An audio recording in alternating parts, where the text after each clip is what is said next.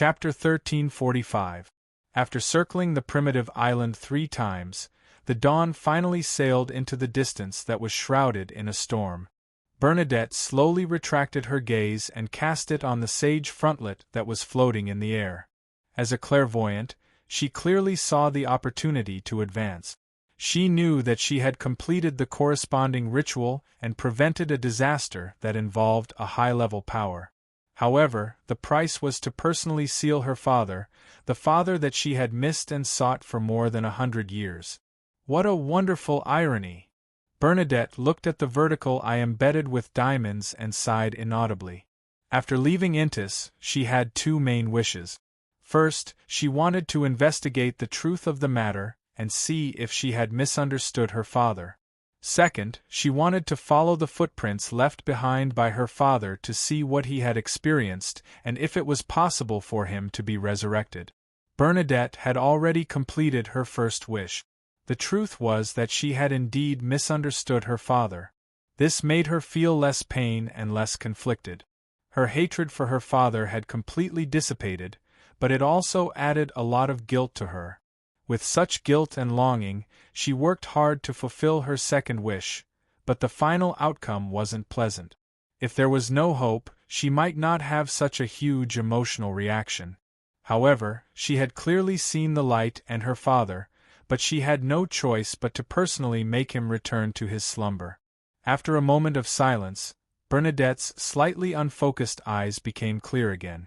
She no longer hesitated, nor did she blame herself. She no longer had any negative emotions. She resolutely raised her right hand and outlined ancient words that shimmered with starlight in the void. She summoned the spirit world creature that had the upper body of a human and the lower body of a wind. She then took back some of the supplementary ingredients for the sage potion from it. As for the remaining parts, since there was no need to preserve them, they were stored in the Dawn's collection room. Before long, Bernadette used pale death to shatter the sage frontlet and concoct the potion that could advance her to sequence 2. Looking at the bubbling sage potion, with each bubble hiding a transparent eye, Bernadette raised her right hand with a determined expression and brought the glass bottle to her mouth. She knew that what she needed at this moment wasn't sadness or sentimentality, but a firm heart and the will to advance. This was because to help her father, Roselle the Great, escape the corruption and completely revive him, she needed a higher sequence and greater strength. For this, she was willing to bury the pain in the deepest part of her heart and not let it affect her mental state. Only at night when there was no one around would she dig it out and savor it alone. As the sage potion entered her mouth, Bernadette's body turned illusory at a visible speed. She broke down into waves of complicated knowledge, transforming into a torrent of information. The entire dawn, as well as the surrounding wind, storm, lightning, seawater, and waves, lost their sense of reality, as if they had been restored to the most basic and authentic information. To most Sequence 3 beyonders of the Mystery Prior pathway, such a state was extremely dangerous. If their willpower wasn't firm enough, their luck wasn't good enough, and they weren't sufficiently prepared, the torrent of knowledge that they had transformed into would be infiltrated, washed away, and assimilated by all kinds of external information in a matter of seconds. They would quickly lose their consciousness and would no longer be able to reconstruct their bodies. They would become a very strange and difficult monster in mysticism. Knowledge Fairy. This was also known as an information creature. Bernadette had relied on the sage frontlet to transform into a torrent of information many times. Although it was limited to 2 to 3 seconds and couldn't be maintained for too long, she still had some experience. At that moment, she was trying her best to maintain the existence of her consciousness and establish a certain connection with the information in the spirit world that prevented a high-level disaster from happening. The information had a clear imprint of her, and it involved a very high level of information. It appeared abnormally solid, preventing it from being dispersed by other information in a short period of time. It helped her stabilize her consciousness as she slowly gathered the dissipating torrent of information from her main body. During this process, Klein, who was above the gray fog, used a specially marked prayer point of light to tap the edge of the long mottled table. Using a miracle invoker's ability to change the probability of certain things and actions to a certain extent, he bestowed Bernadette with a certain amount of good luck. Time ticked by. Bernadette lingered on the edge of losing consciousness several times, but she eventually managed to hold on. She gathered all the information that belonged to her and began to reconstruct her body. At that moment, she could gradually sense Admiral of Stars Catlia's concern. She could sense the members of the Element Dawn, as well as her crew and sailors, praying daily. This made her condition more stable, allowing her to resist the ancient will that was slowly being produced in her body. At that moment, a wave of secret information came out of nowhere, attempting to fuse with Bernadette while she was reconstructing her body. This was an interference from the hidden sage. As an embodiment of this world's knowledge and information, as a sequence 0 of the mystery prior pathway, the hidden sage could exert a certain amount of influence on beyonders of the same pathway that were lower than him. Without giving Bernadette a chance to use the pale white mask, the curtain draped over Klein's shoulders gently lifted. Around Bernadette, spacetime distorted, isolating the area she was in from the outside world. Even information couldn't be exchanged. Grabbing this sudden moment of peace, Bernadette completely reconstructed her body, and with the help of her anchor, she managed to balance the terrifying will that was produced in her body. At that moment, she had truly become him, a Sequence 2 angel of the mystery prior pathway. She was an important figure that the mysterious world could address as a hidden existence. Immediately after, she saw the distorted spacetime around her return to normal, and she saw waves of secret information surging toward her. She then stretched out her right hand and easily grasped the information, extracting the useful knowledge contained within. Just as Bernadette was about to return to the real world from the spirit world, an orange beam of light suddenly appeared in front of her. This light instantly condensed into a chubby old man with a short white beard. The old man smiled and said, I'm Orange Light Hilarion." Orange Light. Bernadette was puzzled. She didn't understand why Orange Light Hilarion would appear in front of her. The two of them hadn't interacted much before this. As the leader of the Element Dawn and a former mysticologist, she wasn't unfamiliar with the seven lights in the spirit world. She had even grasped how to pray to the seven lights and obtain the corresponding guidance from the ritual. She knew that the seven pure lights were a certain symbol of the spirit world, containing endless knowledge from different domains. Her level had definitely reached the level of an angel. Orange Light Hilarion added with a smile, "A great existence wants me to inform you of the knowledge regarding the great old ones, the outer deities, and the cosmos, so that you can have a more accurate grasp of this world's state and the corresponding corruption." "Which existence?" Bernadette asked in puzzlement and caution. She had vaguely guessed the answer, but she still found it unbelievable. After all, the seven lights of the spirit world were also important figures in the mysterious world. Even a Sequence 0 true deity wouldn't find it easy to order them around. Orange Light Hilarion chuckled and replied, "The great ruler above the spirit world." "The great ruler above the spirit world." Bernadette repeated this honorific name as her thoughts surged. Hilarion glanced at her and smiled. "He also has another honorific title, Mr. Fool. In a particular sea region, on the future that was traversing a safe sea route." Catlia suddenly jolted awake from her dream as her forehead was covered in cold sweat. In her dream, she saw the queen fall to the ground covered in blood. Her chest had been torn open, and a baby-like monster had crawled out. As a mysticologist, one who had advanced to mysticologist with a drop of the snake of fate's blood, Catlia believed that her dream wasn't without reason. It was definitely an omen, and clearly, what she had just had wasn't a good dream. Feeling unsettled, Catlia sat up and put on her cloak. She attempted to pray to Mr. Fool, hoping that this great existence could give her some hints or protect the queen. Soon, a scene appeared in front of her eyes. Queen Mystic Bernadette walked out of the spirit world and returned to the dawn, allowing the ship to gradually distance itself from the nameless island that could be vaguely seen. Catlia immediately heaved a sigh of relief and sincerely thanked Mr. Fool. After praying, she was in an extremely good mood.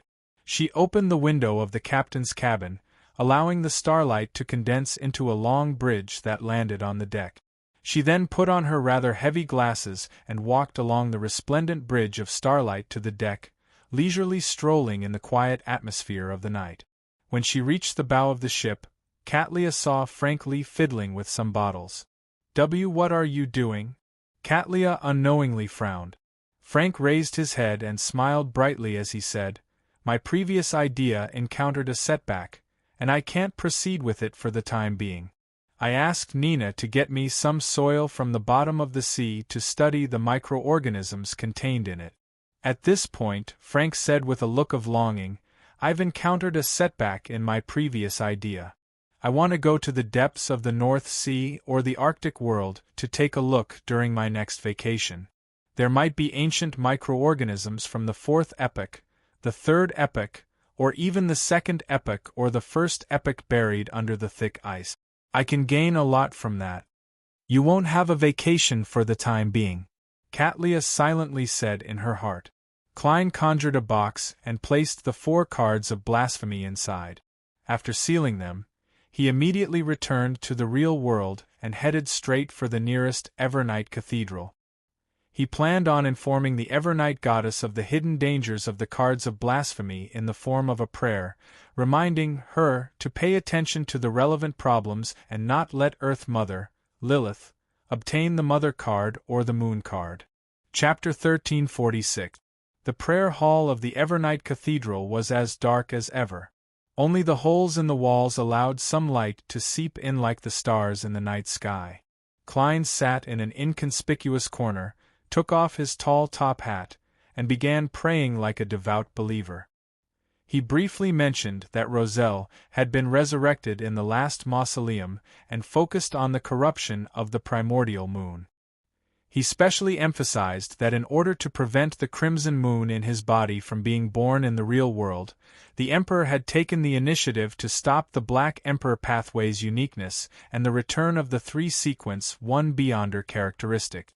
At the end of the prayer, Klein pointed out the latent dangers of the cards of blasphemy and expressed his worry about the whereabouts of the Mother card and the Moon card. In fact, Roselle had only said to be careful of the Mother card and didn't mention the Moon card.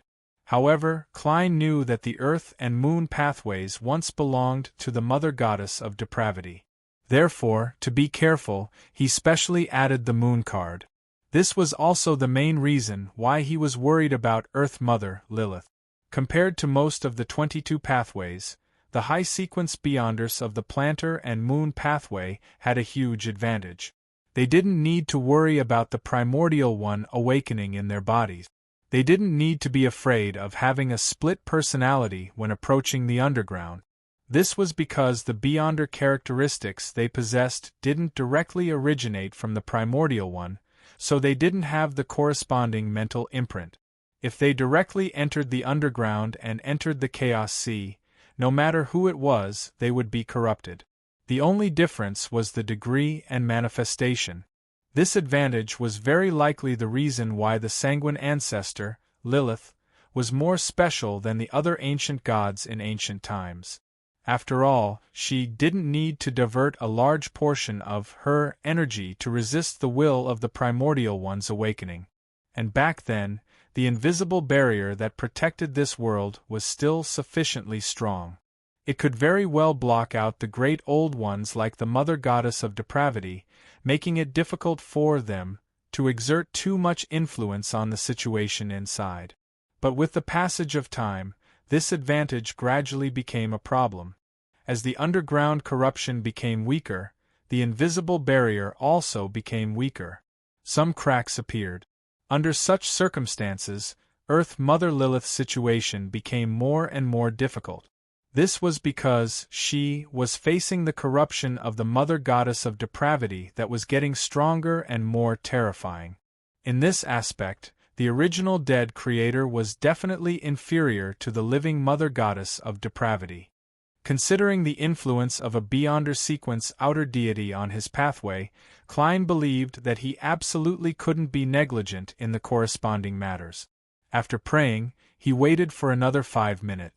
After confirming that there was no response, he stood up, put on the top hat of the wandering magicians, and walked out of the church that belonged to the night. To him, this was mainly an obligation to inform her. As for what the Evernight goddess planned on doing, or if she would warn him, it was completely out of his control. In short, Klein could only temporarily believe that the Evernight goddess knew the difference in priorities. Bakeland, south of the bridge, Harvest Church. Emlyn White walked out of his carriage, looked at the sun that was obscured by the clouds and fog, and put on his half-top hat. On the way to the church's entrance, he gently rotated the ring on his left hand, as though to announce his identity. The ring was translucent, as though it was made of light red amber. At the top was a blood-red gem. It was the reward Emlyn had received a long time ago, Lilith's ring. After becoming a demigod, Emlyn was able to suppress the bloodthirst syndrome that came with the ring to a certain extent.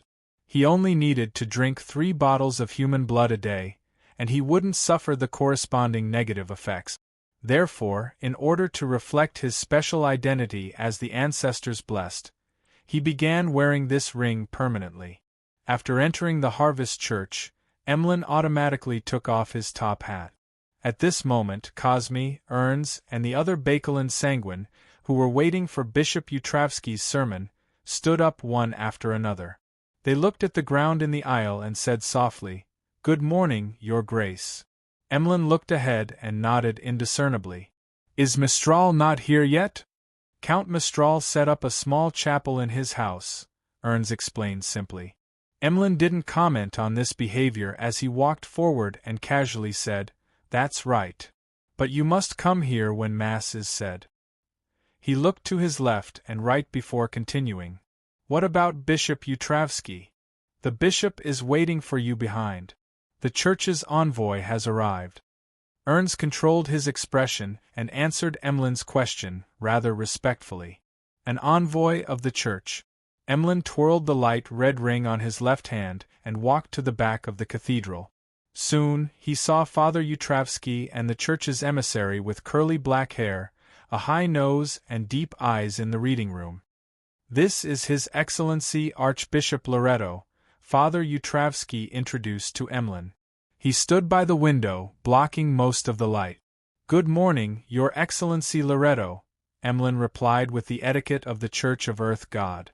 Loretto smiled in a rather awkward Rouen accent. "There's no need to address me as Your Excellency. Although you aren't an archbishop, you have the status of an archbishop. From today onwards, you will be the church's clergyman and high-ranking deacon in charge of Bakeland's matters." Without giving Emlyn time to digest the news, Loretto continued, "There's no need to address me as Your Excellency. I came to Bakeland under the Holy See's instructions to inform you of some matters that need to be taken note of within the church." "Please speak," Emlyn said politely, suppressing the smugness in his heart. Loretto's expression immediately turned serious. "First and most importantly, be it the clergymen of the church or the believers of Mother Earth, as long as they claim to have received a revelation, they will be tempted by the devil. There are no exceptions. If anyone reports such matters to you, or if you yourself have received a revelation, please inform Bishop Utravsky as soon as possible and report it to the church." Father didn't mention this before. This request sounds very strange, as though he's suspecting something. Emlyn frowned slightly as he looked at Father Utravsky by the window. The bishop didn't mention anything about paying attention to such matters at all. Before he could finish his sentence, Emlyn suddenly felt as though he was criticizing Bishop Utravsky, but he was in a rush to find a better excuse. Almost at the same time, he understood why Archbishop Loretto's words were strange. "This is to tell everyone that the mother you sensed might not be the real mother. This is basically saying that a large portion of the revelations we sanguine receive from the ancestor are fake. They come from devils or evil gods. Emlyn's eyes darkened as he tried his best to maintain his composure. At this moment, Loretto didn't mind at all and smiled. Bishop Utravsky didn't tell you because he doesn't know either. The priest doesn't know. In that instant, Emlyn actually felt a little sympathy for Bishop Utravsky. He felt that as a Fasak, a clergyman who had converted to Catholicism, he had been ostracized by the rest of the Church of Earth Mother Earth. Sensing the change in his eyes, Loretto added, "That's because he's a blessed. He doesn't need to care about the temptation of devils and evil God." Bishop Utravsky nodded and said calmly, "That's because he's a blessed. The revelation of the Mother Goddess is in her Holy Bible, in those teachings. Apart from that, everything else is heresy." Emlyn was somewhat puzzled, but he felt that there was nothing to ask. He tersely acknowledged and said to Loretto, "Don't worry." Then what's the second point to take note of? Loretto's expression returned to seriousness. "If you receive a revelation, don't blindly believe it. Immediately seek confirmation from Bishop Utravsky." Why? Emlyn was increasingly puzzled. This was as though telling him that the ones who would respond to him were evil gods or devils. Loretto deliberated over his words and explained in detail, "In this world, there are many evil existences. They will pretend to be gods, bewitch the clergy, and deceive believers. As the two main pathways of our Church of Earth Mother are related to life, we are more affected than other churches. From time to time, there will be people who go astray and attempt forbidden experiments on life, slowly falling into depravity. In order to curb this trend, we have long since reorganized the Church under the guidance of the will of the Mother Goddess, establishing the two major systems of divine favored and divine favored. Favored and blessed. Emlyn's understanding of the Church of Earth Mother was limited to the contents of the Holy Bible and some of the scriptures.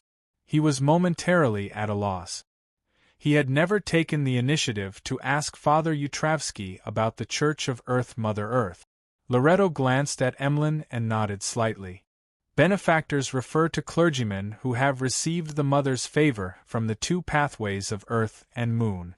Blessed refers to those who are blessed by the Mother from other pathways outside.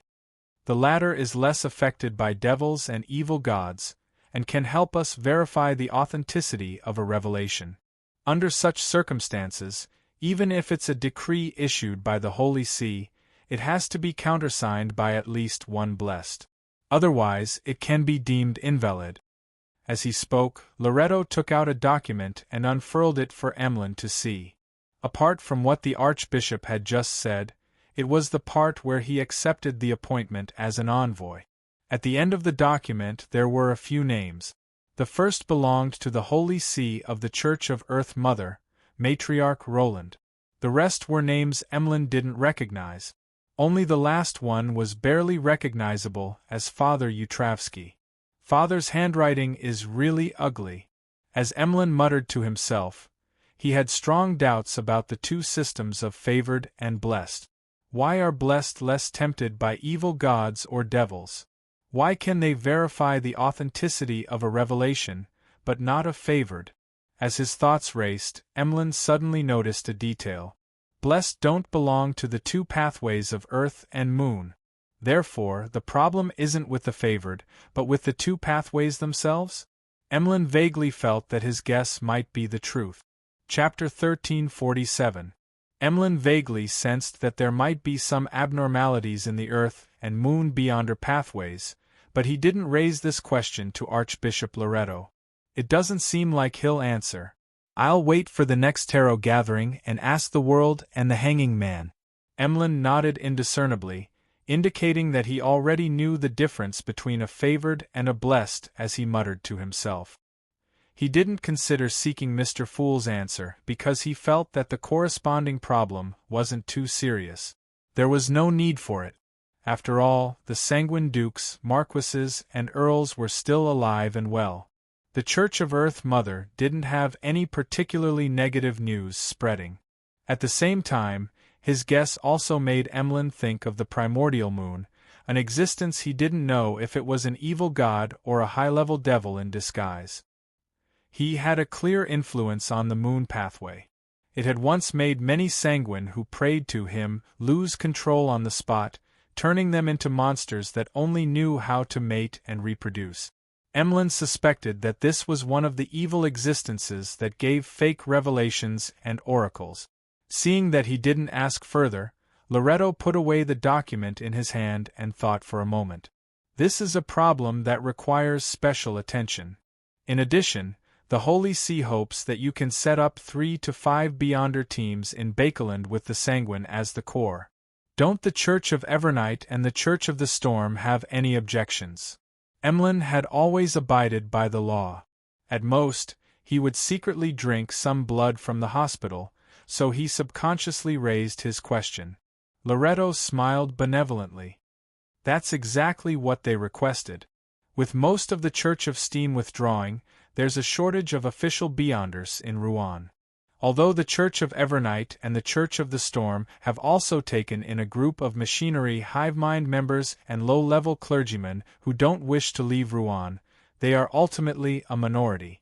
Furthermore, they still have to take care of the cleanup in Faisac and the maintenance of the independent colonies overseas. Therefore, they hope that we can provide them with some help. It will be a lot of benefits for us to preach in Rouen. However, you must remember that we must be restrained in this place and not preach on a large scale. It will be fine as long as we are on the same level as the remaining Church of Steam. Of course, it will take the efforts of 1, 2, or even 3 generations for the number of our believers to catch up to the Church of Steam right now. Yes, it's enough to maintain its current scale and have a certain degree of development. How troublesome would it be to proselytize wantonly? Emlyn heaved a sigh of relief and calmly replied, "That's right. All right.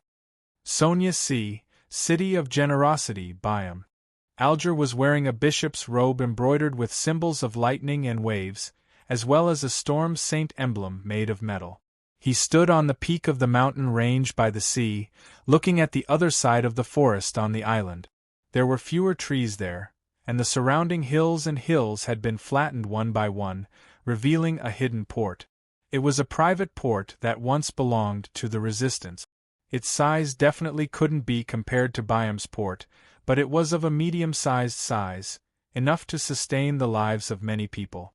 At this moment, a bold and boorish city had been established near the port. The city wasn't big, probably a fifth of Byam's size, or even less. In the middle of it stood 2 tall towers. One was a dome, and the other was a spire. They were all strange silver in color, reflecting a blinding light under the sun. Around the twin towers, there were many paths paved with cement. They either led to buildings that were mainly made of stone, or connected to wide plazas and training grounds. Verdant trees were planted on both sides of the paths, giving off a feeling of prosperity. Alger knew that the people living in this city weren't only the residents of the City of Silver, but also people from Moon City. Those people were mostly deformed, and they were temporarily unwilling to interact with the residents of Byam and the other cities on the island. They only purchased the necessary daily necessities through the people of the City of Silver. It was said that they planned to build a city that belonged to them deep in the forest, leaving only one path that led to the new City of Silver. These are all Mr. Fool's believers. I have to slowly guide them to integrate into the Rorstad archipelago as a whole. I can temporarily not alarm those deformed people.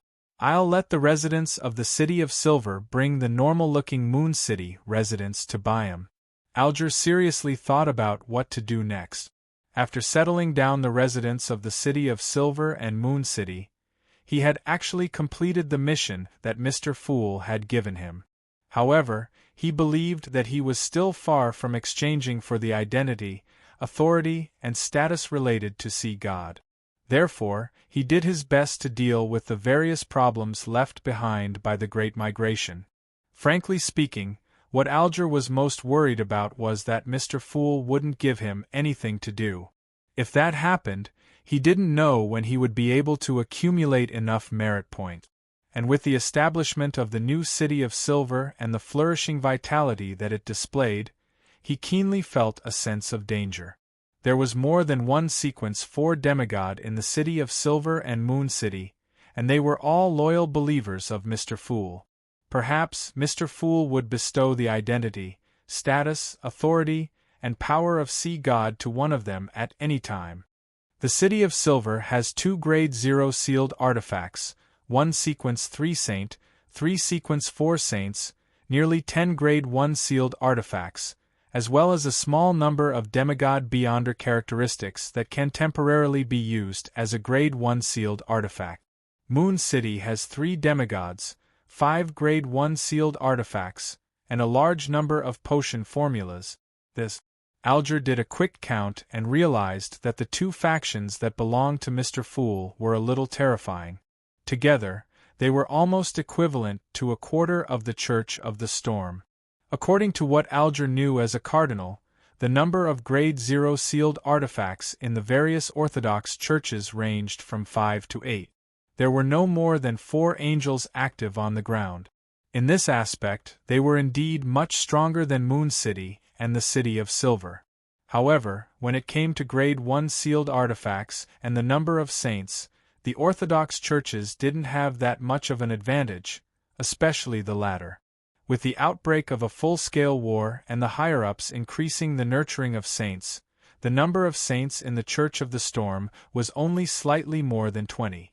The Church of the Sea God doesn't have a demigod yet, but it won't be long before a new sea god will appear. And under Mr. Fool, there's still the angel world, the death console, and the angel that belongs to the fate pathway.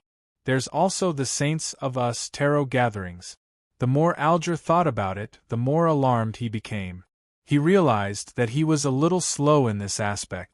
Perhaps it was because he was involved in it, but although he had always marveled at such matters, it was only today that he clearly realized it. Unknowingly, Mr. Fool's faction had already developed to a level comparable to the Orthodox churches. Even if there was a certain gap, it was only due to the accumulation of a long history. And it hadn't even been 3 years since Alger joined the tarot. If I hadn't experienced these changes myself, I definitely wouldn't have believed it. Alger sighed inwardly as he became more and more eager to do something for Mr. Fool so that he could accumulate enough contribution points to become Sea God as soon as possible. When that happened, he would truly be able to cast his gaze on the Book of Calamity and attempt to complete Elf Queen Kohainam's instructions. Retracting his gaze, Alger looked at Biam at the foot of the mountain. He saw that the city, which hadn't suffered too much damage in the previous war, had regained its luster. It could once again be called the most prosperous city on the Sonia Sea. At this moment, the priests, bishops, and believers of the Church of the Storm were working with the employees of the new government and the members of the Church of the Sea God to build schools and hospitals for the children in the slums and the natives who didn't have the means to provide education, medical care, and relief. Alger looked at the people who came and went like ants on the road. He looked at the brightly colored buildings that were different from most places in Rouen. The corners of his mouth curled up slightly before he quickly lowered it. He narrowed his eyes. It was unknown what he was experiencing or enjoying. At that moment, a grayish-white fog suddenly appeared in front of him. Then, he saw the ancient palace and the blurry figure in the middle of the fog. He heard Mr. Fool's words. A mission. Monitor a person named Verdugo Garcia. Accompanying this oracle was a large amount of messy information. They fell like rain and drilled into Alger's mind, allowing him to know the exact situation of Verdugo Garcia.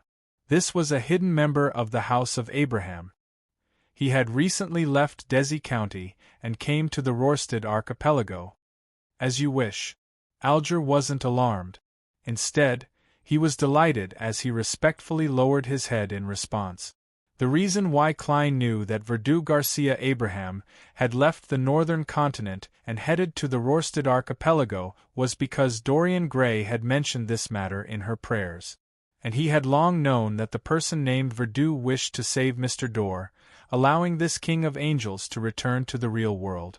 The reason why Klein had gotten Miss Magicians to inform the members of the House of Abraham of one of the rituals to help Mr. Dor escape was because the trust between the two parties wasn't enough. If he were to hide it or lie about needing to hunt an angel to set up the ritual, the members of the House of Abraham would definitely suspect something. They would get Magicians first to continue contacting Mr. Dor and attempt to use other methods to confirm it through other channels. Once they discovered anything, Klein would lose control of the House of Abraham and be unable to eliminate the risk in advance. If it were a few years ago, Klein wouldn't have been too worried about this problem. However, as the apocalypse approached, the outer deity's corruption of reality increased. It was unknown when the members of the House of Abraham would come into contact with the corresponding items or believers and obtain the correct ritual. Therefore, Klein believed that giving out the extremely difficult ritual could effectively gain the trust of the members of the House of Abraham, allowing them to further believe in Mr. Fool and become more and more pious. Then, he could use these pious to monitor people who showed their radical side, grasp their trajectory, and intervene in a timely manner. Chapter 1348. Mid-Seashore, Limon City.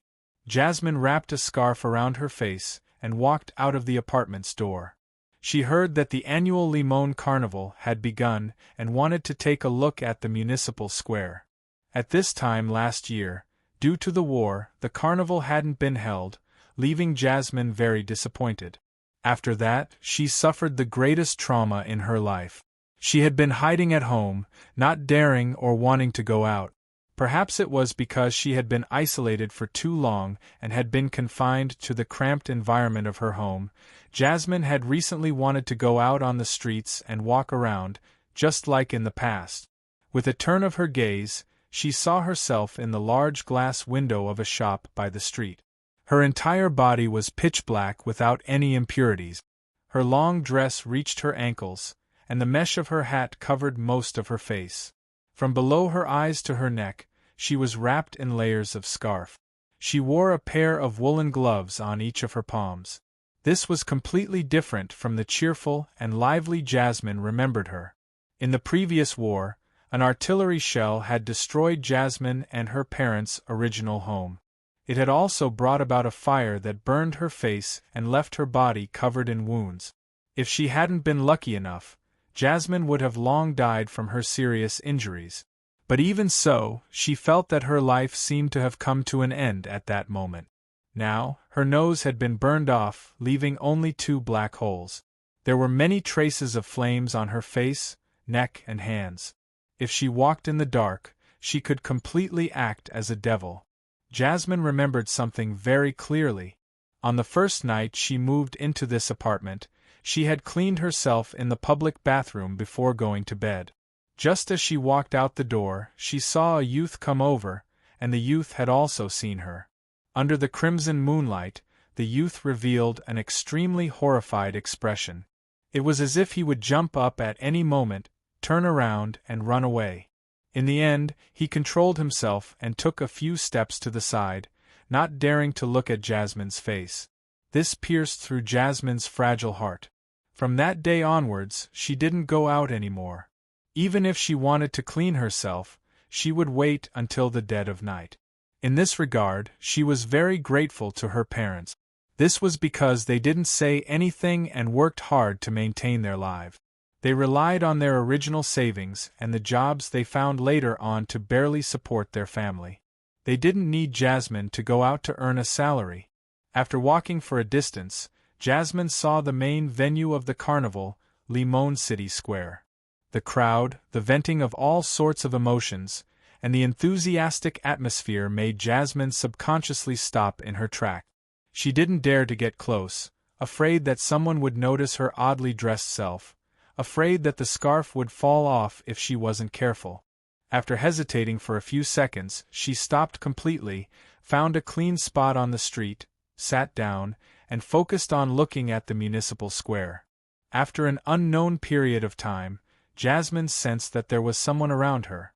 It was a young man wearing a black robe and a tall hat. He looked like a magician from a circus. The municipal square is over there. Jasmine wanted to remind him, but after her lips quivered a few times, she didn't open them. She didn't dare and didn't want to talk to others. However, the young man took the initiative to walk over, took off his top hat, and bowed slightly. "Miss, do you know what this machine does?" "Machine?" Jasmine subconsciously looked up and followed the young man's gaze in a daze before looking to the side. Under the gas street lamp, a machine that looked like a small wardrobe had stood there at some point in time. Its surface was brass in color, and it was embedded with a few pieces of glass that weren't transparent. The gears, bearings, rivets, metal pipes, and other parts were exposed, making it look very rough. Jasmine retracted her gaze and shook her head, indicating that she didn't know what the machine was for. At the same time, it also expressed her intention to refuse communication. "It's called the fully automatic wishing machine," the young man introduced with a smile. The young man smiled and introduced, "This is my invention. It can automatically fulfill the wishes of the controller. By the way, I forgot to introduce myself. My name is Merlin Hermes, a wandering magician." Fully automatic wishing machine. Jasmine realized that she could understand every word, but she couldn't put them together. "You can give it a try. As the first person to experience it, it's free," Klein, who had transformed into Merlin Hermes, said with a smile. Jasmine shook her head and refused to communicate. Klein wasn't discouraged at all as he glanced at the man. He glanced at her and said, "For example, you can make a wish to return to your original appearance."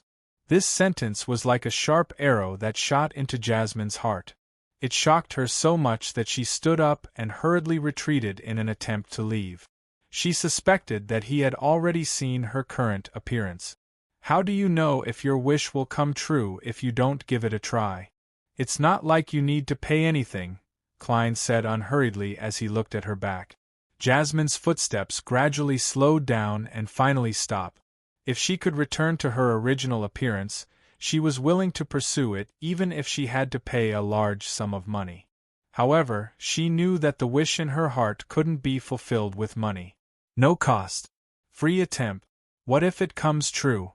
Jasmine's mind churned as she slowly turned around as though she had been tempted by a devil. "Really?" she asked in a hoarse voice. Klein pointed at the machine. "I can retreat 10 meters away. All you need to do is turn the wrench on that machine. There's no need for you to take off your hat and scarf." The last sentence moved Jasmine. She quickly nodded. "All right." After Merlin Hermes retreated a certain distance, Jasmine approached the machine and carefully grasped the wrench on the door. She was actually very worried that she would encounter a prank after turning it, such as getting water poured on her head. This was something that happened every year during the carnival. She and her friends had teased others in the past, but compared to a wish that could be fulfilled, she felt that it was bearable. Even if it was proven that there was no such thing as a wish being fulfilled, it could still be considered an experience for her during the carnival. "Remember to make your wish before turning it," Klein reminded her from not far away. Jasmine composed herself and silently said her wish. "I want to return to how I was before I was burned by the fire." With that said, she nervously and expectantly turned the wrench. In the next second, the door of the fully automatic wishing machine opened. An ordinary wood-colored cane stretched out and touched Jasmine's forehead. When Jasmine wasn't paying attention, a golden ruby ring appeared on her hand. When the wooden cane retracted back into the fully automatic wishing machine, the ruby-inlaid golden ring also disappeared. Amidst the sound of gears turning, Jasmine saw the door of the machine slowly close. "That's it?" she thought in a daze. She didn't experience the feeling of her wish being fulfilled, nor did she encounter a prank. Everything seemed so strange. "Congratulations, your wish has been fulfilled." Klein walked back and clapped gently, as though he was a witness. My wish has been fulfilled. How is this possible? Just as this thought flashed through Jasmine's mind, she suddenly felt something under her scarf. Something was protruding from the place where only 2 black holes were left. Jasmine hesitantly raised her palm and touched her face. She could clearly feel the existence of her nose. And the experience when she breathed also proved this point. She suddenly turned around, her back facing Merlin Hermes, and she walked to a shop by the street. Under the light of the gas lamps, she cast her gaze on the glass window. Following that, she removed the scarf that wrapped around her face layer by layer. Her eyes weren't big, her nose wasn't straight, and her lips weren't plump. A girl with a few freckles was reflected in the window. Jasmine subconsciously raised her hand and covered her mouth. Her eyes were filled with light and mist. After a few seconds, she raised her arm and wiped her face with her sleeve. She turned back to look at Merlin Hermes. Are you a god? I'm just a magician who likes to create miracles. Klein smiled and pointed at the machine beside him. You should be most thankful to this, the fully automatic wishing machine. Fully automatic. Jasmine's emotions surged as she subconsciously repeated it.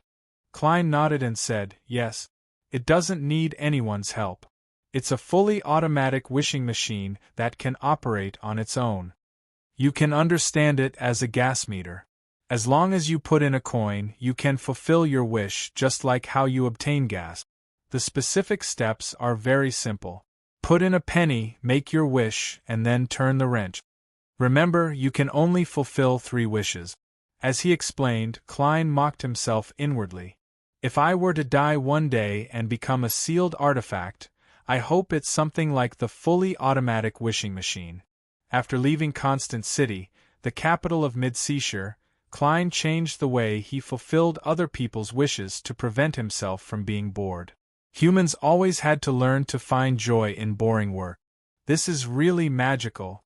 Jasmine couldn't find the words to describe her feelings. Her agitated emotions settled down quite a bit. This fully automatic wishing machine, will it always be here? Jasmine asked hesitantly. Klein smiled. No.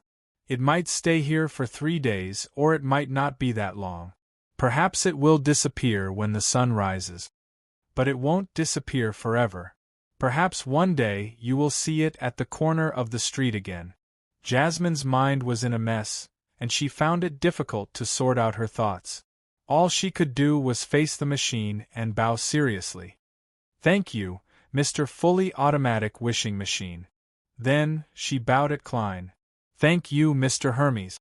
Before she could finish her sentence, Jasmine recalled what Merlin Hermes had just said. She asked in anticipation, surprise, and embarrassment, "What's wrong with you?" She asked in anticipation, surprise, and embarrassment, "It can fulfill 3 wishes?" Yes, but it won't be free in the future. You need to put in a coin, Klein replied without minding at all. Chapter 1349. Jasmine was excited when she heard that, but she was still a little worried. What kind of price do I need to pay? From her point of view, just because she didn't need to pay a price for the previous free attempt didn't mean that the subsequent wishes would be the same. Klein adjusted his tall top hat and said with a smile, "The penny you paid is the price. The penny you paid is the price, and the corresponding changes you have to endure after your wish is also the price." Jasmine nodded, not fully understanding. Without any hesitation, she reached into her pocket and tried to take out a few copper pennies to complete her wish. However, her pocket was empty. Apart from a handkerchief, there was nothing else. Having stayed at home for too long, she hadn't come into contact with money for a long time. Previously, she had relied on walking from her house to the municipal square instead of taking a trackless carriage. Can I go home first?" Jasmine asked, feeling vexed and embarrassed. "Of course, that's your freedom, but I can't guarantee that the fully automatic wishing machine will always be waiting for you here." Klein smiled in the tone of a magician. "Sometimes it can be very capricious." Jasmine tersely acknowledged and thanked him. She turned around and jogged in the opposite direction of the municipal square. The more she ran, the more relaxed her body became.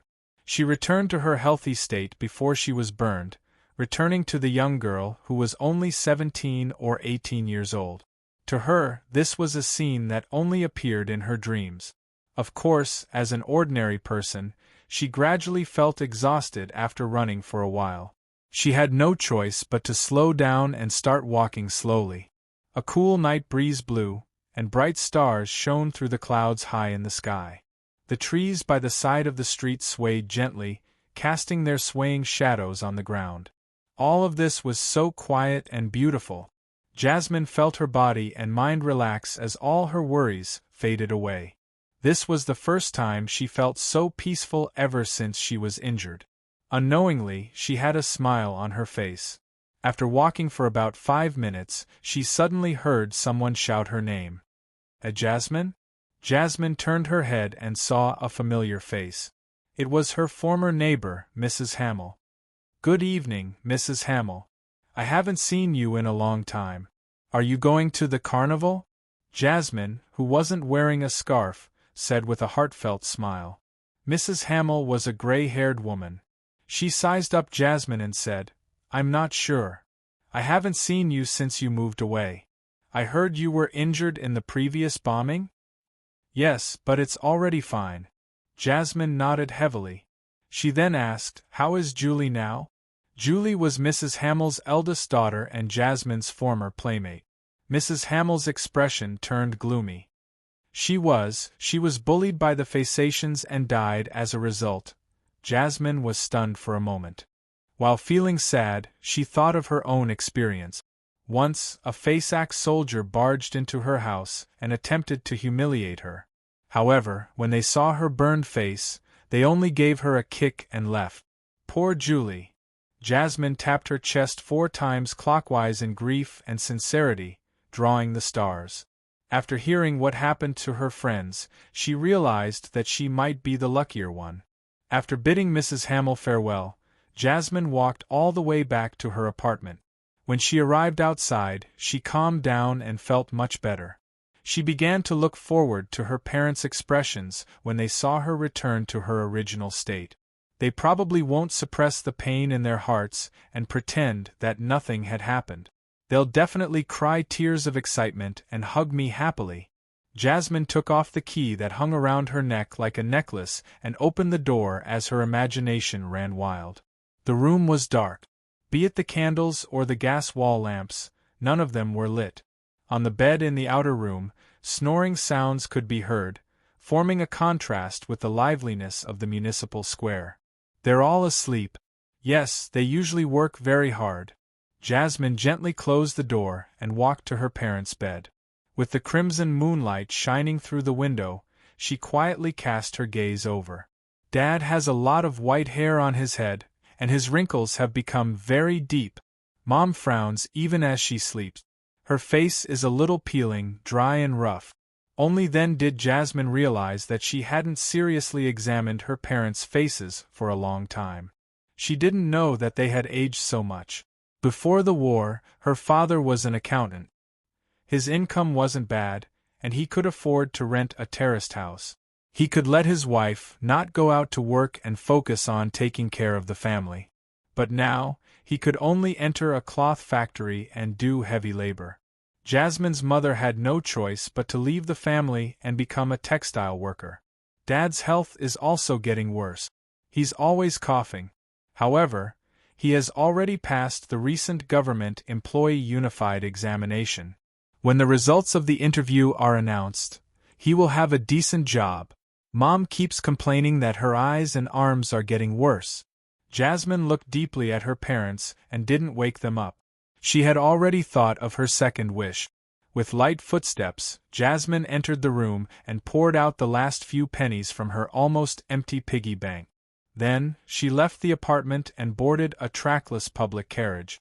She was afraid that if she arrived too late, the fully automatic wishing machine would disappear. At that moment, there were many passengers on the public carriage. Most of them were going to participate in the carnival. Jasmine looked around and saw that there were no seats.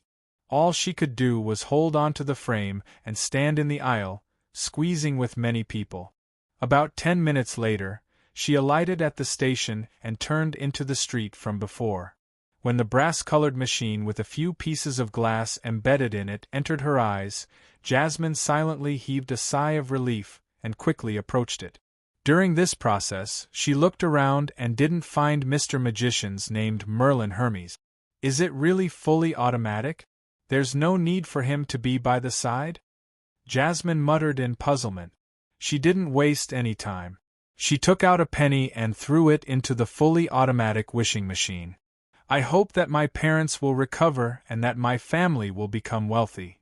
Jasmine whispered her wish and closed her eyes, waiting for a miracle to happen. In the next second, she heard a clanging sound, as though a coin had rolled out of the fully automatic wishing machine. Jasmine opened her eyes in shock and looked ahead.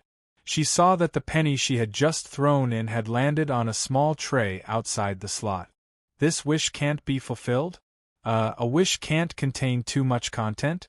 What I just made is actually equivalent to 2 wishes.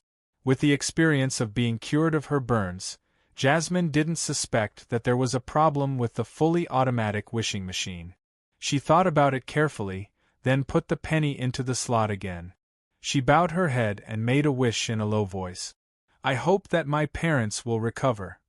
This time, she heard a light tapping sound from the fully automatic wishing machine.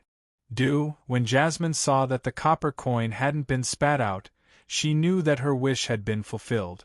She couldn't wait to return home and check on her parents. Suppressing her excitement, she threw in a second penny. She had originally planned on making a wish to make her family wealthy, but when she thought of how her father was almost certain to become a government employee of Limon City and how her family's income was guaranteed, she couldn't help but have other thoughts. After the age of 10, she had already realized that she wasn't good-looking at all. This didn't mean that the people around her would despise her or say that her looks weren't up to par, but that among her playmates there were 2 girls who were rather beautiful. This allowed them to receive preferential treatment most of the time, allowing them to experience the kindness of the world. With such a comparison, Jasmine couldn't help but dream that she would become more and more beautiful as she grew older, but reality proved that dreams could only be dreams. However, this time, her dreams could completely become reality. This was because in front of her was a miraculous fully automatic wishing machine that could create miracles. If I can become beautiful, I can find a good husband and improve my family's situation. Jasmine seemed to hear the devil whispering in her ear. She couldn't help but close her eyes and make a wish. I wish to become very, very, very beautiful. She used 3 very to describe her beauty. Just as she finished her sentence, the fully automatic wishing machine's door opened once again. A silver-white mask was pushed out and covered Jasmine's face. Jasmine opened her eyes just in time to see the mask disappear. At the same time, she seemed to be connected to something. She turned around in anticipation and once again came to the shop by the street. She used the light from the gas lamps and the glass in the windows to see her current appearance. Jasmine was momentarily unable to describe the changes in her facial features and contours. She only knew that at that moment, even she was immersed in her beauty. Her nose had become sharper, her lips had become more plump, her eyes had become larger, and they were very moist. Her skin was as tender as milk pudding. She only had a tiny resemblance to her original self. Is this a miracle? Jasmine couldn't help but let out a heartfelt sigh of admiration. She was engrossed in admiring herself. It wasn't easy for her to retract her gaze and bow at the fully automatic wishing machine. She then walked towards the public carriage platform with light footstep. On the way, gazes were cast at her. Bang! A man slammed into a gas lamp pole because he was too focused on her. Jasmine pursed her lips into a smile and didn't say a word. She boarded the trackless public carriage. There were still quite a number of people on the carriage, and all the seats were occupied. Just as Jasmine was trying her best to find a seat, a few men raised their butts and straightened their bodies. They looked at her and smiled. "Miss, you can sit here." Jasmine was momentarily taken aback. She didn't expect to receive so much kindness. She didn't decline and sat down nearby. She smiled at the man who gave up his seat. "Thank you." The man's expression became extremely animated as he said humbly, "This is what a gentleman should do. This is what a gentleman should do." Jasmine still maintained her habit of being cooped up at home. She didn't say anything else as she quietly sat near her house and got off the carriage. After taking a few steps, she suddenly felt someone looking at her. She hurriedly turned her head. It was a drunk man, and he was looking at Jasmine with an indescribably disgusted look. Jasmine jumped in fright and hurriedly walked towards the apartment. However, the men she met on the way revealed similar looks, as though they would transform into beasts at any moment. At that moment, Jasmine felt like she was walking in the wilderness. Divine Emperor of the Nine Heavens. Chapter 1350. If Jasmine had previously enjoyed the gazes from the men, she was now only left with worry and fear. She quickened her pace again, as though she was being chased by Faceac. Finally, Jasmine rushed into the apartment and escaped from the men before they could approach. Phew! The girl patted her chest and secretly decided to go out less at night in the future. Only then did she realize that unimaginable beauty had its drawback. After calming herself down, Jasmine walked up the dark stairs to the 3rd floor and returned to her house. She opened the door with the key she carried with her. She carefully approached her parents' bed and examined their faces with the help of the moonlight. Compared to when she had left the house not long ago, her parents' faces were rosy. Their white hair and wrinkles had lessened, and their snoring was almost non-existent. They've really recovered their health. Jasmine couldn't help but smile as she heaved a sigh of relief. Sensing the commotion, her mother's eyelids twitched before she slowly opened them. Jasmine held her breath and restrained her smile, preparing to give her mother a surprise. Her mother sat up and looked over. Her expression suddenly turned extremely horrified. "Who are you?" the woman asked in a shrill voice, pushing her husband to his feet. "Who am I?" Jasmine was stunned by the question. For a moment, she didn't know how to answer such a simple question. At that moment, her father had also woken up.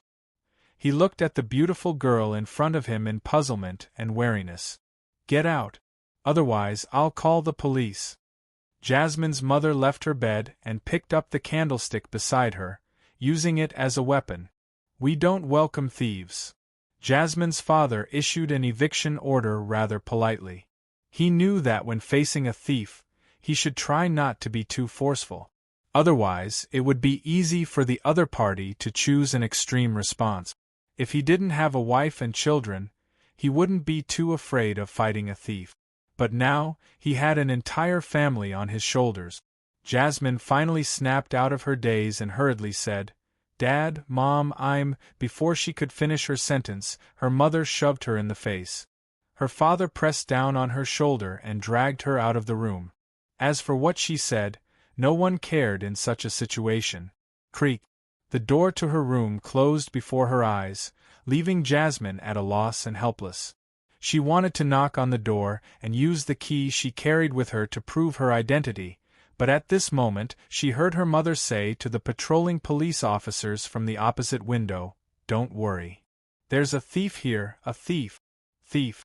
Daddy and Mommy don't recognize me. Will they think that I murdered myself? Will the police believe the fully automatic wishing machine?" Jasmine's heart tightened as she subconsciously decided to leave the apartment and avoid the police. She would wait until daybreak to explain to her parents and use their shared memories to win their trust. Thud, thud, thud.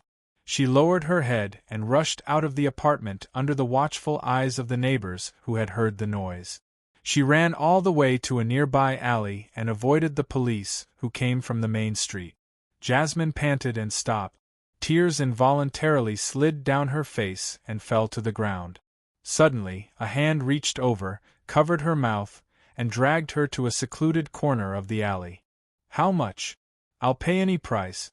A drunken, muffled voice rang in Jasmine's ears. It was as though he had treated her as a street girl and was unable to resist her temptation.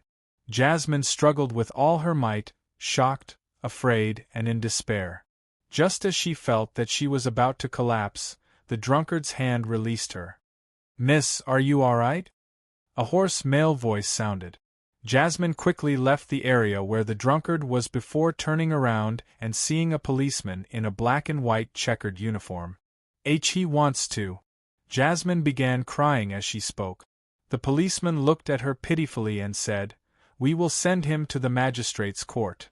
We will send him to the magistrate's court, but miss, you need to come back to the police station with me to record a statement." Jasmine was in an extremely panicked and helpless state, so she subconsciously nodded. Before long, she sat in a nearby police station's statement room.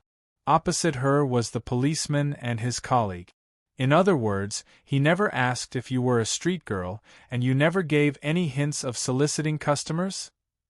The policeman said as he deliberated over his words. He was worried that being too direct would hurt the beautiful girl in front of him. Jasmine held a cup of coffee and lowered her head to take a sip. "Yes, I just arrived at that alley." "All right, let's stop here. Miss Jasmine, can you tell us where your house is?" "We'll send someone to send you back," another policeman asked in a fawning manner. Thinking of her parents' reaction and the disgusting gazes, Jasmine couldn't help but shiver. She was on the verge of tears. "I have a conflict with my parents, so I can't return home for the time being. Perhaps you can send me to the nearest hotel." At this point, she recalled that she only had a few pennies left.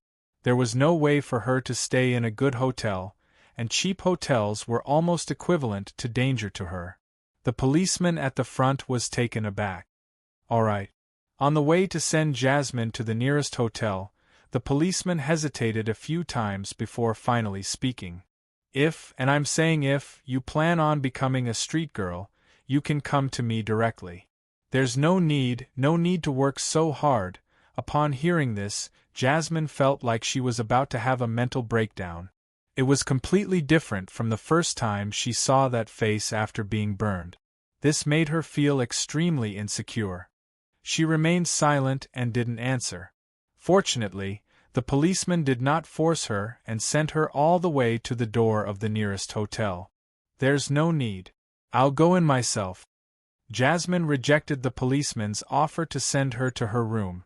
After the policeman left, she quickly walked out of the hotel without checking in. She wanted to go to the municipal square, to the fully automatic wishing machine, and cancel her previous wish. This kind of beauty was too frightening. After taking a few steps, Jasmine took off the scarf draped over her shoulders and wrapped it around her face layer by layer, just like the first time she went out that night. Back then, her face still had burn marks from the flames. Her missing nose and severely damaged lips made her look like a devil. After taking the trackless public carriage to the municipal square, she entered the street again and saw the brass fully automatic wishing machine. Jasmine's heart immediately calmed down. She quickened her pace and came in front of the machine. Then, she was at a loss. She didn't know how to operate it to cancel her previous wish. Your first wish is considered a free attempt. It's not counted as one of the 3 wishes, so you still have one more wish. At that moment, Jasmine heard Mr. Merlin Hermes's voice. She turned her head and saw that across the street, beside the gas lamp, the magician's wearing a top hat was calmly looking at her under the dim yellow light. Okay. Jasmine hurriedly took out a copper penny and threw it into the fully automatic wishing machine. "I wish to cancel my previous wish." She closed her eyes and said silently as she held the wrench and spun it. Thud. Once again, she heard the slightly muffled knocking sound. After opening her eyes, Jasmine rushed to the shop beside her and stopped in front of the glass window. She took off the scarf wrapped around her face layer by layer. She saw herself again, the girl who wasn't considered pretty.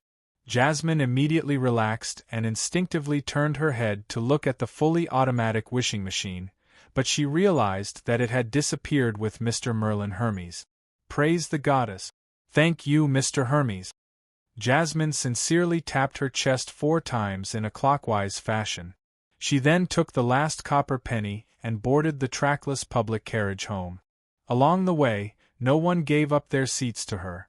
When her figure disappeared from the street, Klein appeared by the side of the street again, holding a silver mirror with ancient patterns in his hand. "Great master, why didn't you say at the end that too much greed will only make a good thing turn into a bad thing, or wishes always have a price? That would have made the entire matter seem more philosophical and elevated it to the level of a fable." On the surface of the mirror, silver words jumped out. Klein smiled. "The biggest problem is that I'm unable to use normal methods to satisfy her wish to become extremely, extremely, extremely beautiful. Lai can only make adjustments to a certain extent. Therefore, I had no choice but to graft one of the effects of a sealed artifact that originated from a demoness onto her. This caused her to obtain astonishing beauty, but it also came with terrifying charm powers, making it impossible for the men around her to resist it. That sealed artifact belonged to Zio, a relic of demoness Charmaine. As Zio had made a mistake while preserving it, Charmaine's Beyonder characteristic had fused with the box containing it, becoming a sealed artifact with shocking negative effects. This caused Zio's brother to look at the box in a strange way. To resolve this problem, Zio made a wish to Mr. Fool and got him to seal the item. After saying that casually, Klein looked at the magic mirror. "Rhodes, are you consoling me? No, the main problem is that she's too greedy. If she only wanted to become beautiful and didn't attach so many extremely, the outcome would be rather good." Silver words quickly appeared on the surface of the mirror. "That's true. That's within the range of Lai's adjustments." Klein nodded and said to Rhodes, "It's true that Lai's adjustments to one's looks can be permanently solidified, but this will ultimately be different from the original muscles, skin, and bone structure. After more than 10 years, when she gradually shows signs of aging, the differences between the adjusted and unadjusted parts will slowly intensify. Her face will appear rather odd and stiff, unless she really becomes a faceless and can constantly correct the problems." At this point, Klein smiled and shook his head. "A lie will always be a lie." Then, as he walked to the other end of the street, he continued, "Besides, even if she really becomes beautiful, it's still unknown whether she'll lead a better life in the future. It's true that beauty can allow her to obtain a lot of resources and allow her to marry a prince, but with her upbringing, personality, and level of knowledge, there's a high chance that she won't be able to maintain such a life for long. Yes, we can't rule out the possibility that she's good at learning and can enrich herself from all kinds of experiences. In the end, she can control the beautiful life, but that's another story. Miracles only last for a while. Fate is always long." As he conversed with Rhodes, Klein's figure gradually disappeared at the end of the street. His understanding of the miracle invoker deepened once again. After returning to her apartment, Jasmine didn't attempt to open the door. It took her a lot of courage to reach out and knock on the door. With a creak, the door opened and her mother appeared in front of her. "Oh, you're finally back." Her mother heaved a sigh of relief before asking in abnormally horrified, "Why your face?" Jasmine forced a smile and said, "It's been cured. I've been cured by a man who is good at creating miracles. Mr. Fully Automatic Wishing Machine." Just as her mother and father suspected that their daughter had been influenced by a devil, a few policemen in black and white checkered uniforms came up the stairs and walked over. The leader of the group was a lady with light blue eyes and a smile that calmed people down. "Miss Jasmine, we have something to ask you," the lady said politely. Chapter 1351. Jasmine believed that she should be afraid, but facing the female police officer in front of her, she found it difficult to have strong emotions. She felt like her body and mind had unconsciously settled down after crying for a long time. "All right, what do you want to ask?" she asked hesitantly after looking at her parents, who had complicated expressions on their faces. The lady with the rank of superintendent pointed to the door and said, "All right, what do you want to ask? Let's talk inside." She didn't get Jasmine's parents to leave. She only ordered the 2 policemen who had come with her to stand guard outside the door. After closing the door, she pulled a crudely made round stool over and sat down without standing on ceremony, appearing very relaxed.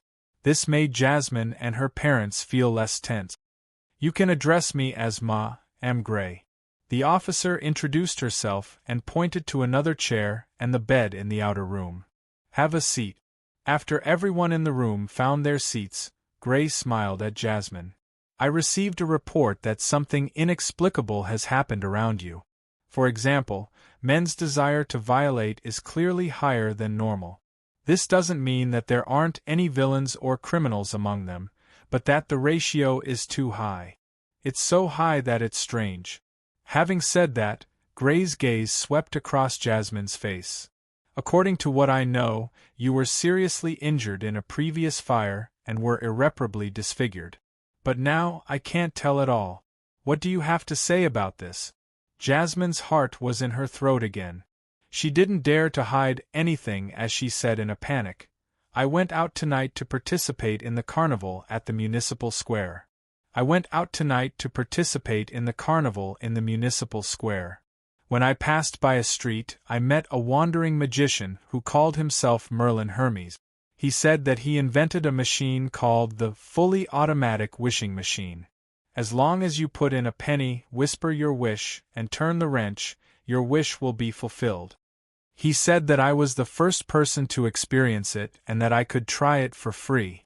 Then, I returned to my original appearance, and all my injuries healed. Officer, that's what happened. You have to believe me." With that said, she glanced at Ma, M. Gray and her assistant, then at her parents, in an attempt to get their approval. However, the expressions on her parents' faces were clearly saying, "How is that possible? How can there be a machine that can automatically grant someone's wish? How can there be something as good as granting a wish for a penny? Furthermore, the first person to experience it is completely free." Gray and her assistant didn't show any obvious changes in their expressions, making Jasmine unsure if they believed her or not. "Go on." Gray saw her pause and nodded encouragingly. Jasmine hurriedly described the process of her returning home to retrieve the coins and making a wish for her parents to recover their health and for her to become beautiful. Finally, she said, "That's right. I did become very beautiful. I couldn't even move my eyes away, which made me feel a lot of kindness. But later, the men around me gradually made me afraid. In addition, Mom and Dad couldn't recognize me and chased me out of the house. I was scared, very scared, so I went back there and made a third wish. Well, that Mr. Merlin Hermes said that the first wish was free and didn't count as one of the 3 wishes. Anyway, I changed back to my original appearance, and then I met you." Upon hearing this, Jasmine's parents instantly thought of the beautiful thief. Following that, they realized that their bodies were indeed much healthier than before. Their vision had been restored, and their arms were strong enough. Everything seemed different. They began to believe Jasmine's description, but they felt more and more terrified. This was because it was like encountering a devil. It was identical to the contents of many folklore. Gray nodded gently. "I've seen many things that exceed your imagination, but this is the first time I've heard of something like a fully automatic wishing machine. Compared to the wishing lamp and wishing pool in folklore, this is way too modern." After a pause, Gray's expression turned serious. "As a rather experienced enforcer, I'll give you 3 suggestions. First, don't believe in such things in the future. In most cases, the easy realization of wishes is accompanied by a huge disaster. It's not wrong to say that it's the temptation of the devil." Jasmine nodded heavily, indicating that she wouldn't dare to do it again. Her final experience still left her feeling afraid. "Second, head to the cathedral as soon as possible and confess to the bishop about this matter. Ask him to purify you." Gray looked around and said, "Your entire family has to go." Seeing that Jasmine and her parents had indicated that they wanted to do so, Gray looked at Jasmine again. "My department is still lacking some clerical staff. You can consider joining us." This way, I can monitor your situation at any time and deal with any abnormalities in time. As for the salary, believe me, it's about the same as a government employee. The salary is about the same as a government employee. You can receive protection. There's such a good thing? Jasmine asked in disbelief. What department is it? Grace smiled and said, What department is it? Grace smiled and said, I'll give you an address. I'll give you an address. Come to my office tomorrow to find me and understand the situation. All right. Jasmine was in a state of panic and unease. Even if there was a straw in front of her, she would grab it. A week later, Jasmine officially joined the Limon City Nighthawks as a clerical staff member. Captain, the telegraph machine is broken, she said carefully as she knocked on the door to Gray's room. Gray put down the documents in her hand and rubbed her temples. Report it to the police station and let them handle it. Seriously, in the past, we could just get the help of the machinery hive mind to fix it quickly and well. Now, sigh, after Jasmine left, Gray picked up the documents and read them carefully. This was the information that the Nighthawks had gathered regarding the fully automatic wishing machine in the past week. After Jasmine, similar incidents happened more than once. After flipping through the documents, Gray spread out the paper, picked up a fountain pen, and began to write an official document for Archbishop Constant and the Holy Cathedral. In the past week, there have been many beyonder incidents in the city. It involves a strange machine called the fully automatic wishing machine. According to the current intelligence, it was created by a wandering magician who calls himself Merlin Hermes. However, other possibilities can't be ruled out. At the very least, I believe that Merlin Hermes might just be an illusion created by this machine to induce people to use the machine to make wishes. This machine is brass in color and is embedded with opaque glass. Its surface is exposed with gears, bearings, rivets, metal pipes, and other parts. It seems to be a product of modern industry. Case 1. A girl who was disfigured by a fire encountered the fully automatic wishing machine at the Municipal Square, Field Street. Her first wish was to return to her original appearance, and it was granted normally. Her second wish was for her parents to recover their health, and it was also granted normally. Her third wish was to become very, very, very beautiful. Then, she no longer looked like herself, and she had a charm that made the men around her unable to resist her under normal circumstances. She claimed to be the first person to use the fully automatic wishing machine, so she had a free spot. With this, she cancelled her third wish. Case 2. A retired soldier who participated in the defense of Limon and was left with severe psychological trauma encountered the fully automatic wishing machine by the river. His first wish was to return his mental state to before the war, and it was granted normally. His second wish was to make himself a little more handsome, reaching the standard of the men on the cover of many magazines, and it was also granted normally. His third wish was to obtain £100,000 and become a tycoon. Then, he caught the eye of the owner of the Limon United Steel Company, who wished to marry him.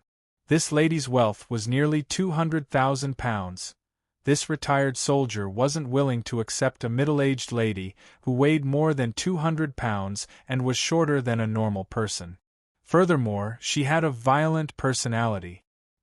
He prepared to leave Limon and head south. If one day, he no longer wished to work hard, he could easily obtain the nominal ownership of £100,000.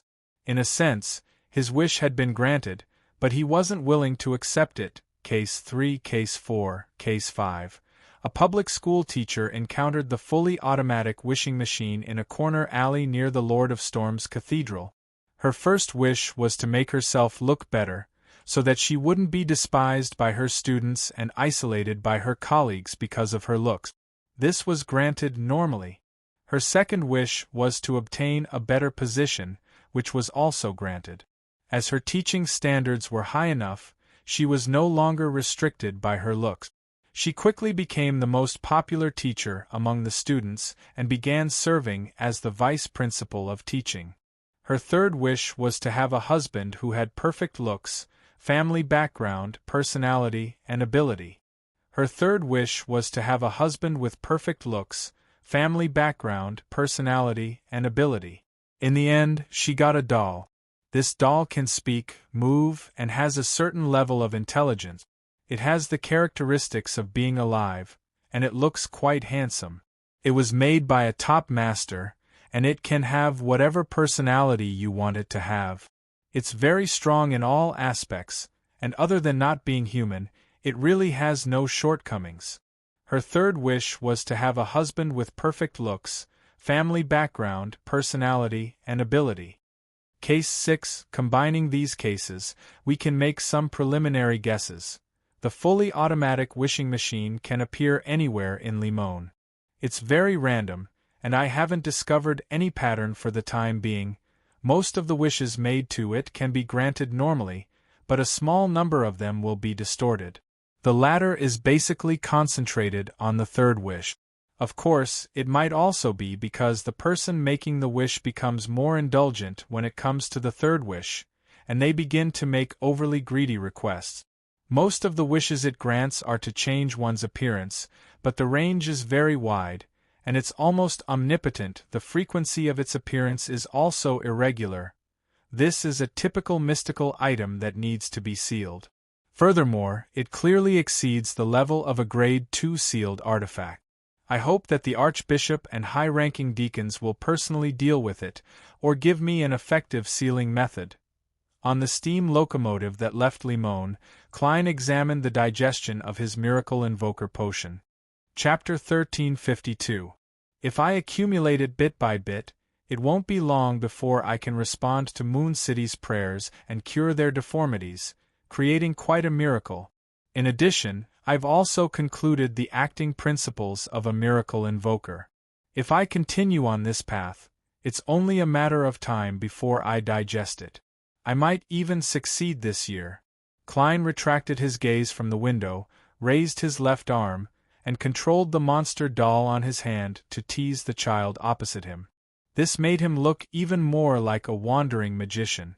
If he wanted to, he could even use life's cane or grafting to give the doll a certain living characteristic. While teasing the child, Klein's thoughts wandered as he considered where to build the marionette city needed for the advancement ritual. For a marionette city to be born in the spirit world, there needs to be sufficient interaction. This means that placing it in the forsaken land of the gods won't do. Ignoring the fact that it's sealed and can't be directly connected to the spirit world, it can only rely on some special abilities. Even if there aren't any problems, it's very difficult to have sufficient interaction without any intelligent life. I need to be careful if I place it in the northern and southern continent or the colonies at sea. Before the ritual is close to success, I absolutely can't reveal that this is a marionette city.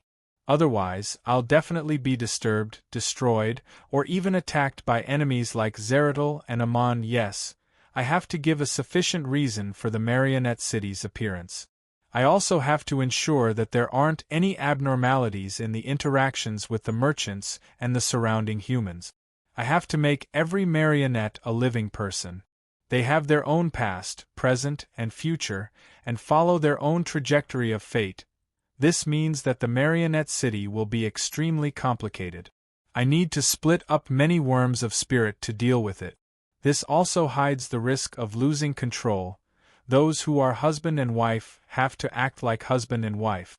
Those who have different hobbies have to express their preferences, and those who are perverted have to be detested.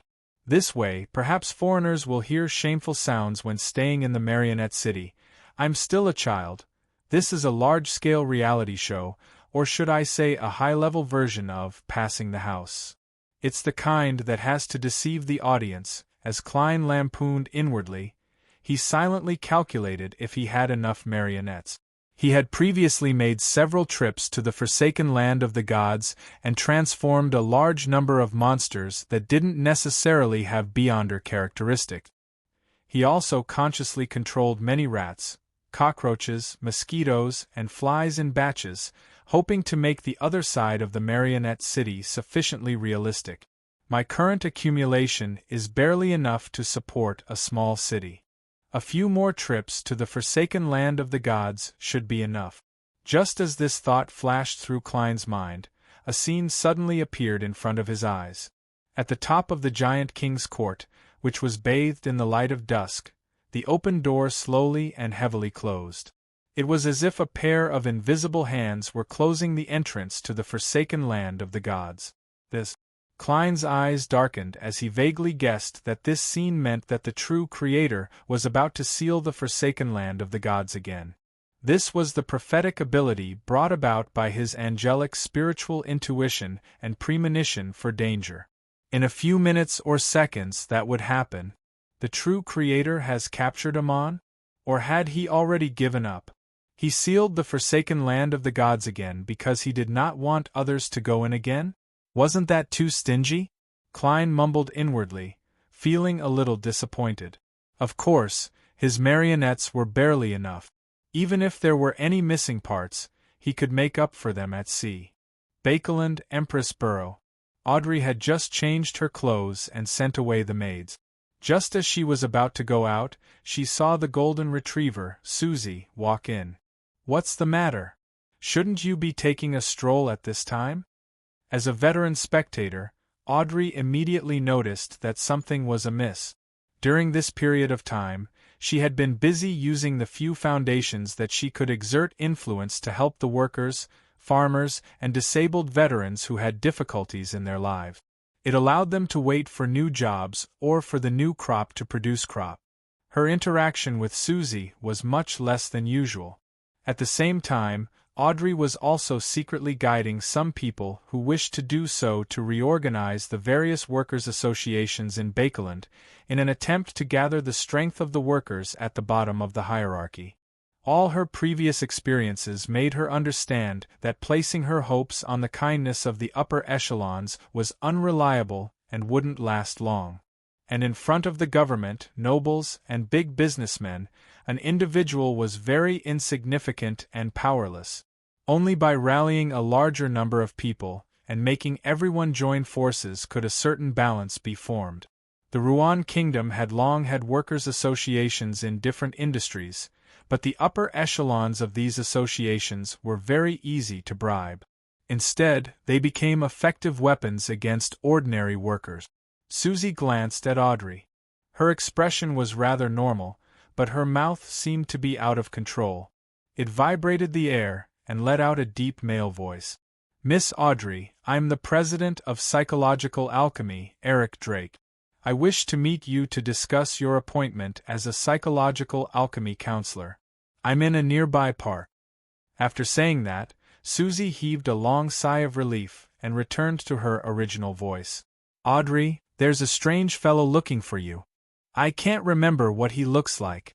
He directly placed what he wanted to say into my mind island." Audrey's pupils dilated slightly before returning to normal. She nodded with a seemingly calm expression. "Where is he in the park?"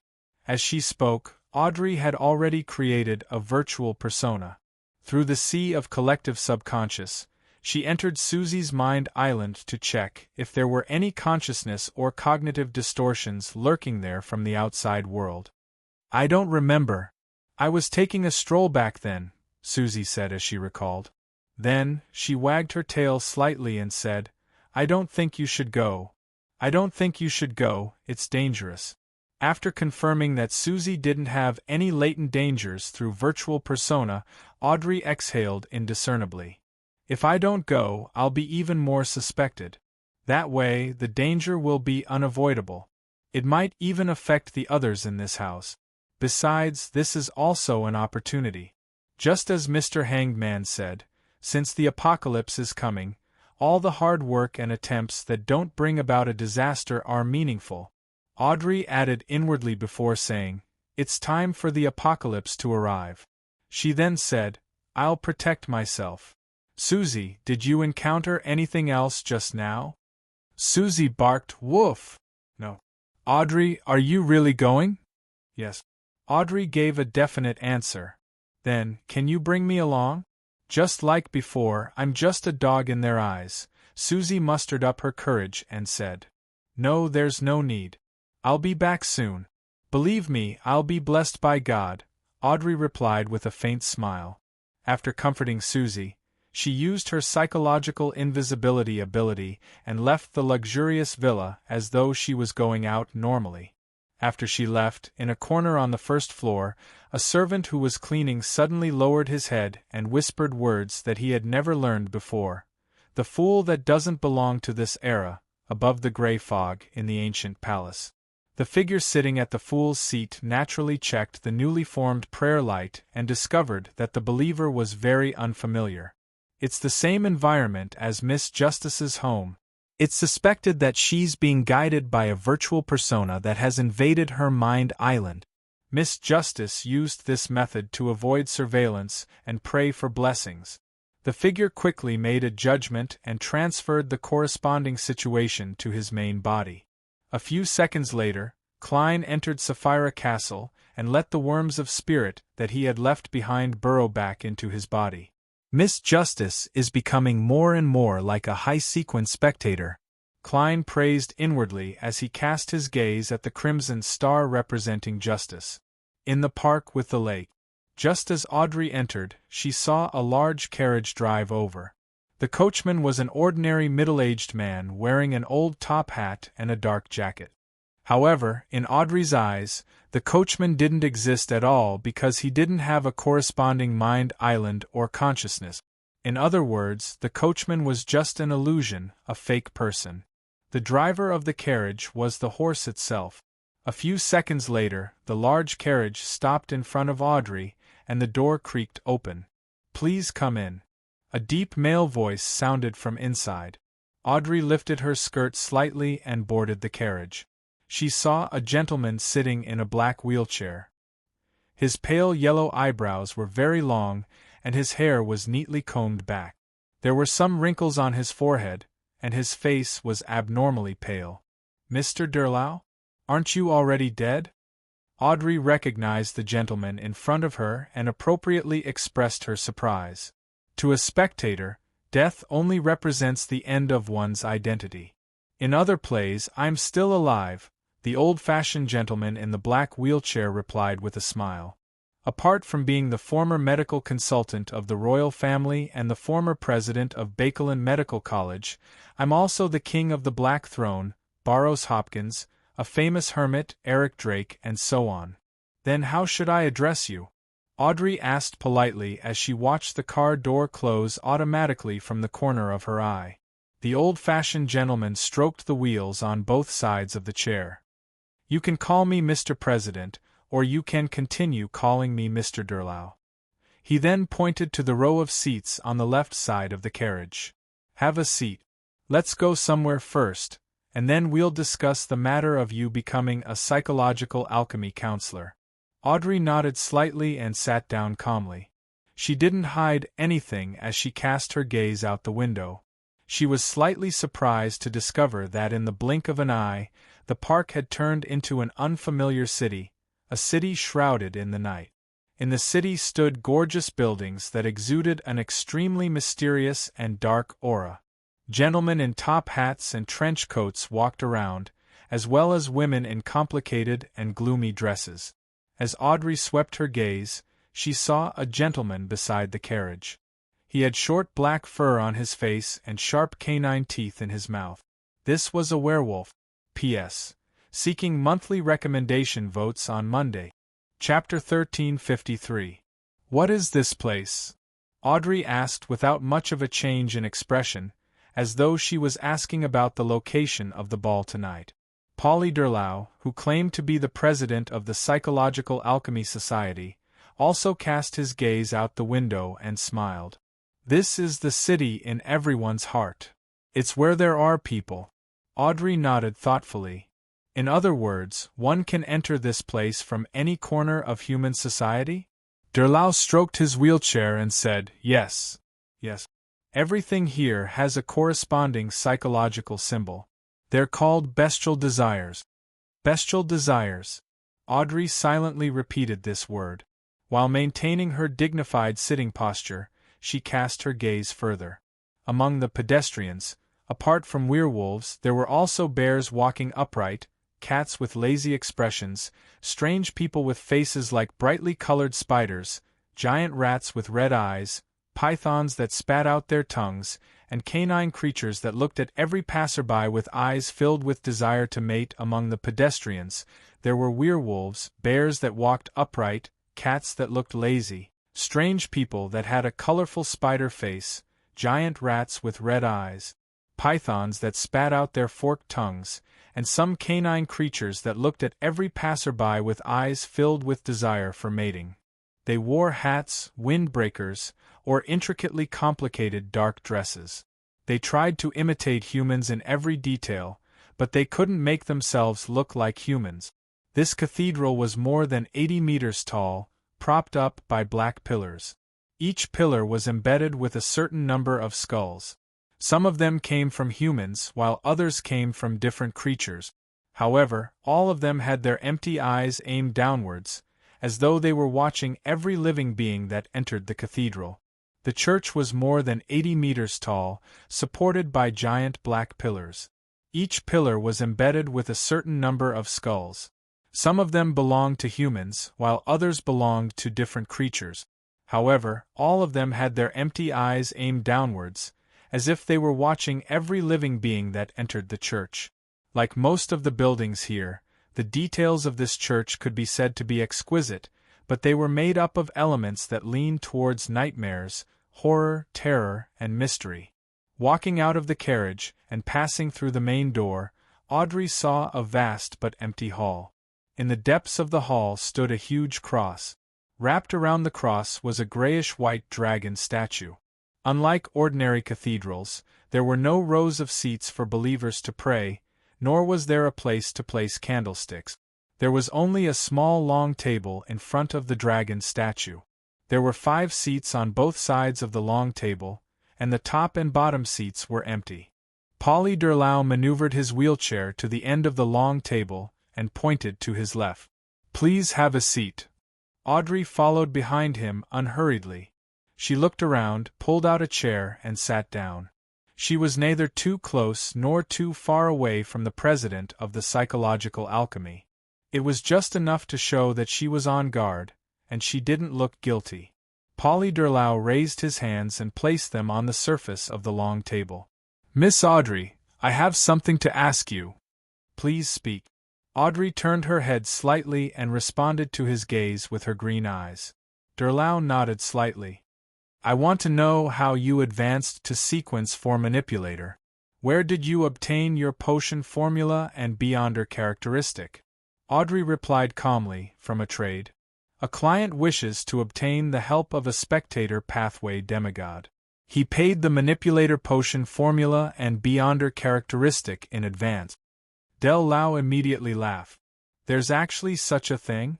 The generous conditions were like a father finding an excuse to give his daughter a gift. "Can you tell me what kind of help you provided?"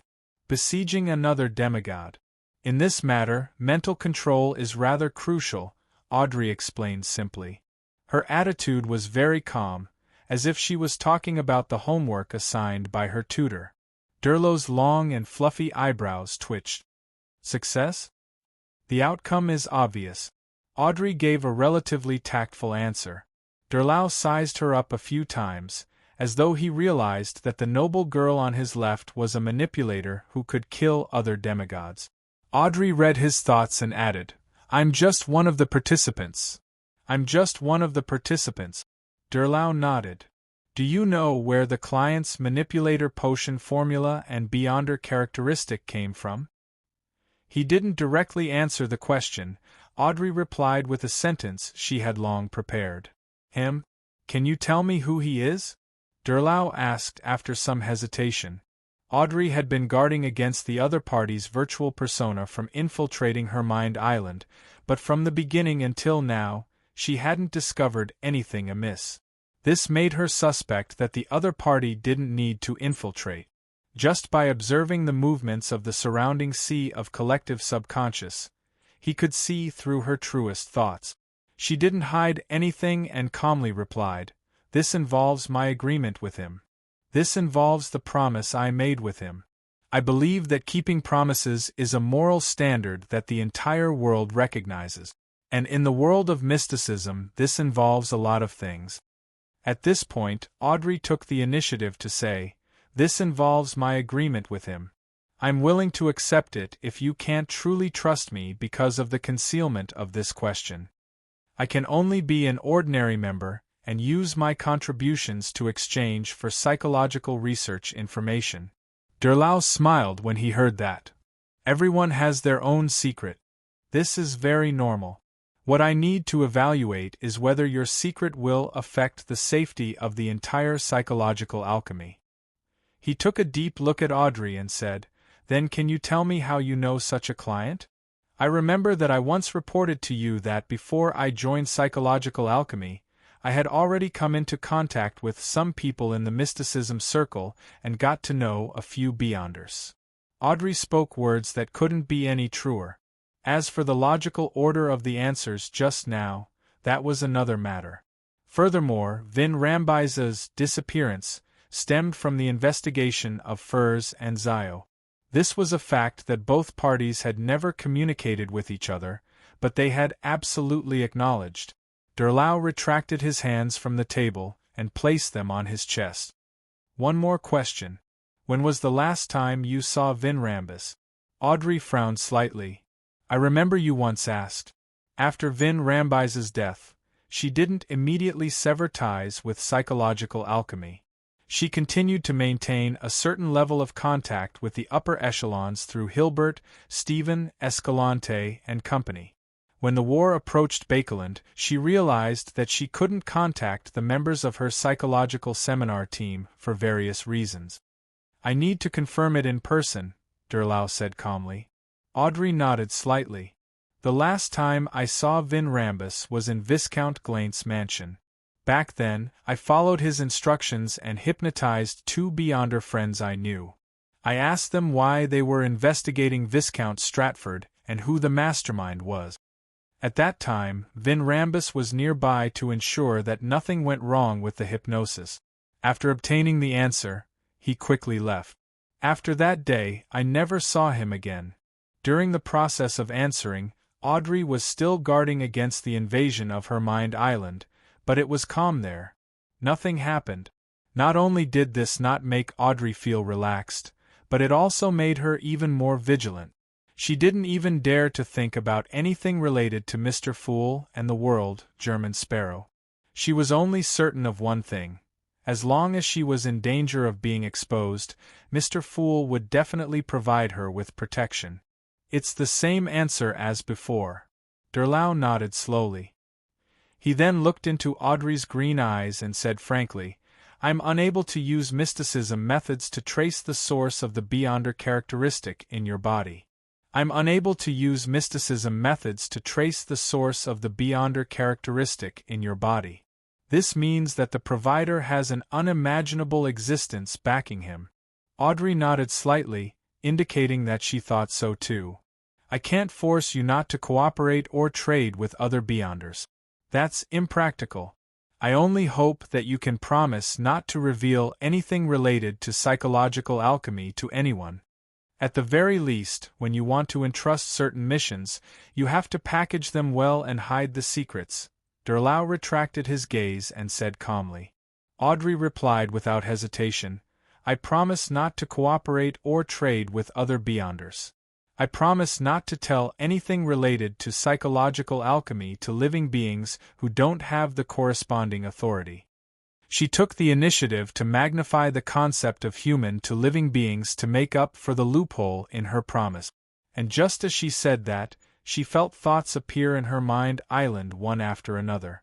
These thoughts intertwined together, turning into an illusory net that seeped into Audrey's mind island, turning into her subconscious.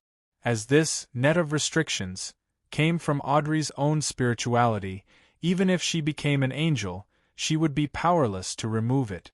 She would lose the will to communicate with non-members of psychological alchemy or members of psychological alchemy who didn't have the authority to do so.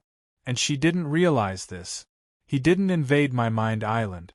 Just my own words made the promise materialize. While Audrey was alarmed, she didn't show it on the surface.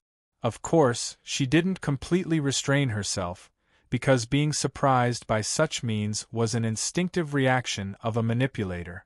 Based on this, she suspected that either there was a problem with the city in her mind, or that Derlau, the president of psychological alchemy, wasn't just at the level of a saint. Seeing Audrey make a promise, Derlau pointed at the long table in satisfaction. From now on, you are a counselor of the Psychological Alchemy Council. You can choose a persona mask as your code name. As he spoke, 7 grayish-white, rather illusory and abnormally cold masks appeared on the long table. 5 of them were placed in their respective positions, as though they already had owners. The remaining 2 personas are Wrath and Pride, Derlau introduced. They come from the Holy Bible of the Third Epoch. Audrey thought for a second and reached out to the mask that didn't contain any wrath. I choose Pride. Derlau glanced at her and chuckled. This was also Vin Rambise's choice back then. P.S. Seeking monthly recommendation votes on Monday. Chapter 1354. Audrey's right hand paused for a moment before returning to normal. She picked up the mask called Pride. The probability of 50% isn't low. She simply replied to Polly Derlau. This was to say that choosing the mask that Vin Rambis had once worn wasn't a surprising coincidence. After saying that, Audrey put on the cold gray mask on her face. Almost instantly, she felt that a virtual persona had appeared in her mind island. This did not come from the outside world, but from the magnification and extremity of her perception. Their education level is very low, and they have to be guided by me to make the right choice. Not everyone has enough wisdom. On the contrary, most people are stupid. Those workers act impulsively instead of rationally. They are easily tempted by small benefits and are short-sighted.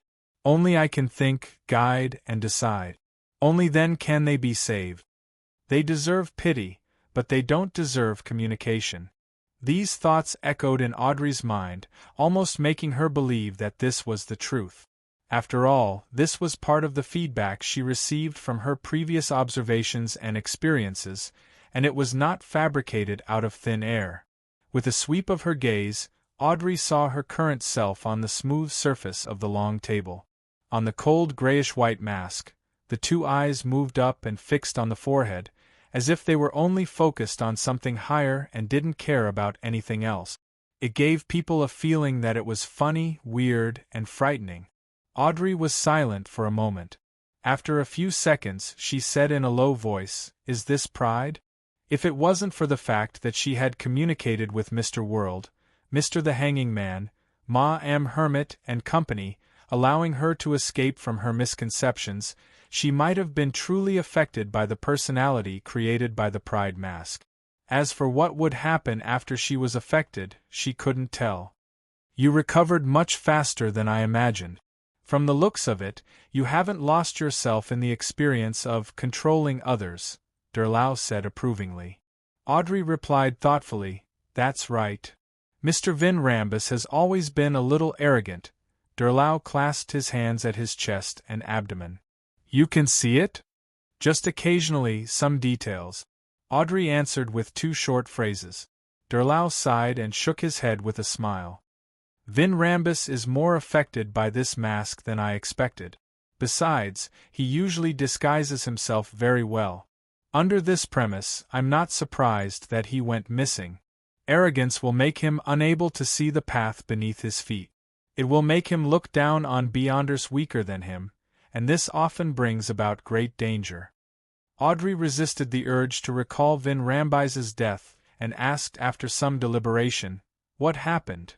These 7 masks can amplify the corresponding cognition and emotions, helping us to realize our own problems and solve them accordingly. At the same time, they also have certain negative effects, unknowingly changing the wearer's personality? Derlau nodded slightly. In the spirit domain, it's very difficult to have pure external help that doesn't cause any harm. One must have enough internal strength to avoid the corresponding negative effect. The fact that you can recognize this means that you are on the right path.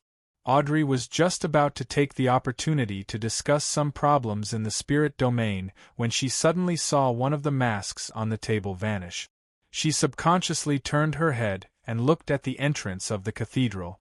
She saw a figure pass through the door and walk in. This figure was wearing a three-piece formal suit. He held a half-top hat in his hand and wore the mask that had just vanished. The mouth of this mask was very wide, reaching all the way to the ears. It remained open, as though it wanted to devour everything its two eyes saw. "This is one of our psychological alchemy counselors, Mr. Gluttony." Derlau introduced him to Audrey. Following that, the other counselors of the Psychological Alchemy Council arrived one after another. They were Mr. Lust, Ma'am Greed, Miss Sloth, and Mr. Envy. As a veteran spectator, the first thing Audrey noticed was the difference in their mask. Greed was similar to Gluttony. His mouth stretched to his ears, but it didn't open. Furthermore, his eyes were closed. Lust was similar to Pride, but his eyes were different from ordinary people's. They sunk to the middle of his nose, as though he was looking up from the bottom. The eyes of Envy's mask were slanted to a certain extent, and it had a gloomy temperament. The eyes of Sloth's mask were tightly closed, and the mouth was naturally drooping, giving off the feeling that the wearer was sleeping. Seeing that the original counselors were all present, Derlau smiled and said, "Let's wait for another friend. Let's wait for another friend. He will be the 7th member of the council. Hey, I forgot to count myself." Just as he said that, a figure entered the cathedral's main entrance.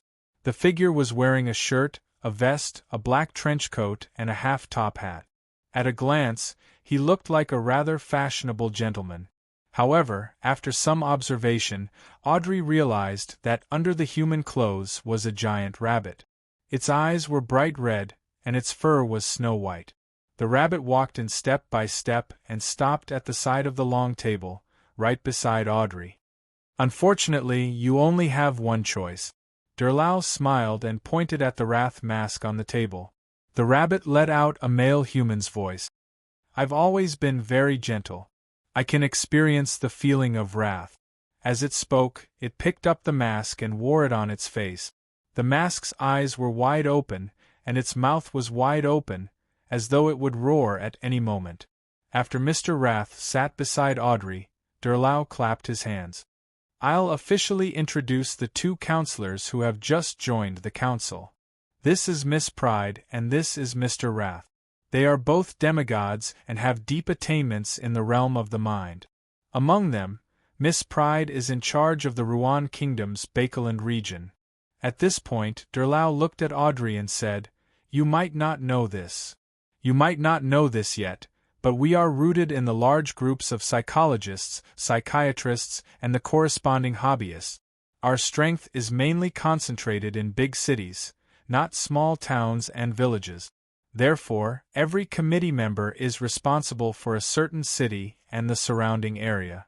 Then, Derlau continued, "Mr. Wrath is in charge of the capital of Lenberg as Hara, Mr. Lust is in charge of the capital of Intis, Trier, Ms. Greed is in charge of the capital of Fasak, St. Millum, Miss Sloth is in charge of the capital of Fainapotter, Fainapotter City, Mr. Envy is in charge of the Republic of Intis's Tillis City. Mr. Gluttony is in charge of the Constant City in the Kingdom of Ruan."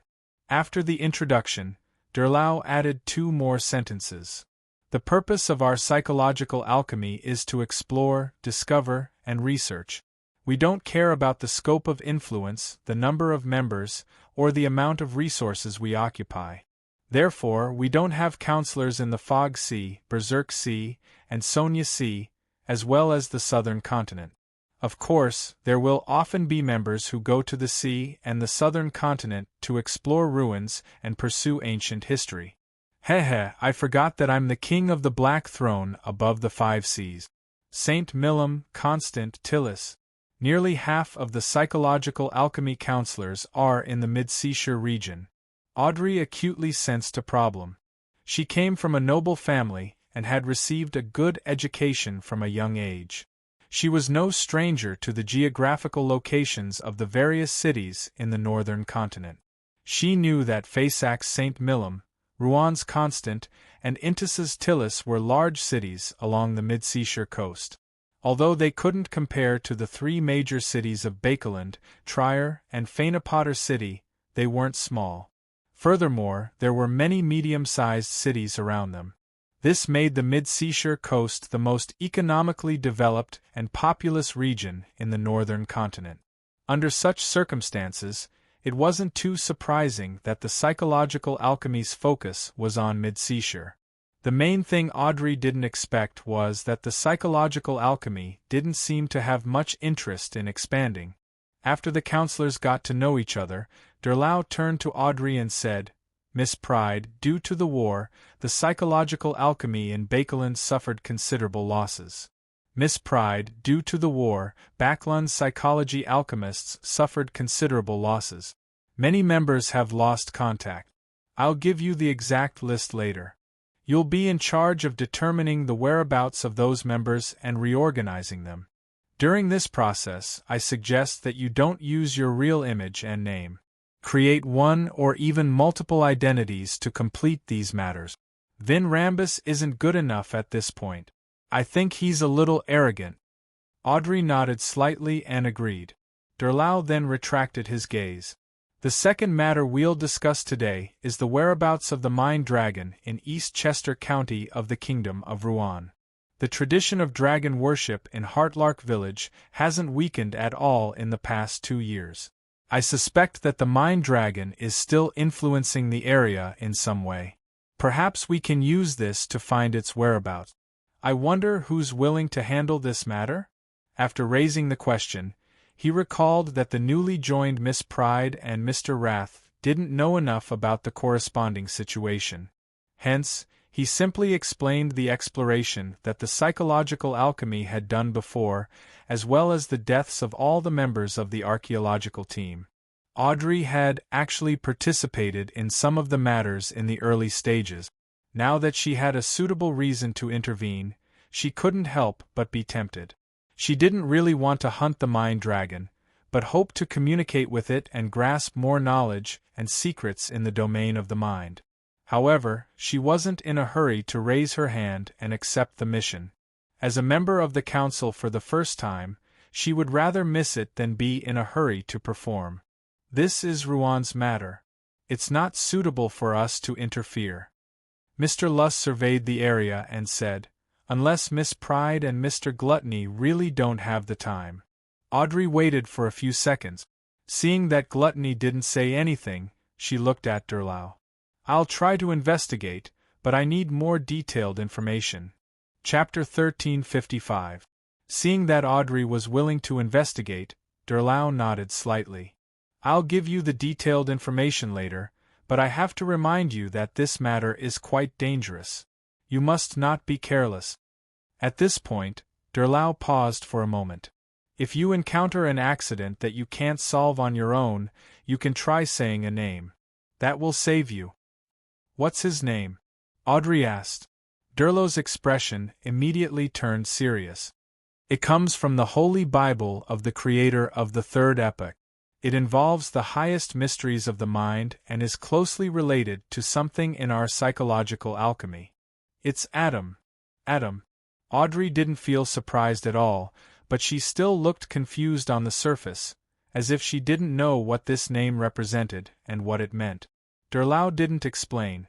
"As a counselor of the council, you should wield a Grade 1 sealed artifact. However, you and Rath have just entered the ranks, so you still need some time to observe them. Furthermore, the former counselor of the Bakeland region, Vin Rambus, lost a rather important sealed artifact.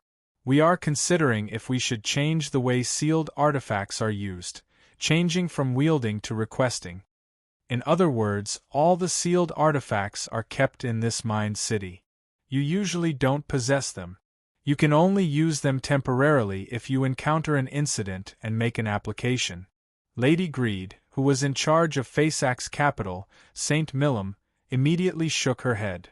This method has a very serious flaw, and that is, we can't deal with the unexpected. Be it enemies or monsters, once we encounter them, they won't give us the time to request for a sealed artifact. I think the current method is good enough. Everyone will wield a Grade 1 sealed artifact to deal with any accident. When there's a need, we can request for other items. Derlau laughed. It was indeed better in the past, but now you don't have to worry. As long as you have a chance to resist in the event of an accident, you can directly enter this soul city to hide from the enemy and claim the item. If you don't have the chance, say the name Adam like I said just now. You've said Adam twice, so it's very likely that he is already watching this place. No, he might have been watching this place from the very beginning. Audrey's heart almost beat faster when she heard that. Then how do we enter this place without your invitation? Mr. Envy asked as he nodded. Derlau pointed at his face. Starting from this council meeting, you can bring your own masks out of this city.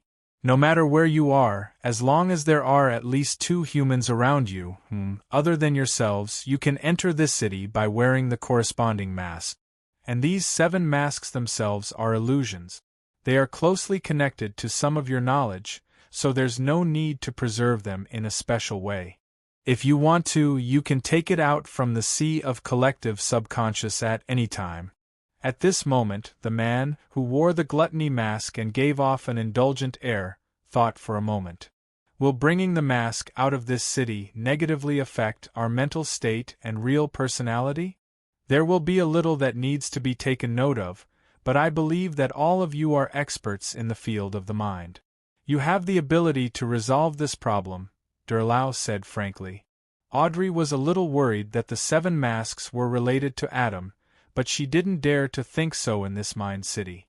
She forced herself to restrain her thoughts and replied to Derlau's previous words. I can accept the 2 storage methods for a Grade 1 sealed artifact. I will patiently wait for the end of the observation period. Miss, you aren't arrogant at all, Miss Sloth, who looked like she was sleeping, commented with a smile. After discussing the Mind Dragon in East Chester County, the other 5 counselors introduced the matters that were worth paying attention to in their respective areas and exchanged information. During this process, Mr. Gluttony, who seemed to be able to eat a cow at any moment and wear 10 rings, said, The constant area hasn't been peaceful recently. The constant area hasn't been peaceful enough recently. Many near-miraculous things have happened in a row. First, Constant City has been rebuilt overnight. Second, the citizens of Belton City have lost a period of memories at the same time. Third, there's a powerful magician who takes pleasure in fulfilling the wishes of others wandering the east coast of the mid-seashore. His name is Merlin Hermes. Related to this, there's also an item called the fully automatic wishing machine. Apart from these, I also noticed something abnormal. Many rats, cockroaches, and crows in Constant City have lost their minds within a few days of the city's miraculous recovery. Why are you able to sense this problem? Mr. Lust said to Gluttony as though he was looking up. Gluttony gulped and said, I've been studying the mental problems of ordinary creatures recently. Recently, I've been studying the mind of ordinary creatures. Rats, cockroaches, and crows are all my experimental subject. The counselors immediately began discussing this research direction, and the meeting officially entered the 3rd stage. Audrey gained a lot from their academic exchange. She listened rather seriously and would share some of her insights from time to time.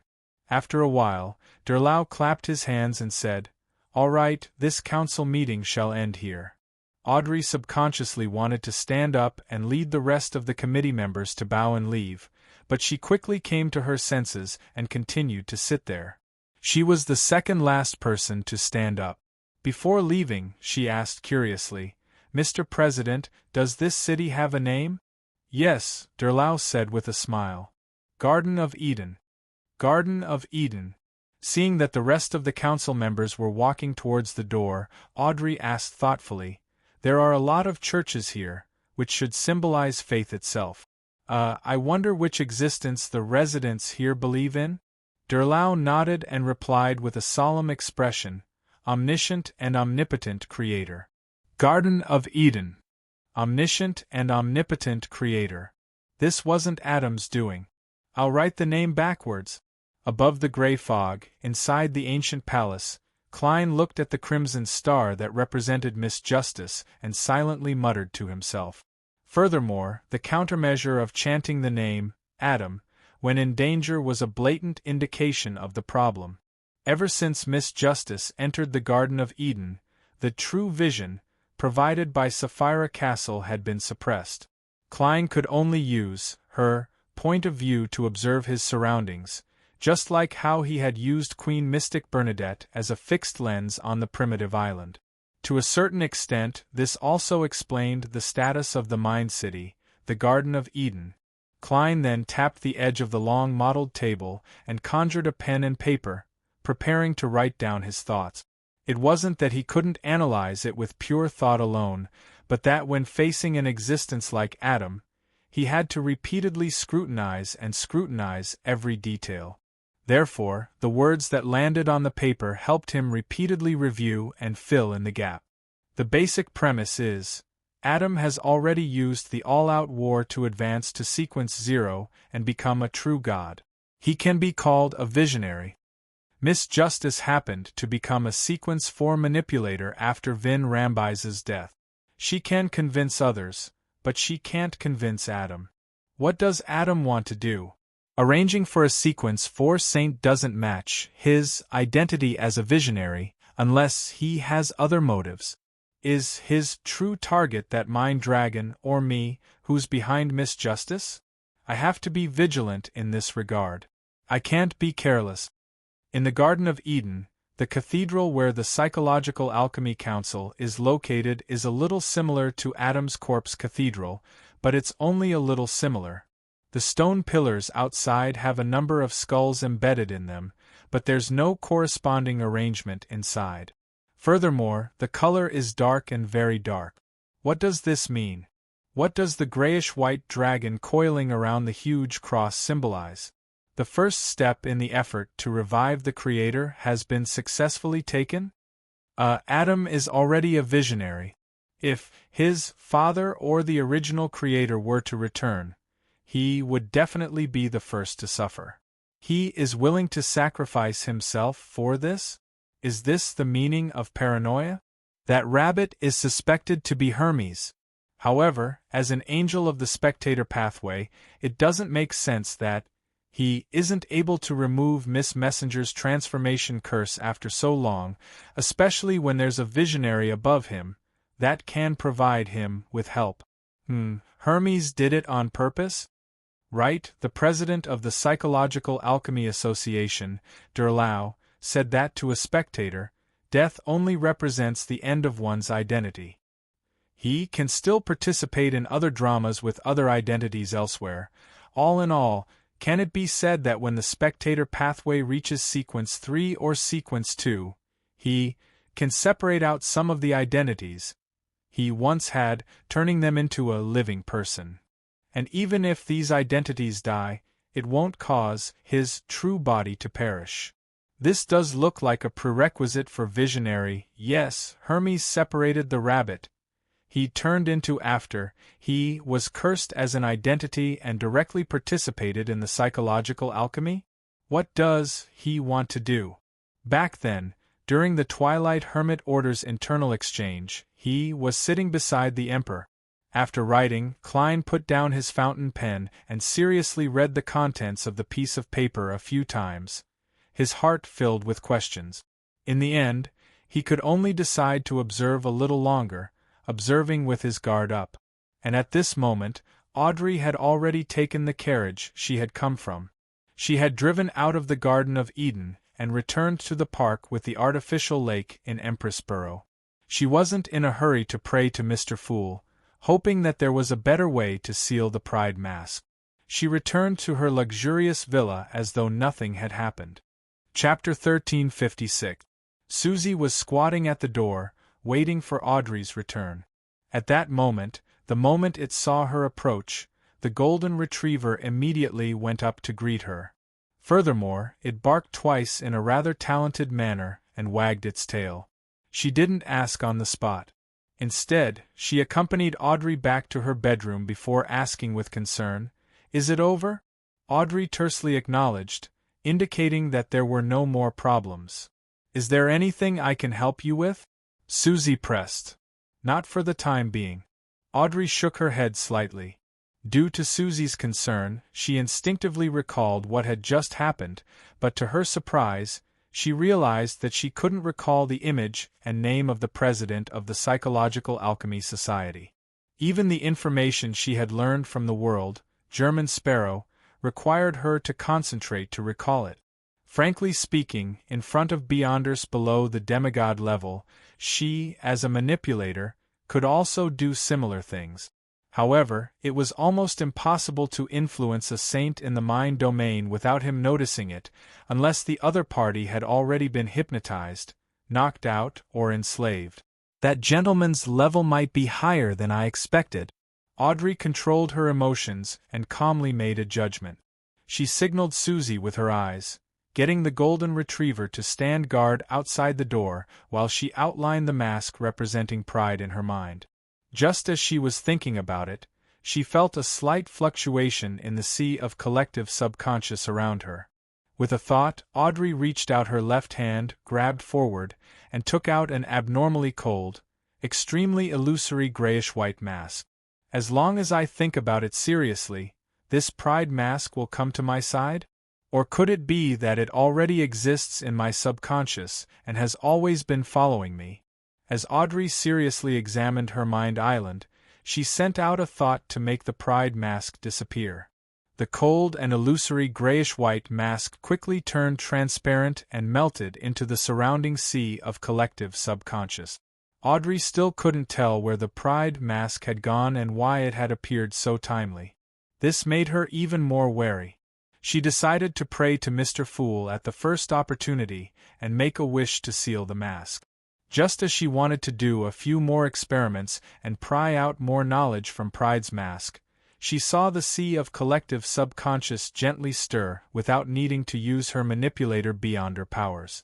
A glimmer swam over from afar, growing larger and more distinct until it finally turned into an illusory letter. The letter stopped in front of Audrey's mind island, as if it was looking for a way to complete the delivery. Of course, Audrey wouldn't let anything from the outside enter her consciousness. The world hurriedly stretched out her left hand and touched the illusory letter. Just as her fingers were about to touch the surface of the letter, Audrey suddenly stopped. Her experience and intelligence told her at the same time, don't rashly come into contact with anything in the mysticism world, especially in the mind domain. Otherwise, it's very easy to be corrupted, resulting in mental problems. With this in mind, Audrey created a virtual persona as the lead and wore the black gauze glove, Hand of Horror. After making the necessary preparations, she reached out to grab the illusory letter and watched it peel off its outer layer in her palm before unfolding page by page. This was all the information related to the Mind Dragon in East Chester County. Using the sea of collective subconscious to transmit information, the high-level powers of the spectator pathway are truly magical. As a manipulator, Audrey had always been working hard to maintain her initial yearning for the mysticism world, the pure pursuit of fantasy and magical. This was one of the ways she didn't allow herself to lose herself in the experience of controlling, and to not be gradually assimilated by the sea of collective subconscious. After flipping through all the information, Audrey let the illusory letter melt into the sea of collective subconscious. She still wasn't in a hurry to pray to Mr. Fool. According to her previous arrangements, she went out to busy herself with other matters. At dusk, before the banquet began, she found some time to quickly pray in her bedroom and make a wish.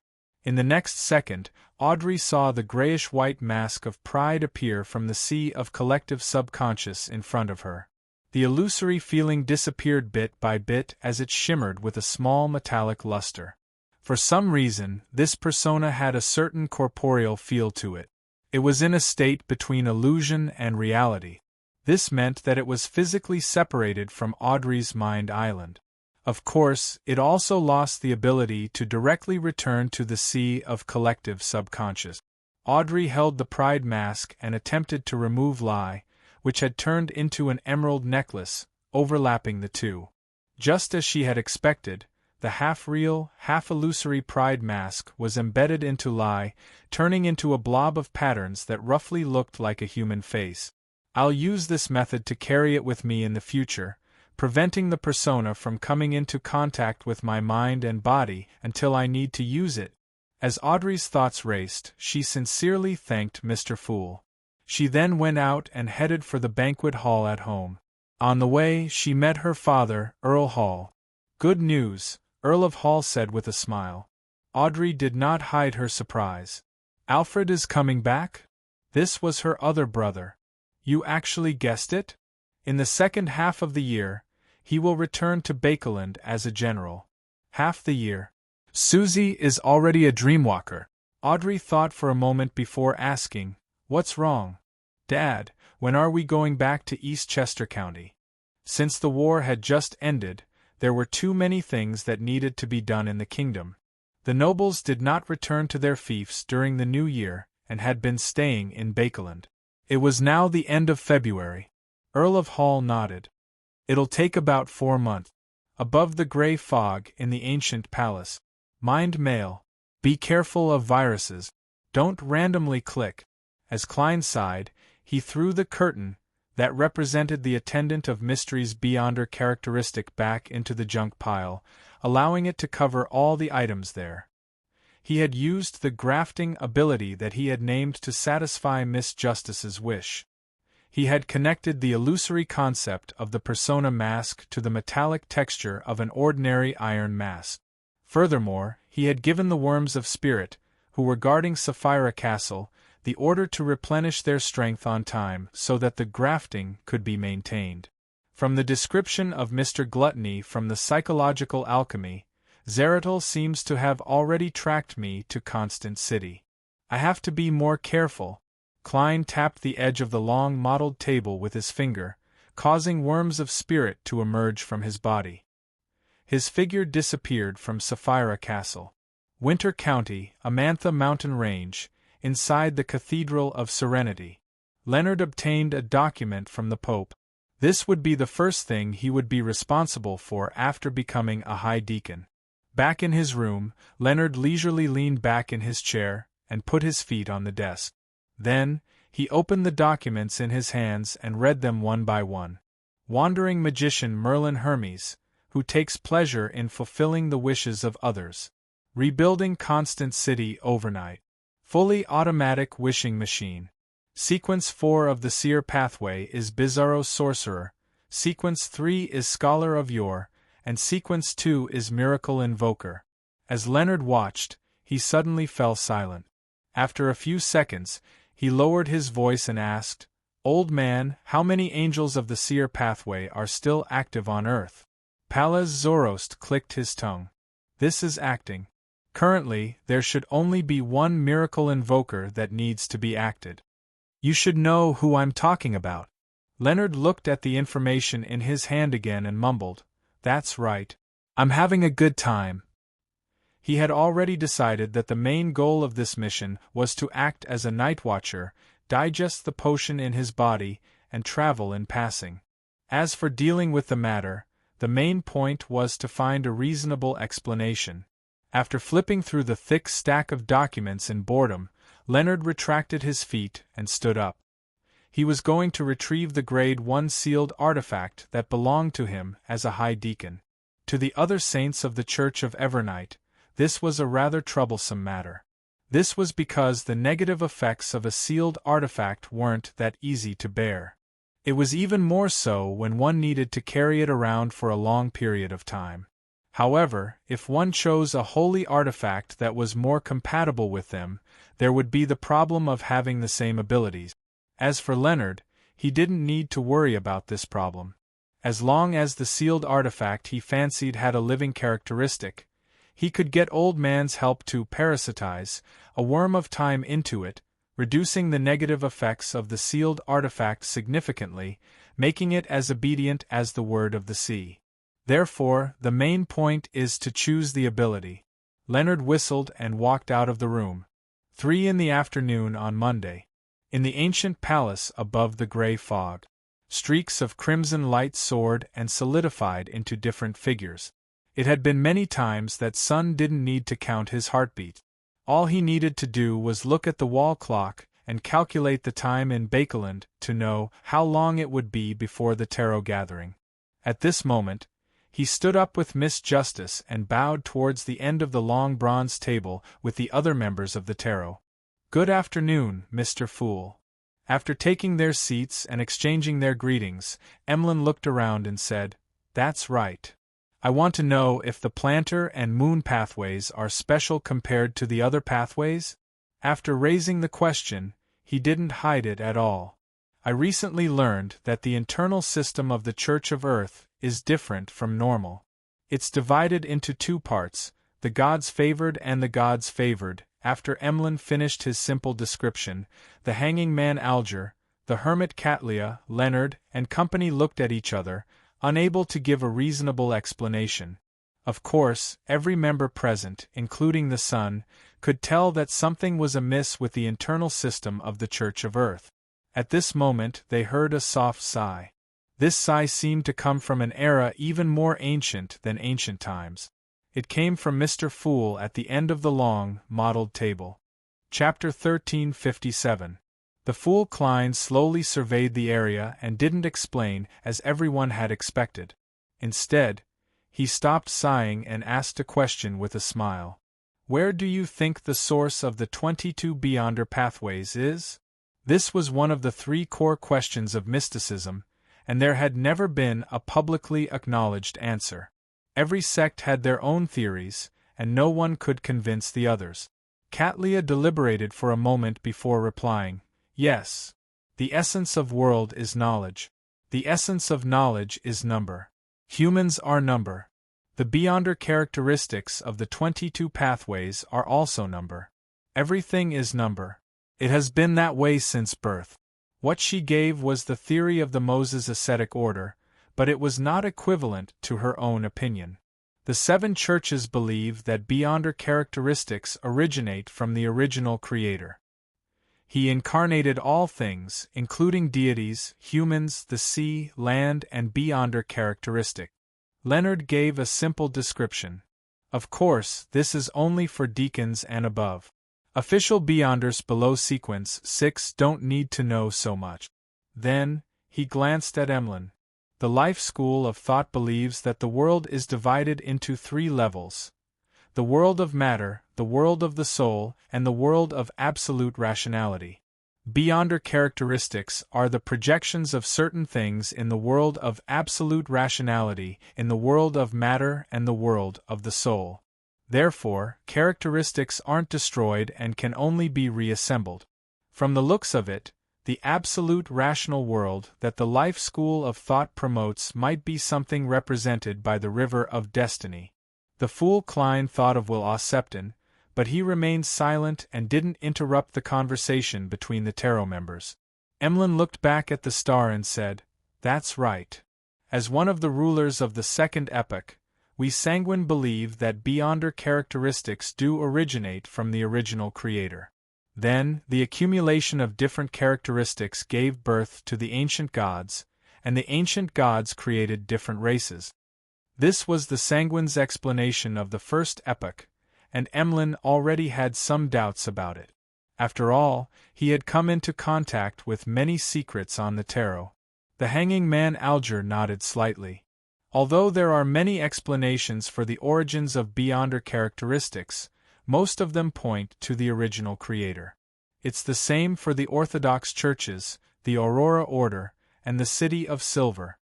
In other words, it's common knowledge that Beyonder characteristics originate from the original Creator?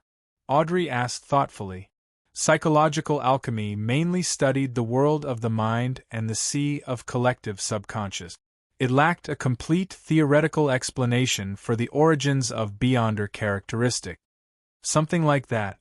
The hanging man Alger didn't hide his opinion. At this moment, the fool Klein said with a sigh, "That's right. Not everything." He did not give a lengthy explanation, only giving a relatively vague answer. Not all of them. Mr. Fool means that the Beyonder characteristics do originate from the original creator, but not all of them. A small number of them are special cases? This is the reason for the special existence of the plantar and moon pathway? The hanging man Alger instantly thought of many things and grasped the crux of the problem. As this matter had nothing to do with her, Magician's Furs had been listening leisurely by the side. At this moment, she asked curiously, "Honorable Mr. Fool, you seem to mean that most Beyonder characteristics originate from the original creator, and the plantar and moon pathway are exceptions. Then, where do they come from?" The fool Klein said rather succinctly, "The cosmos." The cosmos. Emlyn was alarmed when he heard that. He realized that the matter might be more serious than he had imagined. The tarot had already shared the corruption of the underground and the dangers of the cosmos. All members knew that just understanding these two concepts would lead to corruption. When Audrey, the hermit Catlia, and company looked at each other, the fool Klein maintained his sigh and added, "It's not just these two. It's not just these two." He had been communicating with the Seven Lights all this time. He had already confirmed that 6 of the 22 Beyonder pathways belonged to the outer deities. "Honorable Mr. Fool, who else came from the cosmos?" Audrey habitually raised her hand and asked warily and curiously. The fool Klein replied succinctly, "That's right. Prisoner, criminal, lawyer, arbitrator. The first 2 came from the mother tree of desire, while the latter 2, together with the nation of disorder, came from the son of chaos. Chaos breeds order, and order carries its own shadow. Arbiter." Magician's Furs turned her head in surprise and glanced at Zio. Just a moment ago, she thought that this matter had nothing to do with her, and that she could just watch from the sidelines without worrying. Who knew that the fire would burn to her doorstep? Zio frowned slightly and looked at the end of the long bronze table. "Honorable Mr. Fool, I usually don't sense anything abnormal, nor have I received a divine revelation. Yes, it's from someone other than you." The fool Klein smiled. Arbiter and lawyer are relatively good. Based on his understanding, the son of chaos didn't have a deep influence on the arbiter and lawyer pathways.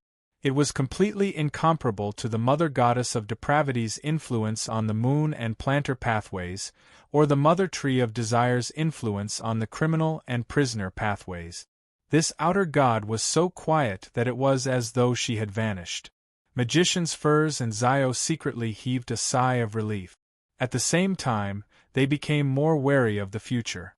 Seeing that Mr. Fool didn't explain further, Emlyn organized his thoughts and said, "That's right. The uniqueness of the plantar and moon pathway comes from the cosmos. The divine revelation they sensed might very well be a form of corruption?" The hanging man Alger looked at Mr. Fool at the end of the long, mottled table. Seeing that he had no intention of speaking, he nodded. "Something like that. This is a test for me." Emlyn sighed inwardly and said, "I've already grasped the names of the high-sequence potions of the plantar and moon pathways.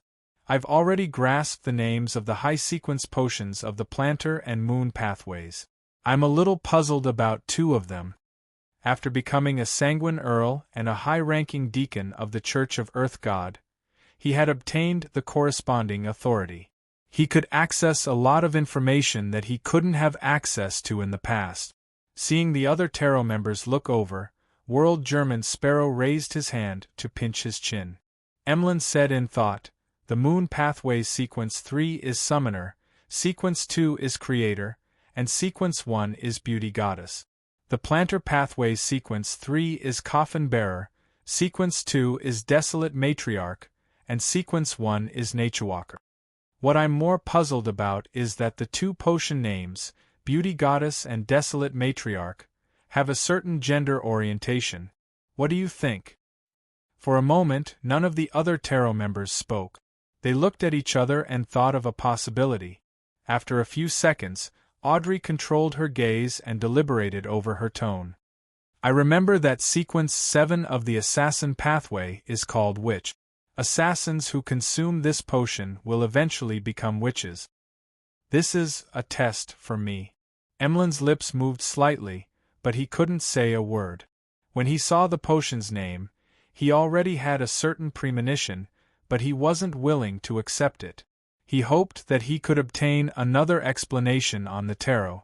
Don't worry, there's a high chance that you won't become an angel. Even if you can, you won't have the chance to become a beauty goddess.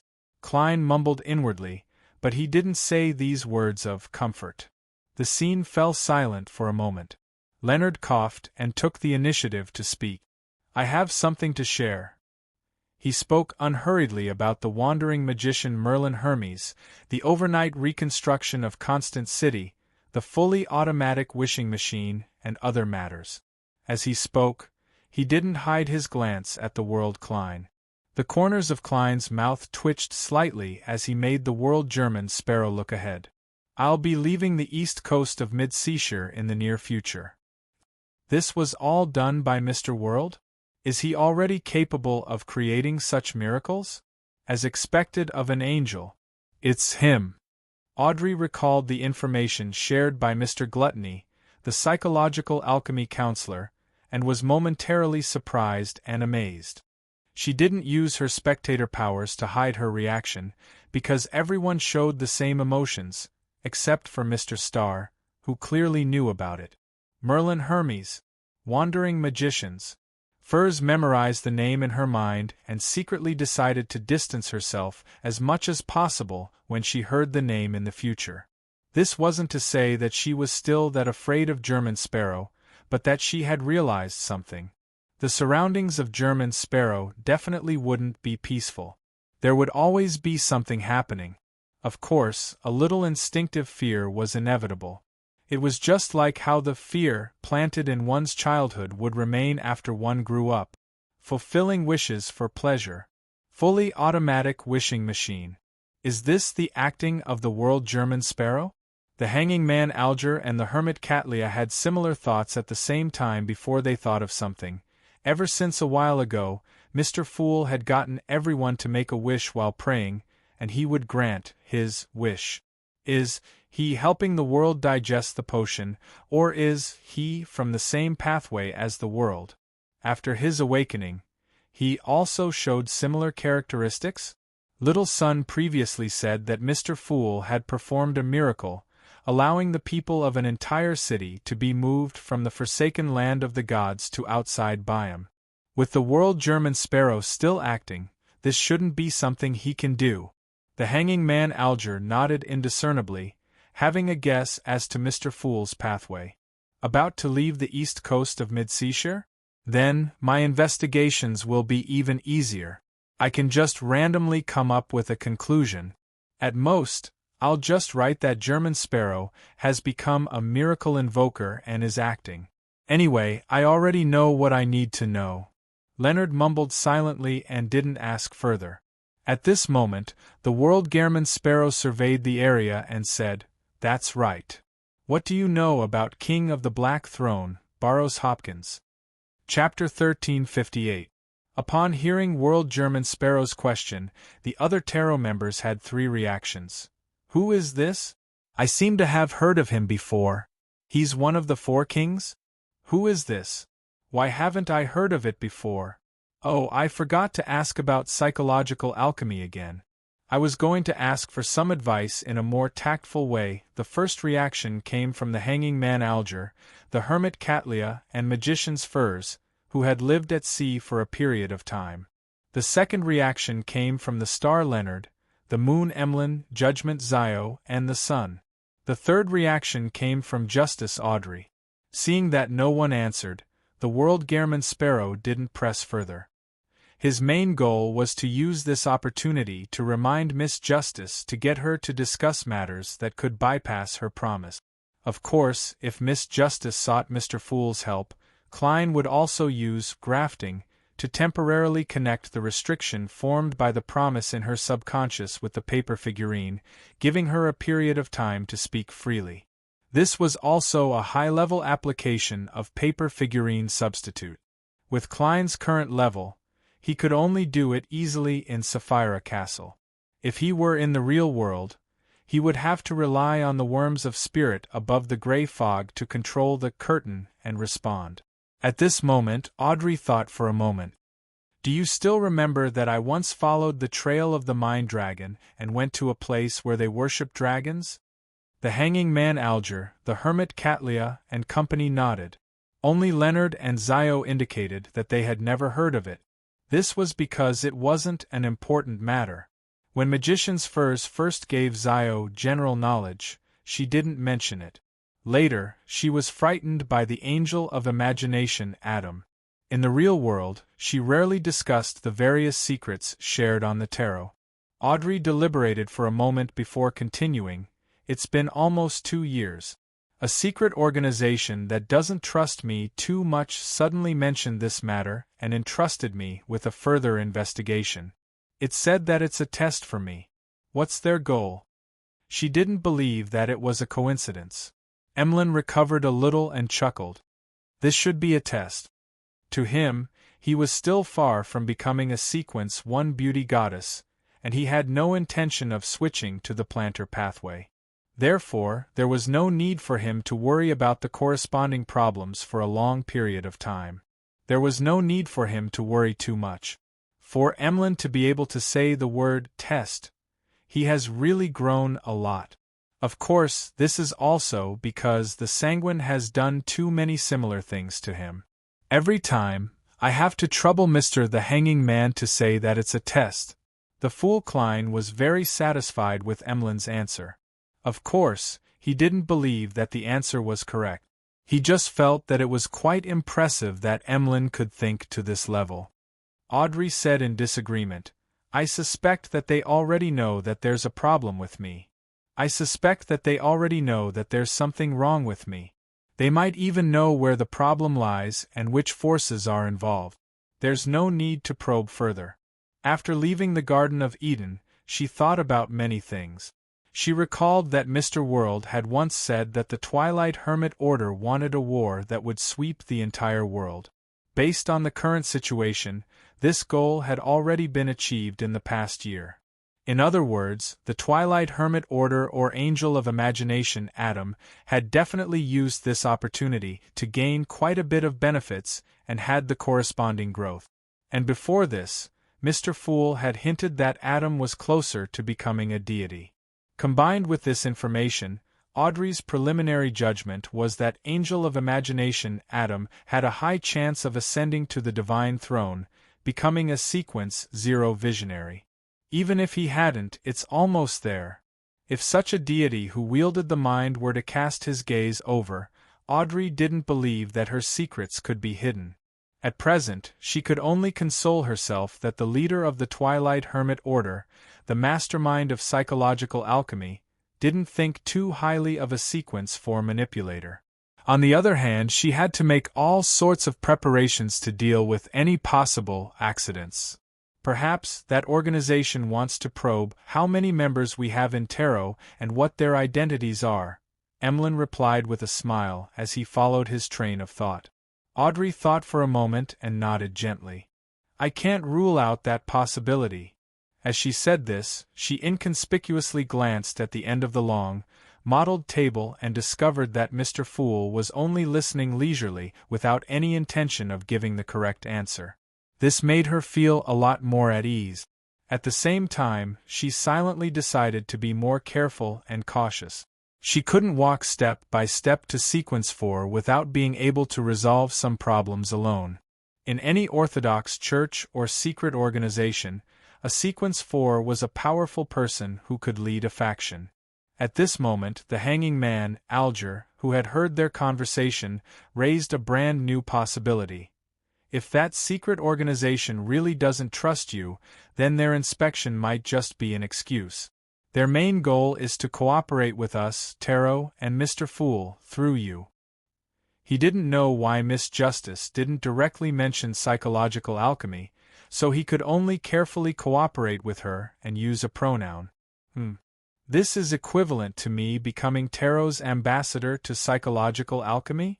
Audrey nodded slightly. That's also a possibility. Then what should I do next? The hanging man, Alger thought for a moment and said, stall for time. Good idea. Good idea. Magicians Furs and Emlyn expressed their agreement inwardly. After Alger gave the overall strategy, he added in detail, stall for time to go to that place first. Let's delay our trip to that place first and find an excuse not to go until the last moment. When we arrive at that place, we'll start investigating from the periphery and use caution as an excuse to slow down the speed of the investigation. When we really can't delay it any longer, we can deliberately make mistakes in certain matters and create a certain commotion, allowing the mind dragon to detect it ahead of time and eliminate any traces. If that secret organization really has an additional goal, the longer you delay it, the more they won't be able to sit still, and once they become anxious, they will expose the problem. Katlia nodded when she heard that. This is the most suitable response for now. I understand. Thank you, everyone. Audrey also felt that Mr. the Hanging Man's suggestion was in line with her thoughts. However, she didn't procrastinate on a certain matter. She immediately turned her head and looked at the end of the long, mottled table and bowed. Honorable Mr. Fool, has the Angel of Imagination, Adam, advanced to Sequence 0? Not bad to be able to realize this. The Fool Klein leaned back in his chair and chuckled. Only when the apocalypse is approaching did he finally take this step.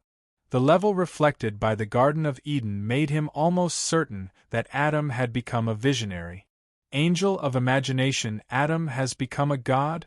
This news immediately reverberated in the minds of Derek and the others, and it took a long time for them to calm down. As expected, Audrey pursed her lips and thanked him before asking, "What's the matter?"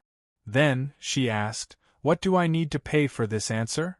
The Fool Klein looked around and said, "There's no need. This is a reminder. This is a reminder." After this topic ended, because most of the members of the Tarot were still immersed in the shock of Adam becoming a true god, no one spoke for a while. After a few seconds, Derek looked to his left and right and probed, "What's going on?" The City of Silver has already reclaimed the surrounding fields and planted wheat and other crops, but the harvest isn't imminent. I want to know what we can do to earn gold pounds to buy supplies. After the initial assistance, the Church of the Sea God and the Rorstad Archipelago government stopped providing free assistance. After all, their economic strength was rather limited. Faced with this situation, the City of Silver and Moon City each sold a batch of Beyonder characteristics and monster hides in exchange for a large amount of money that could be used to buy all kinds of supplies. However, with the entrance to the Forsaken Land of the Gods closed, the Beyonder characteristics and monster leather could no longer be effectively replenished. It was impossible for the City of Silver and Moon City to give up their military strength, sell large amounts of strategic resources, and neglect the nurturing of their descendants. Therefore, once the existing gold pounds, gold, jewelry, and other items were depleted, they would undoubtedly fall into a predicament. For this reason, the six-member council had recently been vexed over how to earn gold pounds from the outside world and how to establish a stable economic system. This was beyond their capabilities. The batch of Beyonder characteristics that the City of Silver and Moon City had previously given were mainly bought by the Church of the Sea God and the Rorstad Archipelago's government to establish their own official Beyonder faction. After all, the number of Beyonders needed for destruction was on a completely different level from the number of Beyonders needed to stabilize the rule of an area. In addition, in the entire Rorstad Archipelago, only Sea God Cavituous and the Church of the Storm's Cardinal Alger Wilson were demigods. This was a little insufficient for a new regime, especially since the Church of the Storm and the Church of the Sea God weren't allies. After hearing Little Sun's request for help, The other members of the tarot began to seriously consider what the residents of the City of Silver and Moon City could do. Audrey thought for a moment and said, "What are you best at?" "Combat," Sun answered without any hesitation. The hanging man Alger nodded slightly when he heard that. When the hanging man Alger heard that, he nodded slightly. Although the Great World War has ended, the colonial order in the southern continent has not been effectively restored. It's still very chaotic there, with small-scale wars breaking out from time to time. You can try to form 2 or 3 mercenary teams and accept employment from any force. Military contractors. Klein came up with a more modern term in his mind. That's a good idea. Derek's eyes lit up. The hanging man, Alger then asked, "Fighting is a survival instinct. Other than this, is there anything else you want to do?" Derek replied, a little embarrassed, "That's right. Many people wish to become chefs, winemakers, or work in candy factories." Chapter 1359. After hearing the wishes of the residents of the City of Silver, a thought instantly surfaced in Klein's mind. Why is it all related to food? The hanging man Alger thought for a moment and said to son Derek, "You can let people with such thoughts join a trade union in Byam. You can totally let people with such thoughts join a trade union in Byam. Through them, you can find suitable teachers. You can also directly invite people with such specialties to teach in the new City of Silver and give them generous reward. Of course, the premise is that you have to let the residents master the common language of the Rorstad archipelago as soon as possible. On this basis, Rouen, Ancient Fasak, and Dutanese can also be put on the agenda." After the hanging man finished speaking, the hermit Katlia also gave her suggestion. Apart from organizing mercenary teams, you can also try applying for public positions in the various cities of the Rorstad archipelago and be in charge of handling Beyonder matters. Although the Rorstad archipelago government and the Church of the Sea God had obtained a batch of Beyonder characteristics and the corresponding potion formulas from the City of Silver and Moon City, they were unable to nurture enough Beyonders in a short period of time. Sequence 9 was relatively fine. By choosing people with good mental, and physical health to consume the potion, the chances of encountering a loss of control and madness were actually very low. Further up, acting might not be successful, and acting also required time. Under such circumstances, as long as the residents of the City of Silver could become a member of the official factions, they wouldn't have to worry about losing their jobs in the future. Of course, the Rorstad archipelago government would definitely control the number of applicants. The City of Silver couldn't completely solve everyone's employment problems through this method. Klein agreed with Hermit's suggestion. Furthermore, he believed that it was necessary to give Donnas a revelation, so that the Rorstad archipelago government and the Church of the Sea God could increase the number of official Beyonders within a certain range. This wasn't to help the residents of the City of Silver and the non-deformed people in Moon City find jobs, but to deal with the approaching apocalypse, the deepening of the outer deity's corruption, and the increasing frequency of Beyonder incidents. At this moment, Katlia glanced at Miss Justice and continued speaking to son Derek. "You can try to invest in the mines, spice plantations, and plantations in the Rorstad archipelago. You can buy fertile land and productive forest farms. They are all very cheap now.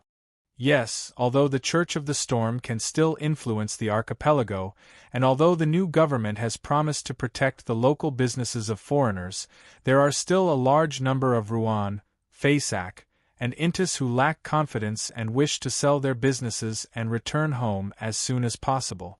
That oracle named Donnas had recently bought a spice manor." Derek recalled what he had heard and was suddenly enlightened. Katlia's suggestion gave the others some inspiration. Audrey immediately added, "That's right. When you go to negotiate, it's best to hire a few professional lawyers. Otherwise, you'll be easily deceived. Oh, if you think it's necessary, you can bring along the psychoanalyst in the city. Also, you have a medium-sized port behind you, so you can develop the corresponding economy to deal with the situation where the official beyonders of the Rørsted archipelago government and the Church of the Sea God lack sufficient common sense. You can set up courses for outsiders in the generic schools of the new city of Silver. Oh, delete the parts of knowledge that are easy to cause conflict with the Orthodox churches. The railroad that connects the new city of Silver to the other cities has to be built as soon as possible. Derek was taken aback when he heard that. He hurriedly raised his hand and said, "Sorry. I need to write down what I just said. I forgot that he doesn't have a foundation in economics." Audrey reflected on herself and shut her mouth. She smiled and gestured for little son to seek help from Mr. Fool. After Derek conjured a pen and paper and jotted down the previous suggestions, Audrey, Emlyn, Leonard, and the other members of the Tarot gave their own thoughts and refuted each other's immature and unrealistic suggestions. This lively scene lasted for nearly half an hour before it ended. Son looked at the stack of paper in front of him that wasn't considered thick or thin and couldn't help but smile. It was as if he could already see the beautiful future of the city of Silver. Sitting at the end of the long, mottled table, the Fool Klein sighed for some baffling reason. His heart felt a lot heavier. If one didn't think about the apocalypse in more than 10 years, the discussion about the bright future of the city of Silver was indeed gratifying. However, the arrival of the apocalypse wouldn't change because of the will of humans, not even saints or angels. Retracting his gaze from the paper in front of him, Derek deliberated for a moment before saying, "We've already built a temple and cathedral that belongs to Mr. Fool. What do we need to pay attention to if we want to preach to the various cities in the archipelago?" Alger frowned slightly and said, "That's right. Have you written the Holy Bible? Have you designed the flow of the Mass and the details of the prayers?" "Yes." Son nodded heavily. It was all based on the miracles that Mr. Fool had shown and Derek's own understanding, as well as the religious scriptures left behind by the Creator. Furthermore, the city of Silver had also prayed to the Fool and explained the matter. His attitude was to acquiesce. "Has the internal system of the church been set up?" Alger continued asking. Derek subconsciously glanced at Mr. Fool, who was shrouded in layers of grayish-white fog, and he turned his head. He turned his head and said, "Currently, it's imitating the internal system of the other churches. The chief of our 6-member council is also the archbishop, and a group of residents who are passionate about preaching have been appointed as bishops and priests. As for the internal organization of the church that dealt with beyonder matters, the city of Silver didn't have one. This was because most of them were beyonders, and they usually had corresponding organizations." Seeing that Mr. Fool didn't object or agree, the hanging man Alger thought as he controlled his desire to teach. He nodded slightly and said, "You can try doing that first." He paused for a moment before saying, "But pay attention to 2 things. But you have to pay attention to 2 things.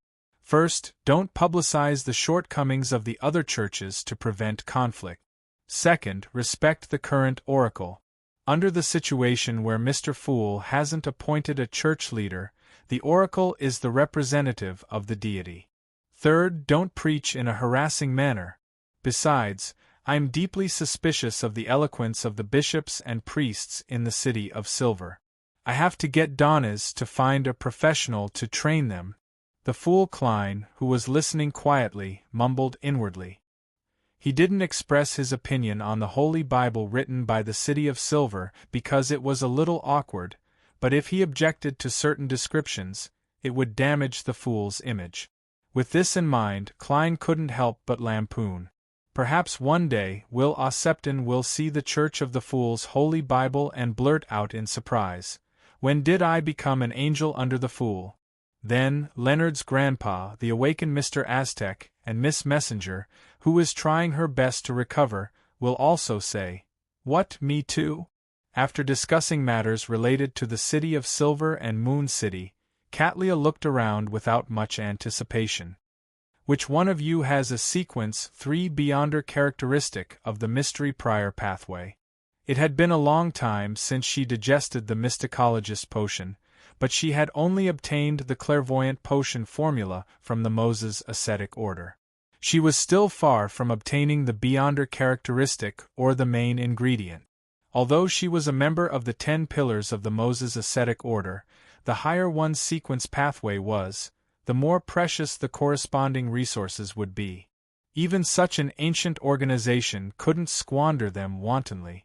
Furthermore, Katlia came from the dawn, and she wasn't influenced by the hidden sage. She wasn't that trusted in the Moses ascetic order. To Katlia, who had used the snake of fate's blood to advance to a mysticologist and had long digested the potion, sequence 3 should have been a relatively easy hurdle, but she was stuck because of the ingredients. She might not have any hope for a few years or even more than a decade. Therefore, she had no choice but to seek help on the tarot. Sun recalled the demigod characteristics that the City of Silver had and slowly shook his head. At this moment, World German Sparrow laughed hoarsely. I suggest you ask Queen Mystic directly. Bernadette had already become a sequence 2 angel. If she had extra clairvoyant beyonder characteristics in her body, she could attempt to separate them. Of course, Klein couldn't be sure that the sage potion that Queen Mystic had consumed contained the prerequisites of sequence 3 and sequence 4. Ask the Queen? Katlia sensed something amiss from World German Sparrow's answer, and she suspected that something had happened to the Queen. All right. She controlled her urge to press further. Klein continued controlling the world, and said to Ma-am Hermit, I have a long-term request. Help me gather information regarding the hidden sage's sudden revival. You can mention the corresponding remuneration now, or you can wait until there's a need in the future. Klein was still somewhat puzzled about this matter. Although this could indeed be described as the sudden activation of a uniqueness, what needed to be activated should have long been activated. Katlia thought for a moment and said, You can mention the corresponding remuneration now, or you can wait until there's a need in the future. Katlia thought for a moment and said, Yes. No problem. After another round of discussion, the tarot gathering came to an end. The members returned to the real world. In the captain's cabin of the future, Katlia nudged the heavy glasses on her nose bridge and considered how to write a letter to the Queen. During this process, she strolled to the window and saw Frank Lee promoting the non-alcoholic volcanic beer he brewed from undersea microbes to the crew. He's really motivated. Just as Katlia sighed, she suddenly frowned. On the tarot just now, Mr. Fool said that the planter and the moon are 2 rather special pathways. They come from the cosmos and are easily corrupted. It's hard to tell if it's a divine revelation. Frank is a beyonder of the planter pathway besides. He once complained about the Church of Earth Mother's failure to understand the true will of the benevolent mother. Katlia's eyes, which were covered by the thick glasses, immediately narrowed slightly. Chapter 1360. After staring at the deck below for a while, Katlia left the captain's cabin and walked to the cabin's entrance. She waited for Frank Lee, who was carrying a bucket of non-alcoholic beer. Captain, do you want a cup? Frank raised the huge bucket of beer with one hand. Katlia shook her head firmly and asked in a seemingly casual manner, Is this the will of the benevolent mother again? No, Frank said rather seriously. I just feel that it's not good for the body to drink alcohol with modified sedatives for a long period of time. I hope they can accept this kind of beverage that tastes like alcohol but doesn't actually have any alcohol. Of course, this is only a preliminary result. It doesn't involve alcohol. After all, it can't be distilled to improve the taste. Katlia was momentarily at a loss for words. She nudged the heavy glasses on the bridge of her nose and fell silent for 2 seconds before saying, Yes. Have you heard the voice of the benevolent mother and received a divine revelation? No. Frank shook his head without a care. Phew. Katlia secretly heaved a sigh of relief. At this moment, Frank casually added, The will of the benevolent mother is in the growing of wheat, in the milk of cows, in the growth of mushrooms, in every corner of nature. There's no need for a divine revelation to sense it. Catlia's gaze instantly shot towards Frank's eyes. She didn't find any madness in them, only purity. She didn't say anything else as she nodded slightly and walked forward. She walked past Frank Lee and onto the deck. After focusing on the seascape for a few minutes, Catlia returned to the captain's cabin, spread out a piece of paper, and wrote, "I wonder what your thoughts are on Frank's performance? He claims that he didn't receive a divine revelation, and he believes that the will of the benevolent mother is hidden in every corner of nature." This was a letter to German Sparrow. Catlia believed that with just this question and a supplementary sentence, the other party would understand what she was trying to say. After folding the letter, she took out a gold coin and began summoning the terrifying messenger. "Ma M. Hermit wrote me a letter just after I left the tarot. It's probably not information regarding the hidden sage. Can't be that fast." Klein was traveling on a cruise ship on the Tussock River. Dressed in a black robe, he took the letter from Miss Messenger's mouth, unfolded it, and read all the contents at a glance. This. Klein frowned slightly. Perhaps it was because Frank's usual performance was sufficiently dangerous and crazy, but he had overlooked the possibility of this druid being influenced by the mother goddess of depravity. Frank was once sent to court by the Church of Earth Mother for a taboo experiment, and he was even wanted. If Earth Mother hasn't been corrupted, and the Church of Earth Mother is still operating normally, it means that they believe that there's something wrong with Frank. However, if the evidence is conclusive, Frank, who was sent to court, likely has no chance of surviving. Klein's thoughts raced as he attempted to find clues based on his understanding of Frank. There's no problem with the relevant actions. The posture of praying is different from the usual praise gestures. Just like when Beyonders of the Church of Evernight pray, they wouldn't draw stars clockwise on their chests. At most, it's a closing gesture. Apart from this small problem, there's something wrong with Frank. He's like a child raised by the mother goddess of depravity. As thoughts flashed through his mind, Klein had two conflicting guesses. Either Frank's corruption was very hidden, preventing the Church of Earth's court from confirming it, or he wasn't affected by the mother goddess of depravity at all. It was purely a matter of his brain, making him look like a blessed of an evil god.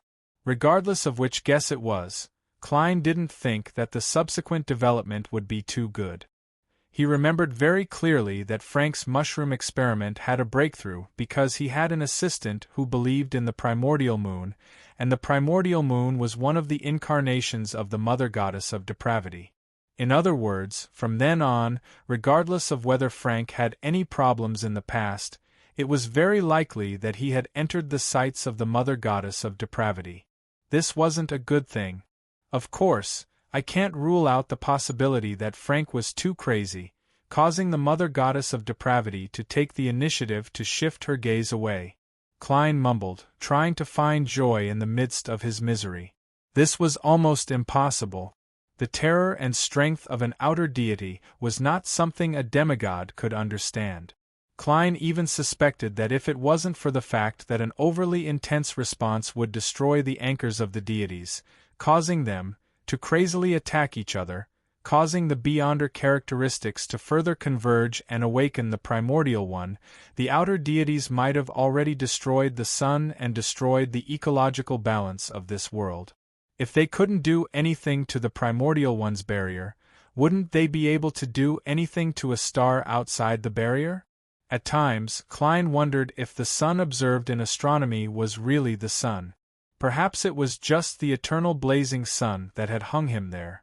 The mushrooms that Frank has invented so far shouldn't have any major problems. I've already taken them above the gray fog to deal with them. Furthermore, the residents of the city of Silver and Moon City didn't show any abnormalities. Yes, after they left the forsaken land of the gods, they had already given up on growing mushrooms due to the lack of monster corpses and sufficient food. Increase the monitoring. The more Klein thought about it, the more afraid he became. If it wasn't for the fact that the mother goddess of depravity's power to penetrate the primordial one barrier was still extremely limited, Klein suspected that the cards of blasphemy and the mushrooms had already caused him to be corrupted, causing Sapphira Castle to change owners without him realizing it. These were all items that had been placed above the gray fog for a long period of time without any special seals. Compared to the ostentatious and wanton mother tree of desire, the low-profile mother goddess of depravity was much more terrifying. Mr. Dorr and the Emperor had been silently corrupted by him. As expected of an existence that can stand at the top of the outer deities despite losing 2 beyonder pathways and a Sapphira, Klein sighed inwardly as he took out a pen and paper, preparing to write a reply to Katlia. At this moment, he realized that Miss Messenger had been waiting by his side without returning to the spirit world. The 8 eyes on the foreheads were staring at him without blinking. "What do you think of Frankie?" Klein asked after some hesitation. "I mean, other than the nickname." Rionette Tinker's 4 blonde, red-eyed heads spoke one after another. "It's just like the adopted son of an outer god. In other words, it's true that Frank wasn't affected by the mother goddess of depravity previously. It's purely because there's something wrong with his head." Klein heaved a long sigh of relief. He then asked, "What about now?" As Frankie Lee would summon Rionette Tinker every time he wrote a letter to the German Sparrow, Klein believed that Miss Messenger, who had a very high status, had a clear and accurate grasp of Mushroom King's condition. "I also don't know." Rionette Tinker's 4 heads answered one after another. Then, she added, "Body. Temporarily. Not corrupted. Does this mean that there's no way to tell if one's mind has been affected?" "That's right. Apart from Frank's low level, he usually acts more like an evil god than me," Klein lampooned as he took out a gold coin and flicked it. With this medium, he quickly entered a dream divination state.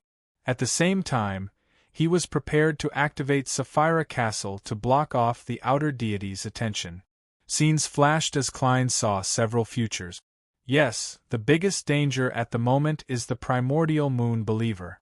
I have to separate him from Frank, otherwise things will become very troublesome and dangerous.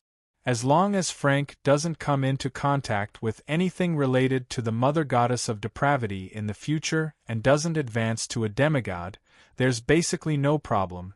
If one of these 2 conditions is satisfied, the chances of an accident happening will increase greatly.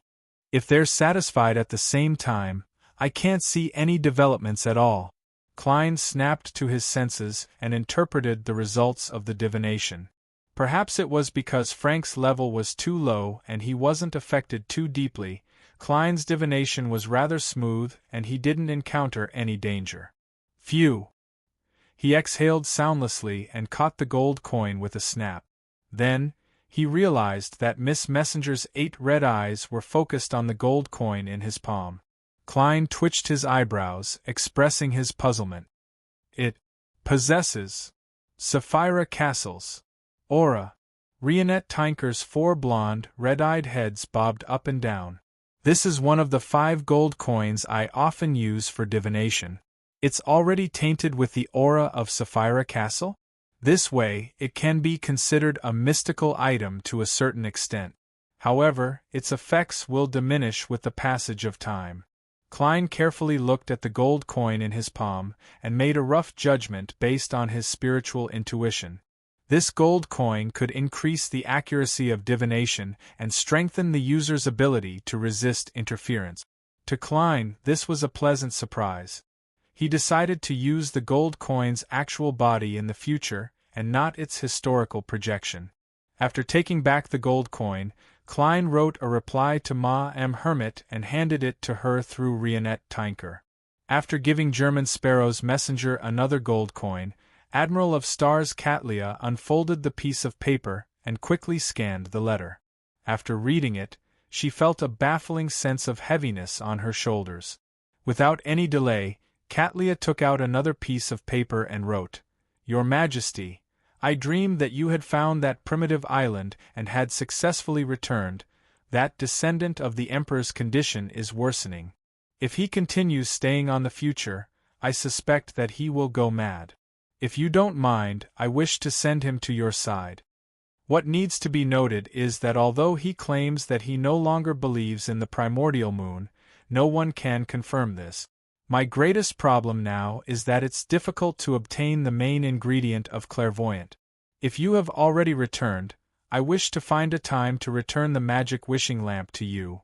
Chapter 1361. In the city of generosity, Byam, in a rented apartment lit with gas wall lamp. Verdu Abraham, who was wearing gold-rimmed glasses, held a thick stack of documents. Under the dim light, he read seriously, drawing a symbol from time to time to record the content that he felt would be useful. He had left Rouen and come to the Rorstad archipelago mainly to escape the attention of Dorian and the other family members. He wanted to study mysticism in peace and find an effective way to save his ancestor, Bethel Abraham, or rather, reliable knowledge that could reduce the difficulty of the ritual. However, after more than half a year, he still didn't have any clues. It seemed that other than hunting bizarro sorcerers, parasites, and secret sorcerers, he had no other choice. This left Verdu rather depressed, but he clearly knew how dangerous a Grade 0 sealed artifact was. Even if he was willing to sacrifice himself, he couldn't truly control it. It was difficult to guarantee what the final outcome would be. And more importantly, he couldn't find a bizarro sorcerer or parasite at all. They were saints who were known for their secretive whereabouts and strange styles. Phew! Verdu put down the stack of documents in his hand and muttered to himself almost silently.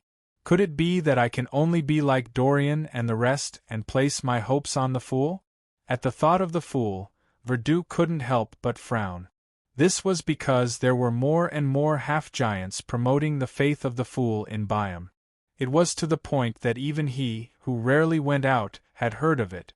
This made him suspect if he had arrived near the headquarters of the Church of the Fool.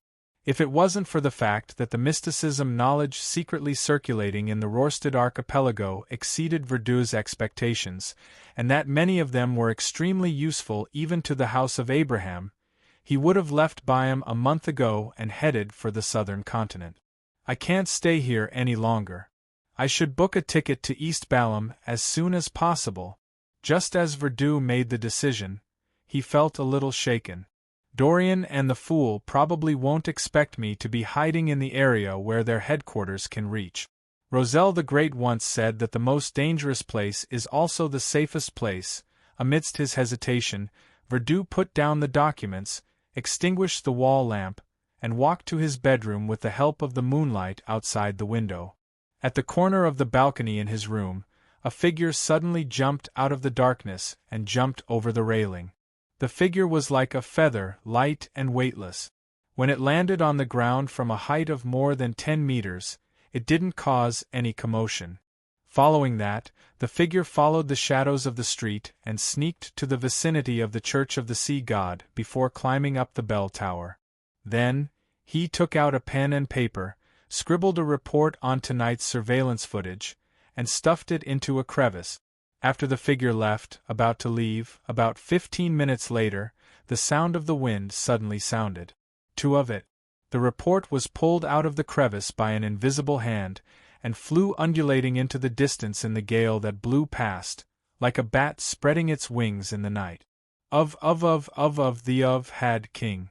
By to of the Church of God. And even in the dark deep sea, Alger could see everything around him clearly. Verdu's intention of leaving Byam is becoming clearer. Alger nodded indiscernibly and concluded inwardly.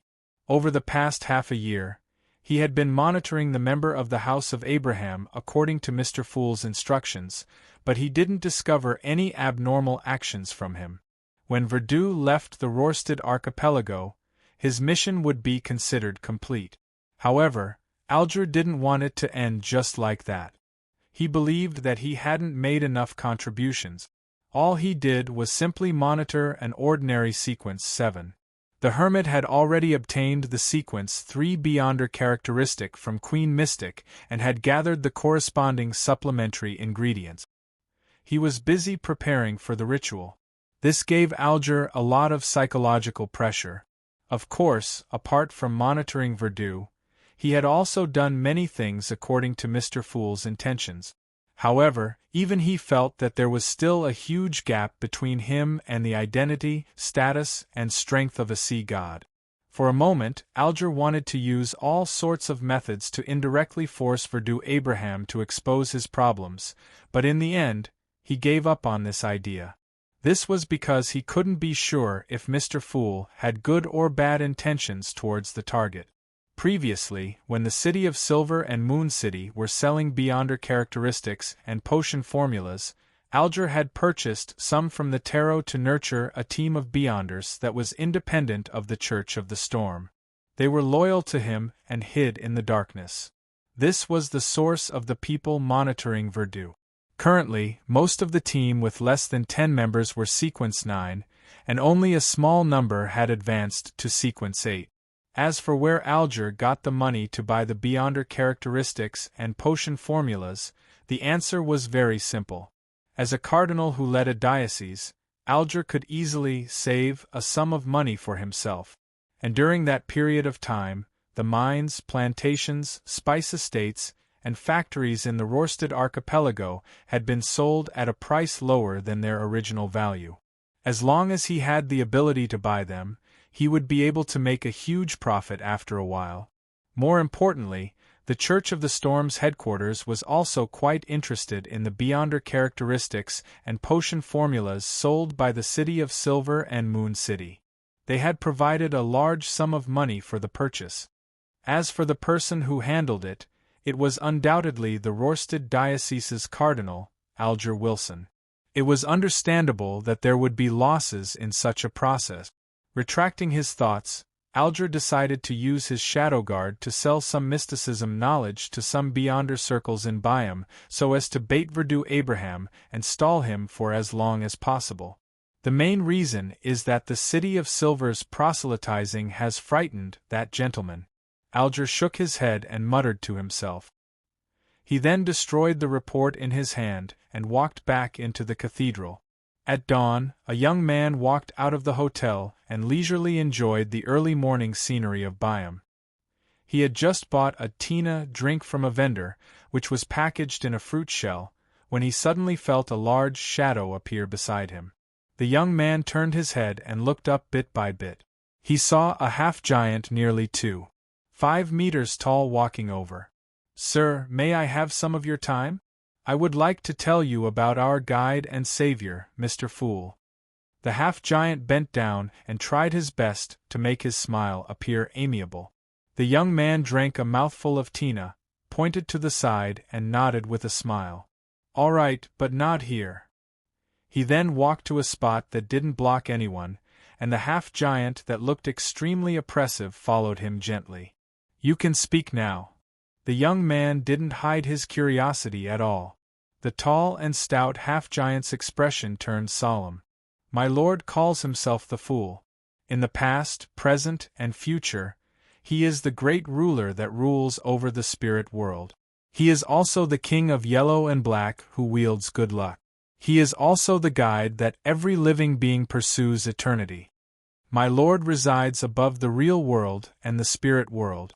His benevolence spreads throughout heaven and the land.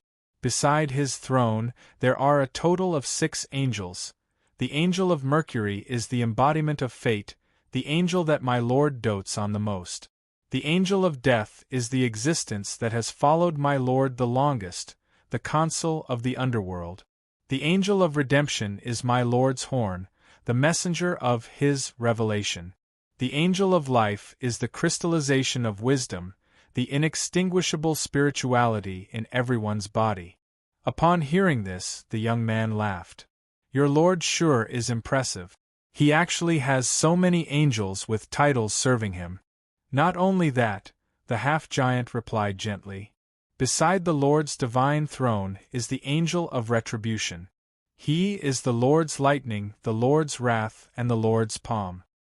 He is the judge and executioner of all the fallen and unclean. In contrast to the angel of retribution is the angel of time. He was the king of ancient times. He eventually submitted to my lord and struck the bell of heaven for him. Impressive, impressive, the young man praised from the bottom of his heart. Upon hearing such a response, the half-giant couldn't help but smile. Then, he tried his best to describe the various miracles that Mr. Fool had performed. Finally, he said, "It's already been 15 minutes, so I won't waste your time. It's already been 15 minutes, so I won't waste your time. If you're interested, you can go to 16 Phillips Street's The Fool Cathedral to learn more. This is our largest cathedral in Byam City. The rest are still in planning." The young man nodded. "If I'm free, I'll take a look." After watching the half-giant turn and leave, the young man smiled as he took out a crystal monocle from his pocket and wore it on his right eye. The half-giant returned to a restaurant and changed into a chef's uniform. "Balder, did you go preach again?" the restaurant owner asked with a smile. Back when the Industry Association recommended this half-giant to learn culinary skills, he was rather resistant. He had a nagging feeling that the other party could kill him with a flick of his arm. Furthermore, he didn't seem like someone with culinary talent.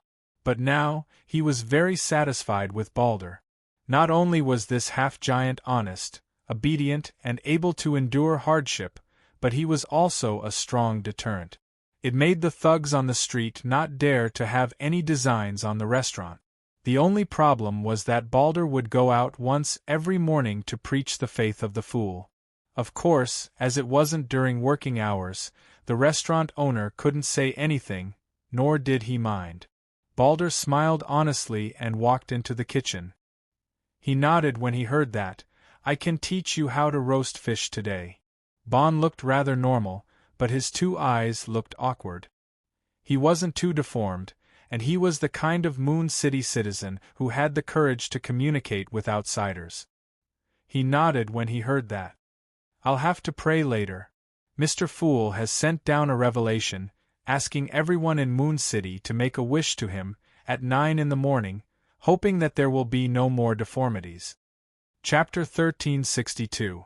Regarding the matter of praying to Mr. Fool, Bader raised both his hands and feet in agreement. He didn't have any intention of urging Bon. Every morning when he woke up and before he went to sleep at night, he would pray for more than a minute. He thanked Mr. Fool for bringing him pure sunlight, delicious food, and a life that was no longer filled with depression and despair. "All right, I'll prepare today's ingredients first." Bader smiled and nodded at Bon. A few minutes later, he carried many bags of ingredients into the kitchen, as though he was carrying a few pieces of curtains. At this moment, Bon had already found a chair and sat down. He piously prayed to Mr. Fool.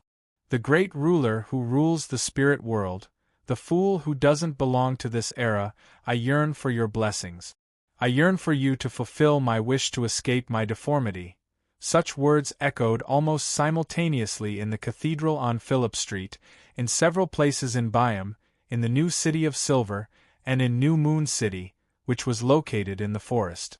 Xin, Russ, and the others, who felt extremely inferior, vaguely guessed that Mr. Fool was planning on fulfilling a similar wish. As they prayed, their bodies trembled uncontrollably. They yearned to be like normal people.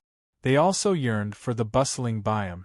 They yearned for the secret roasted fish, candy factories, and delicacies from all over the world. They yearned for a life of drinking, chatting, singing, and dancing. Above the gray fog, in the ancient palace, the Fool Klein, who was sitting at the end of the long bronze table, saw dots of pure light of different colors light up one after another, forming a slowly spinning galaxy in front of him. The prayers overlapped as they echoed in Sapphira Castle, causing ripples to form. Klein closed his eyes and sensed it for a few seconds before raising his right hand with a sigh. He bent his middle finger and tapped the edge of the long mottled table. Amidst the tapping sound, an invisible force rapidly spread out like ripples on the surface of water. It surged into every prayer point of light and scattered onto the people of Moon City. Xin suddenly sensed something and raised her hand to touch the center of her face. In the next second, she touched her nose. Almost instinctively, Xin rubbed that spot from top to bottom several times before she could believe that she had grown a nose and was no longer deformed. She instantly closed her eyes, bent down, and pressed her forehead to the ground. She couldn't help but praise Mr. Fool. Around her, similar praises grew louder, and more orderly. Russ's squeezed eyes separated. Bon became symmetrical from top to bottom. Every deformed person and person with an ugly appearance due to heredity in Moon City broke through their original limits at this moment and transformed into a normal person. At this moment, regardless of whether they were in New Moon City, the new City of Silver, or Byam, they heard the cathedral's bell ringing at the same time. Clang! The ethereal and melodious sound of the bell echoed in the hearts of the people of Moon City, ringing in the ears of everyone who heard it. It was as if it could cleanse their hearts and bring them the most genuine feeling towards life. The tears that Xin, Russ, and company had been holding back finally flowed out.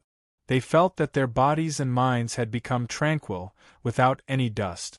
They subconsciously raised their heads and cast their gazes in the direction of the bell. They discovered that it came from outside of New Moon City, and they did not know how far it was from where they were. A miracle! A thought suddenly appeared in the minds of the people of Moon City. In the new City of Silver that was connected to them, Wait Chermont and the others cast their gazes into the distance, in the direction of Byam. The bell was ringing from that place. "Praise be to Mr. Fool!" they muttered at the same time as they pressed their right palms on their left chests. In Byam, Bon and Bader adjusted their positions with tears streaming down their faces. They faced Phillip Street, towards the cathedral that belonged to Mr. Fool, and listened devoutly and gratefully to the holy bell that came from heaven. Above the grey fog, the Fool Klein was a little alarmed and confused. The sudden ringing of the bell wasn't part of his plan at all. He then cast his gaze towards the Cathedral of the Fool at 16, Phillip Street. Almost at the same time, he used the prayer light to see the tall bell tower attached to the cathedral. He saw a young man wearing a pointed hat and a classic black robe standing at the top of the bell tower. The young man was holding a black bell hammer and striking the bell again and again. As if sensing the gaze from an infinite height, the young man stopped, raised his head slightly, and adjusted the crystal monocle on his right eye. At the same time, the corners of his mouth, which was already smiling, widened. Klein nearly cursed. At that moment, his eyes glazed over in an unconcealable manner. He didn't understand why the Angel of Time, Amon, would suddenly appear. Furthermore, he had seriously struck the bell of his cathedral. Regarding the possible arrival of Amon and Zeradol, Klein was actually mentally prepared. This was because there were just too many people in the City of Silver and Moon City. It was impossible for them to secretly integrate into the outside world.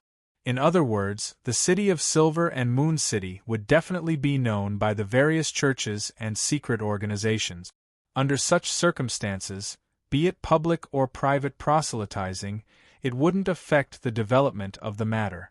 Therefore, Klein tacitly agreed to the City of Silver's attempt to widely spread the faith of the Fool, so as to prepare more anchors for his advancement to Sequence 1. Based on this premise, he was prepared for Zeradol, Amon, and the other hidden enemies to come to Byam. He even hoped that they would do so. Here, in Sapphira Castle, Klein, who had the status and level of a king of angels, could fully utilize his home field advantage. As for the City of Silver, it also had a Grade 0 sealed artifact. It could completely resist Amon and take down Zeradol. Compared to his main body suddenly encountering a prepared enemy elsewhere or being discovered after creating a marionette city, this was undoubtedly a better choice. However, Amon's current actions left Klein rather puzzled. He didn't understand what the god of deceit wanted to achieve. 16 Phillip Street, inside the Cathedral of the Fool. The Archbishop on duty here, the chief of the City of Silver's 6-member council, Derek Berg, also looked up at the stained glass high above in surprise. Rays of sunlight shone in from there, allowing Derek to decipher scenes from within. The black bell hammer fell, and the shaking of the bell gradually stopped. "I didn't arrange for anyone to strike the bell," Derek frowned. As a member of the City of Silver, as a demigod in the Sun domain, he had a keen intuition for abnormalities. He knew that something had definitely gone wrong. However, this strange ringing of the bell didn't bring about any surprises. Apart from itself, everything appeared normal. As Derek used his Beyonder powers as an unshadowed to observe his surroundings, he quickly considered if the ringing of the bell had any mysticism meaning. After eliminating the possibilities, he suddenly recalled the Holy Bible of the Fool compiled by the City of Silver. There was content related to the ringing of the bell. It was used to describe the relationship between the Angel of Time, Amon, and Mr. Fool, and to determine his true status. Derek was opposed to that statement because he knew that blasphemer Amon wasn't Mr. Fool's blessed. The relationship between the two wasn't even harmonious, and they were in a state of hostility. However, the lies he had previously told the other members of the City of Silver's 6-member council believed that the Angel of Time, Amon, had been appointed by Mr. Fool to cast the first light on the people of the forsaken land of the gods. It was because he had parasitized Derek that there were all sorts of changes that led to the descent of hope. Derek wanted to explain, but he was too embarrassed to do so. That would result in too many lies, causing him to lose his image in front of the other elders of the 6-member council and the citizens of the City of Silver. Just as Miss Justice had once said, it was a social death. Finally, he chose to delay the matter. He believed that he had to show the Holy Bible to Mr. Fool first. If there was anything wrong with the description, he would definitely send down a revelation and give some suggestions. To his surprise, Mr. Fool didn't say anything and tacitly approved of the contents of the Holy Bible. Could it be that Amon is here to ring the bell? For a moment, Derek was in a daze, feeling that it was too unbelievable. He hurriedly lowered his head and began praying to report this matter to Mr. Fool. Above the gray fog inside Sapphira Castle, before Klein could eliminate Amon, the latter suddenly turned transparent and transformed into a beam of light, disappearing from the bell tower. What does this fellow want to do? If his father is the Emperor and not the ancient sun god, then I can reasonably suspect that he is sending me the bell. As Klein checked if there was Amon lurking in the bodies of the City of Silver and Moon City members, he analyzed Amon's motives without any clues. Just as he was about to use divination to seek clues, son Derek finished his prayer. Holy Bible, Holy Bible?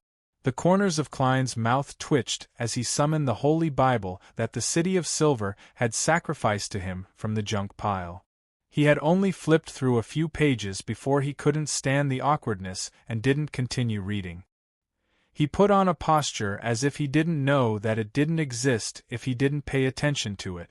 Of course, he wasn't careless in this aspect. He was still sufficiently cautious.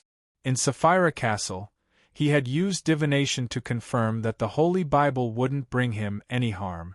With this premise, he tacitly allowed the City of Silver to use this version of the Holy Bible. Slowly taking a deep breath, Klein stretched out his right hand and flipped through the scriptures in front of him. The muscles on his face gradually twitched, and the corners of his mouth couldn't help but curl up a little. Klein flipped faster and faster. Finally, he saw the last page. Klein suddenly closed the Fool's Holy Bible and threw it back into the junk pile. After the miracle in Moon City, yes, the potion has been mostly digested. The Marionette City will have to step onto the stage of history. Klein expressionlessly examined his condition and nodded indiscernibly. Ever since he had gained initial control of Sapphira Castle, he could also obtain feedback from the real world. P.S. Update before making changes. Chapter 1363. As for the Marionette Town, Klein had long been thinking about how to build it. He already had 3 preliminary plans. If he eliminated the interference of external factors, his best choice was to make the Marionette Town rise overnight in a particular country in the northern continent. Then, it would be connected to the surrounding cities through railways, rivers, and road. This way, a large number of outsiders would arrive in the marionette town every day, and they would have a very strong interaction with the surrounding areas. On the one hand, the towns that didn't have any affiliated villages would definitely buy grains, salt, cloth, ores, sugar, and other necessities from other places. On the other hand, it would also have its own products that could be sold to the surrounding cities, towns, and villages. Under such circumstances, merchants, laborers, tourists, and other groups would frequently come and go. At the same time, they would have a lot of interaction with the residents of the marionette town. Under the influence of all kinds of strong interactions, it wouldn't take long for the marionette town to give birth to a corresponding region in the spirit world. When the residents' fate trajectories became detailed and real, Klein could consume the potion to advance to sequence 1 attendant of mysteries. The entire process would probably take no more than 3 months. But the problem was that this plan couldn't be kept a secret. In the present era, it was impossible to hide the sudden appearance of a town somewhere.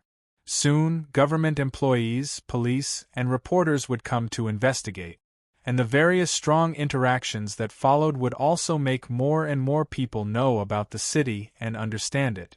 This was a problem that couldn't be resolved through illusions, unless the marionette town didn't interact with the surrounding cities, towns, and villages, or had very little interaction. However, that was contrary to the requirements of the ritual. When the news of the marionette town spread, Klein would undoubtedly be targeted by Zeradol, Amon's true body, and other enemies. When that happened, destruction would definitely be easier than protection. He could only bring his marionette town to another location. This would cause the interactions in the early stages to be ineffective, just like what the dark demonic wolf had experienced. Therefore, Klein only came up with such a plan.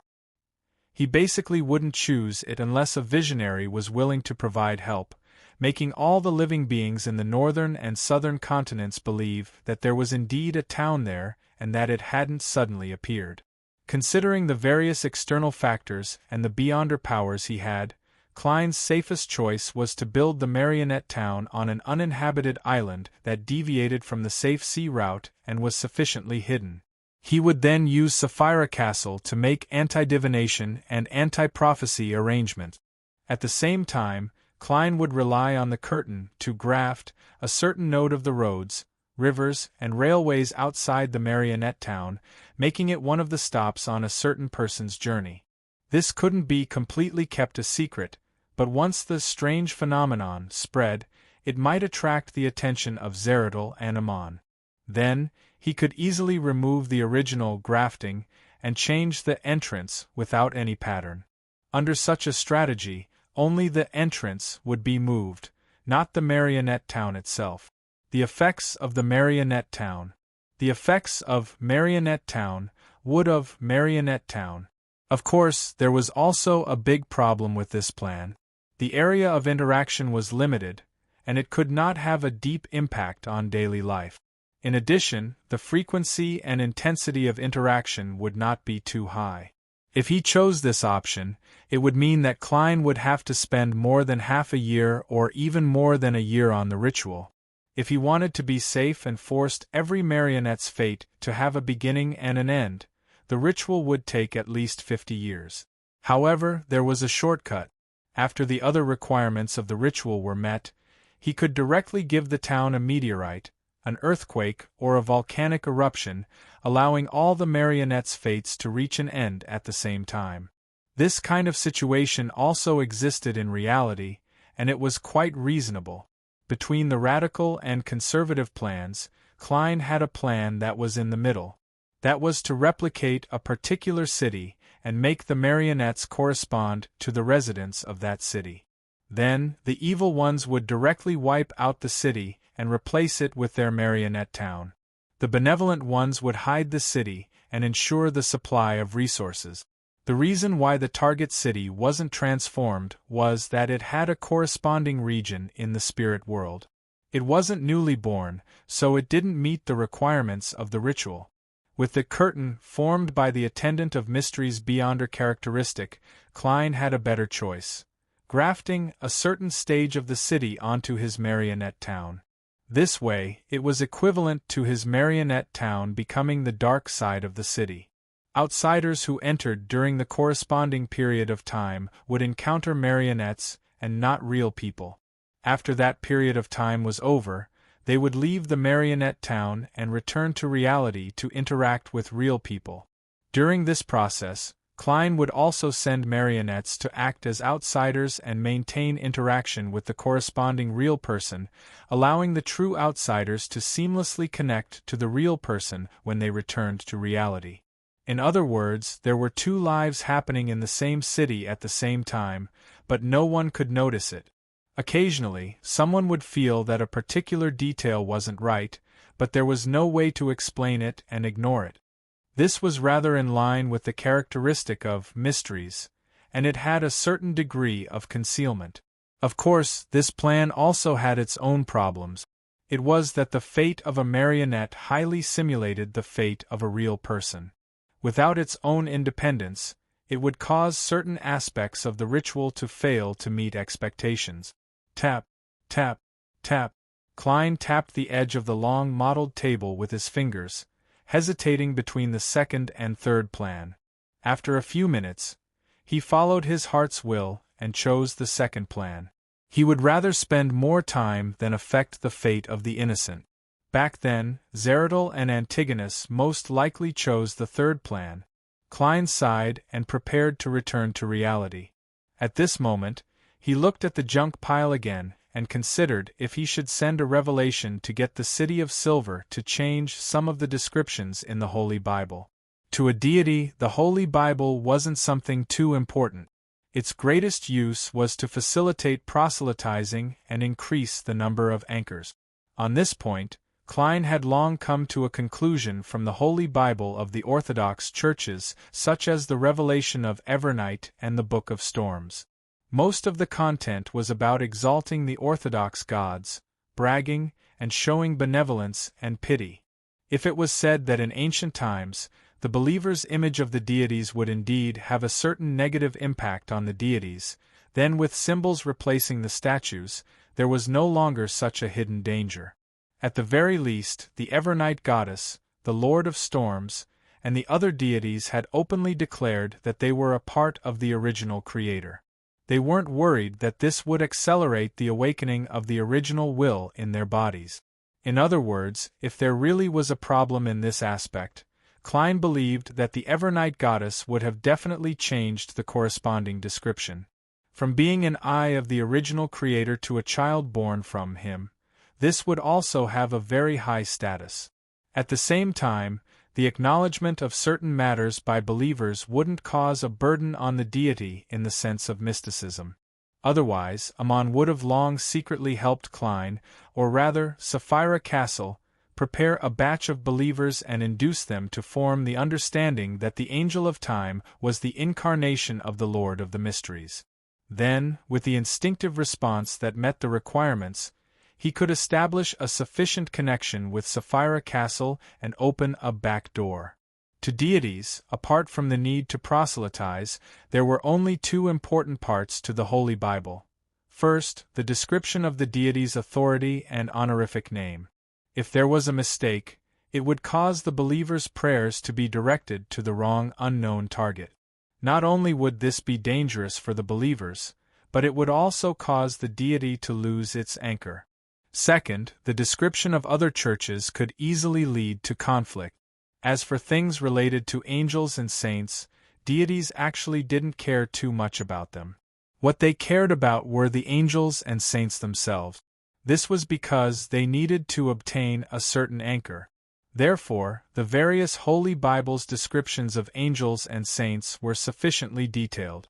They had authority and honorific names, making it easy for different believers to choose and substitute them. In addition, this wasn't enough to form a stable anchor, because it was covered under the faith of deities. In order to resolve this problem, the Orthodox churches would assign different guardian angels and saints to different cathedrals, accurately delineating the boundaries. It was precisely because of this understanding that Klein had never placed much importance on the Holy Bible. After flipping through the part that described his authority and honorific name, he was so embarrassed that he didn't want to continue reading. He only used divination to confirm that there wouldn't be a conflict with the Orthodox churches. After some consideration, he gave up on the idea of directly making the City of Silver change the Holy Bible and decided to use a gentler method. In the exchange with Tarot, through the World German Sparrow, he induced Sun to adjust his understanding of the Angel of Time to lean towards Pallas Zoroast. Without arousing the City of Silver's suspicions, he allowed the corresponding content to be changed. In Byam, Verdu Abraham had gained a lot of mysticism knowledge from several Beyonder circles. He lit the gas wall lamp and read the book carefully in the dark. As he flipped to the end, he suddenly read a piece of news that he had never heard of before. Bansi Harbor is a place filled with mysticism powers. The connection between it and the spirit world's astral world is unimaginable. Even though the Church of the Storm directly destroyed the harbor, it wasn't able to completely eliminate the abnormalities of its existence. Many mysticism researchers are purchasing items related to Bansi at high prices. Bansi. Verdu muttered to himself silently. He suddenly had a strong interest in the harbor. He began to consider if he should purchase some items from Bansi and study them in depth. After all, the spirit world was related to teleportation. The astral world and cosmos were related to wandering. They could all be related to Mr. Dor Bethel Abraham's escape. Perhaps, if there's a chance, I can go to Bansi to take a look. Verdu nodded indiscernibly. P.S. Update first before making changes. Chapter 1364. The preparations for creating a marionette town were rather boring and complicated. At the very least, that was what Klein believed. In the huge ancient palace, Klein sat on the high-backed chair belonging to the fool. He held a fountain pen and wrote the name, age, and fate of every marionette on ordinary paper.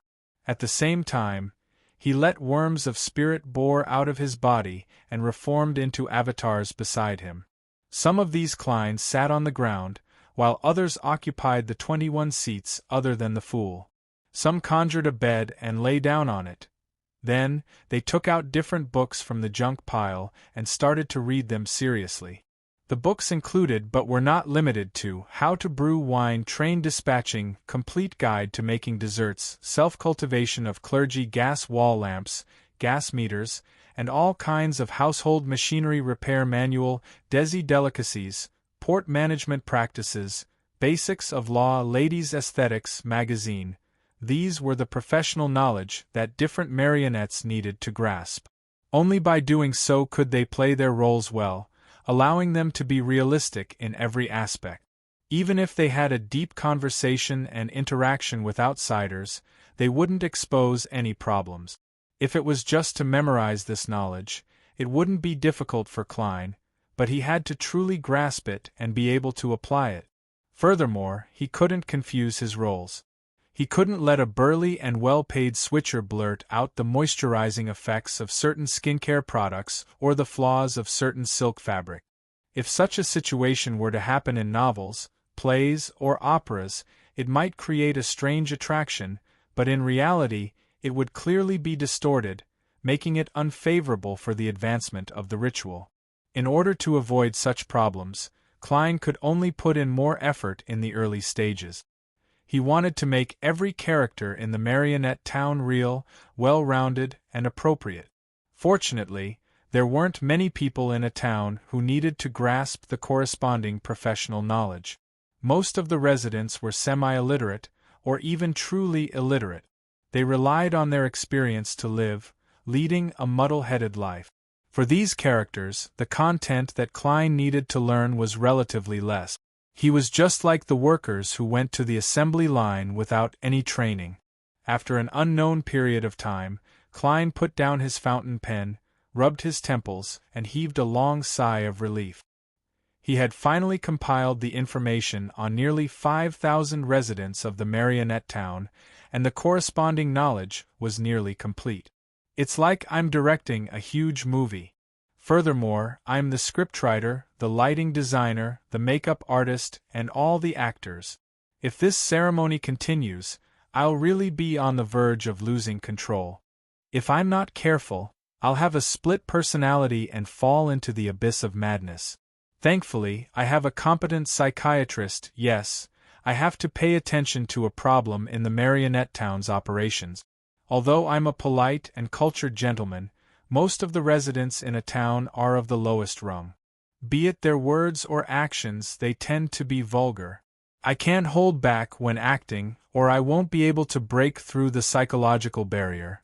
As Klein sighed silently, he made the avatars around him disintegrate into worms of spirit, allowing them to burrow back into his body. Of course, this wasn't all. There was still Klein, who maintained his previous state, preparing to take his turn at Sapphira Castle. In the next second, Klein's body returned to reality. He took out Creeping Hunger from the historical void and put it on. Then, he teleported to an island in the Berserk Sea, but it clearly deviated from the safe sea route. This was the stage he had previously chosen. This place was isolated by storms all year round. There were no traces of human activity, only a large forest and animals that relied on the forest. Klein looked around and chose an open spot. He pressed his right hand to his left chest and prayed piously.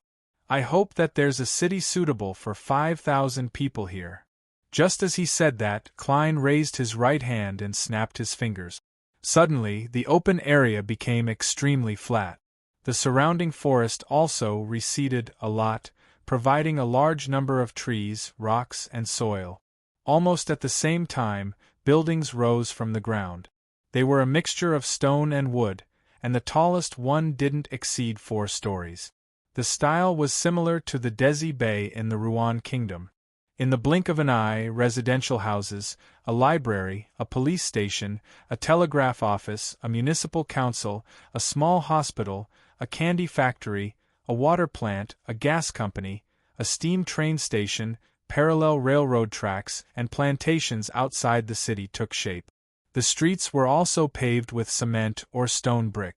Finally, beside the square in the middle of the town, a steepled cathedral emerged from the ground and stood proudly. This was a cathedral that belonged to the Evernight goddess because it had to match the setting of the city. I hope that this island has a deep-water harbor. Klein didn't stop as he made his second wish. But he snapped his fingers again and fulfilled his wish. Approximately 3 kilometers away from this town, a small-scale port was rapidly taking shape. There were 2 docks, 5 warehouses, a port hotel, a simple and crude restaurant, a police station, a bar, a lighthouse, and a marine barracks stationed at the port. I hope that the harbor and the town have convenient transportation. Klein made his third wish. He then raised his right hand and snapped his fingers. A cement road and a freight railroad instantly appeared between the town and the harbor. According to Klein's plan, the harbor was prepared for visitors from the sea, while the town was mainly used to deal with outsiders from the northern and southern continents. After admiring the empty city, Klein pressed down on his top hat and directly teleported to the side of the municipal square. He then walked into the cathedral he had named Saint Ariana. The cathedral's door was open, and it was dark inside. After an unknown period of time, 3 figures appeared at the door. They were a gentleman in his 30s wearing a formal suit and a bow tie, a woman with ordinary looks and a gentle expression, and a child dressed like an adult. The woman took a few steps with some difficulty and stretched her neck. Then, she smiled and reached out her hands to hold the arm of the gentleman beside her. The gentleman had a faint smile as he allowed the woman to lean against him while he reached out his right hand to hold the boy's hand. The boy skipped as he walked, appearing very lively. Their movements were a little jerky at first, but they became smoother as they walked. They passed through the square in silence. After they left, more and more people walked out of St. Ariana Cathedral. There were policemen, repairmen, gas company employees, restaurant chefs, gray-haired elders, and farmers in simple clothes. In the next hour, there was a constant stream of people coming out of the Evernight Cathedral. They either turned into different streets, headed for different places, entered different houses, or stayed in the square to enjoy the pigeon-free scenery. During this process, the number of people coming out completely exceeded the cathedral's capacity, but there seemed to be people inside. It was as though it was connected to another city. After nearly 15 minutes, the entrance of St. Ariana Cathedral finally returned to silence. However, there were rats, cockroaches, moths, ants, flies, mosquitoes, and other hidden spots. Finally, a stained glass window at the top of the cathedral opened. White pigeons flew out and landed in the middle of the square. The people who stayed there completely came to life. Some teased the pigeons, some searched for hawkers, some played the seven-string zither, and some chatted with friends with smiles on their faces. A man wearing a top hat and trench coat, holding a cane and a revolver, left the municipal square and came to the other side of the town. He stopped in front of a wooden sign. He then took out a tool and wrote the name of the town on the wooden sign, Yannon. After some thought, the man erased Yannon and wrote a new name, Utopia. Bakeland, Earl of Hall's luxurious villa. Alfred has already boarded a liner back to the northern continent? Audrey didn't hide her pleasant surprise. It was already September 1352. In the past half a year, Audrey didn't spend too much effort to get her father to give up on the idea of returning to East Chester County for the first half of the year. This was because Bakeland and Constant were in urgent need of reconstruction. The kingdom's politics also needed a new balance. Earl of Hall had too many things to deal with, so he wasn't in the mood to take a vacation. Therefore, when Earl of Hall was in a dilemma, she just needed to take the initiative to mention that she was willing to stay in Bakeland and return to East Chester County in the second half of the year. Audrey would be able to make things develop as she had expected, and she would be praised. And the psychological alchemy didn't rush her.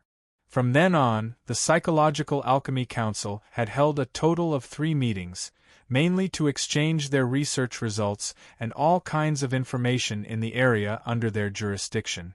Ma M. Greed had only asked about the clues regarding the Mind Dragon twice. Frankly speaking, if Mr. Fool hadn't warned Audrey to pay attention to the Raging Rabbit and the easily forgotten President, she definitely would have found the council meeting interesting.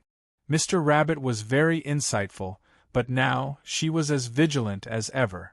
Yes, the liner has already left the harbor. Earl of Hall smiled and nodded. Once Alfred arrives in Bakeland and completes the necessary socializing, we'll return to East Chester County to hunt foxes. Autumn was the best season for fox hunting. Audrey acknowledged and said, all right. As a Major General of the Army, Alfred didn't follow the Navy's fleet to Desi Bay. Instead, he brought his adjutant and squire to board a steam-powered liner that headed for Pritz Harbor. After sailing for nearly 2 days, they encountered a storm in the Berserk Sea. Amidst the violent shaking of the ship, the sailors on the observation deck saw a bit of light through binoculars. It came from a lighthouse. PS1. Yesterday, I wrote down the 3 plans in detail because I personally felt that the third plan was the most interesting, but with Little Cuz's personality, it's impossible for him to do it. Therefore, I could only regretfully give up on it. Therefore, I specially wrote it out for all of you to see.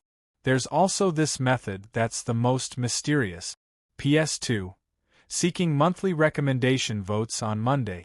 Chapter 1365. As the liner wobbled, it passed through the storm and approached the lighthouse. A small harbor appeared in the eyes of the captain, sailors, and passengers through the gloomy curtain of rain. Before long, a man in his 30s wearing a blue uniform, holding a black umbrella, and holding a glass lantern appeared at the harbor. He used a rather standard action to command the liner to dock. "Hey, buddies, where did you come from?" the man shouted as he watched the gangway descend. After his voice was mostly swallowed by the wind and rain, it successfully reached the interior of the liner and entered Alfred's ears. "Do you know where this place is?" Alfred cautiously glanced at his adjutant and squire. He wasn't wearing his admiral's attire. Instead, he was wearing a black trench coat that was commonly seen in Bakeland. His brilliant blonde hair casually hung down, and his blue eyes resembled a deep lake in the forest. The adjutant with neatly combed hair shook his head, indicating that he wasn't sure. Then, he explained, the storm from before made me lose my way. At this moment, the captain held an umbrella and came to the side of the ship. He replied to the man, "We set off from East Balham 2 days ago and unfortunately encountered a storm." "Which harbor is this?" The man's eyes darted around as he didn't give a direct answer. Instead, he yelled, "Wait a moment." He then turned around and ran towards the buildings near the harbor with his umbrella and lantern in hand. Such a reaction was somewhat out of the expectations of Alfred and the other passengers, but to the experienced captain and first mate, it wasn't surprising. They had encountered many unconventional incidents at many ports in the Berserk Sea. This made them rather patient as they waited for the subsequent developments. 5 or 6 minutes later, the man ran over with a girl in tow. The lady didn't hold an umbrella. She was wearing a hooded raincoat smeared with Donningsman tree sap. After the two approached the liner, under the watchful eyes of the gun-wielding sailors, they walked up the gangway to the deck. At this distance, most passengers could see their faces clearly. The man had brown hair, brown eyes, and rough skin. At first glance, one could tell that he was from the lowest rung of society. The woman was in her 20s. Her eyes were lake green, and she had long, flaxen hair. A few strands of wet hair fell on her face, giving her a sense of purity and charm. This was a rather beautiful woman with a wild temperament. "Everyone, this is Port Utopia. My name is Theodore. I'm the temporary commander of the port." As he spoke, he laughed, as if he was happy that he had invented such a powerful position. Of course, the captain knew what the so-called temporary port commander meant. He did not take the sudden happiness of this small fry to heart. He frowned slightly and said, "Utopia Port? Why haven't I heard of it?" Theodore glanced at him. "I've heard that phrase many times. If it wasn't for that storm that deserved to be kicked in the ass by a donkey, you might never have come here in your entire life." Without waiting for him to say anything else, the woman spoke first. "Port Utopia isn't on a safe sea route. Usually, only ships that understand these waters and know of this place will come to replenish their supplies." "Does that mean that the main users of this port are pirates?" How could the captain not hear between the lines? And at such a time, it was a tacit agreement not to expose her to protect both parties. He grunted and said, "Yes." "You are?" "My name is Trish." The woman smiled. "I'm the owner of the Port Hotel, and also the receptionist and waiter." She looked around and said, "I'm sorry. The storm is very strong and the ship will be very bumpy. Staying here to rest is not a very wise choice. The hotel will provide you with a stable bed, sufficient hot water, clean food, warm blankets, and an environment that reminds you of your home. It only costs 10 pence a night. I'm talking about one room. Other than that, you can also drink in the bar next door and enjoy the warm hospitality." It was obvious that this woman was here to solicit business. The captain was rather vigilant and didn't respond to her directly. "I can't make decisions for the passengers. It's their freedom to choose. Of course, as the captain, I'll stay here with my crew." Trish maintained her smile and said, "I will wait at the hotel for the guests who are willing to disembark." She seemed to have received a certain amount of education, and was not like the girls whom the crew had met in other ports, hot and shrewd, full of profanity. Just as Trish turned around and was about to return, Theodore approached her and said with a sullen face, "You should thank me for telling you the news as soon as possible." As he spoke, his right hand brushed against Trish's buttocks and pinched it fiercely. "Bah!" Trish slapped his hand away and cursed sharply. "You bastard who deserves to have your ass fucked by a donkey!" She took a few quick steps and left the liner along the gangway. Theodore waved his hand and cursed with an even wider smile. What a bitch! This scene caused many of the passengers in the cabin to be moved. To them, the greatest flaw on the ship was boredom, and there were bars in the harbor. This meant that they could encounter cheap street girls. They were different from those in the northern continent or the southern continent, with local characteristics.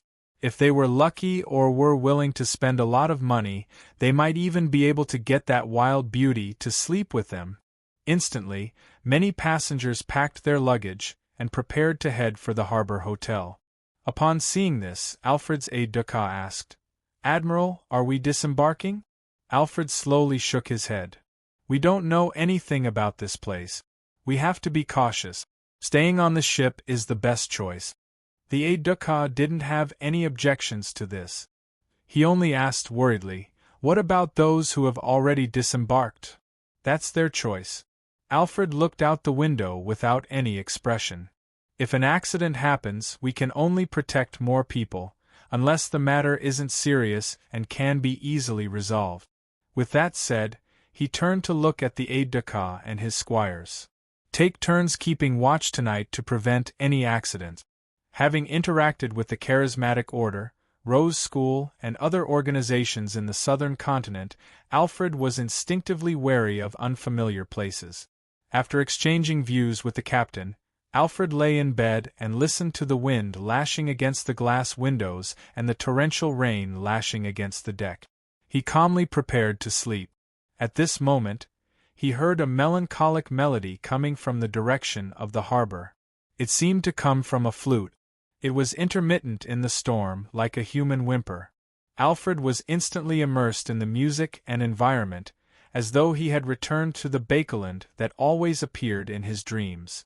He had returned to the different emotions of his childhood's happiness and troubles. He shook his head abruptly and shook off the feeling. He realized that it wasn't a mental influence, but a reaction that a normal person would have. Alfred got out of bed and walked to the window. He used his Sheriff Beyonder powers to confirm that the music he had just heard came from the cheap hotel. It's not the guests who have disembarked the ship. Their goals are very clear, and they wouldn't be in the mood to play such a melody. There are already passengers in Utopia Harbor, or is it the boss and attendant named Tracy? If it's her, she's a lady with a story. Alfred sighed and retracted his gaze, no longer paying attention to it. Although he was curious, he didn't have any thoughts of disembarking the ship. Soon, the flute stopped, and the harbor hotel returned to silence. Nothing unexpected happened. Just like that, time ticked by. As the storm stopped, the sky gradually brightened. At 8 in the morning, the passengers who had left the ship returned one after another. All of them had weak footsteps and haggard expressions. When the sailors saw this, they immediately laughed. "The chicks here seem pretty good." The passengers shook their heads in unison, revealing looks of regret. One of them rubbed his temples and said, "The Lanty proof here isn't bad. The Lai Lang proof here is very good. It's cheaper than other places. I accidentally drank too much and fell asleep. I don't know if something happened between me and that cute girl.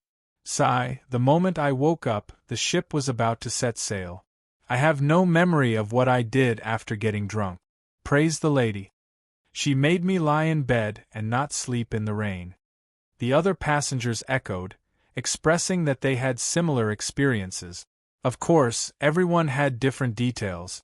For example, a particular passenger praised the desserts in the cheap hotel's breakfast. As the sailors regretted not being able to drink the cheap and good Lanty proof, they began to tease the passengers. "Perhaps the person you spent the night with wasn't a chick here, but a burly man like Theodore. Anyway, you were so drunk that there's no way of knowing what happened. Haha, have a good pat on your butts." Amidst the lively atmosphere, the sailors put away the gangway, raised the sails, and let the liner set sail. After they passed through a rather gloomy region of the sea, and returned to the familiar safe sea route, Alfred finally relaxed completely. He smiled at his adjutant and squire, saying, "I'm not sure if I'll be able to escape." He smiled at his adjutant and squire and said, We can mark this place on our map and write that the liquor and desserts are pretty good. Yes, the girls have their own characteristic. After a few more days of sailing, the liner finally arrived at Desi Bay's Eskelson Harbor along the winding and safe sea route. Alfred maintained the demeanor of a noble and his social instincts. He visited the high-ranking members of the nearby military base and shared a wonderful dinner with them. When he returned to his father's holiday villa, he was surprised to find that the squire he had sent to look for information was a little pale. "What's wrong?"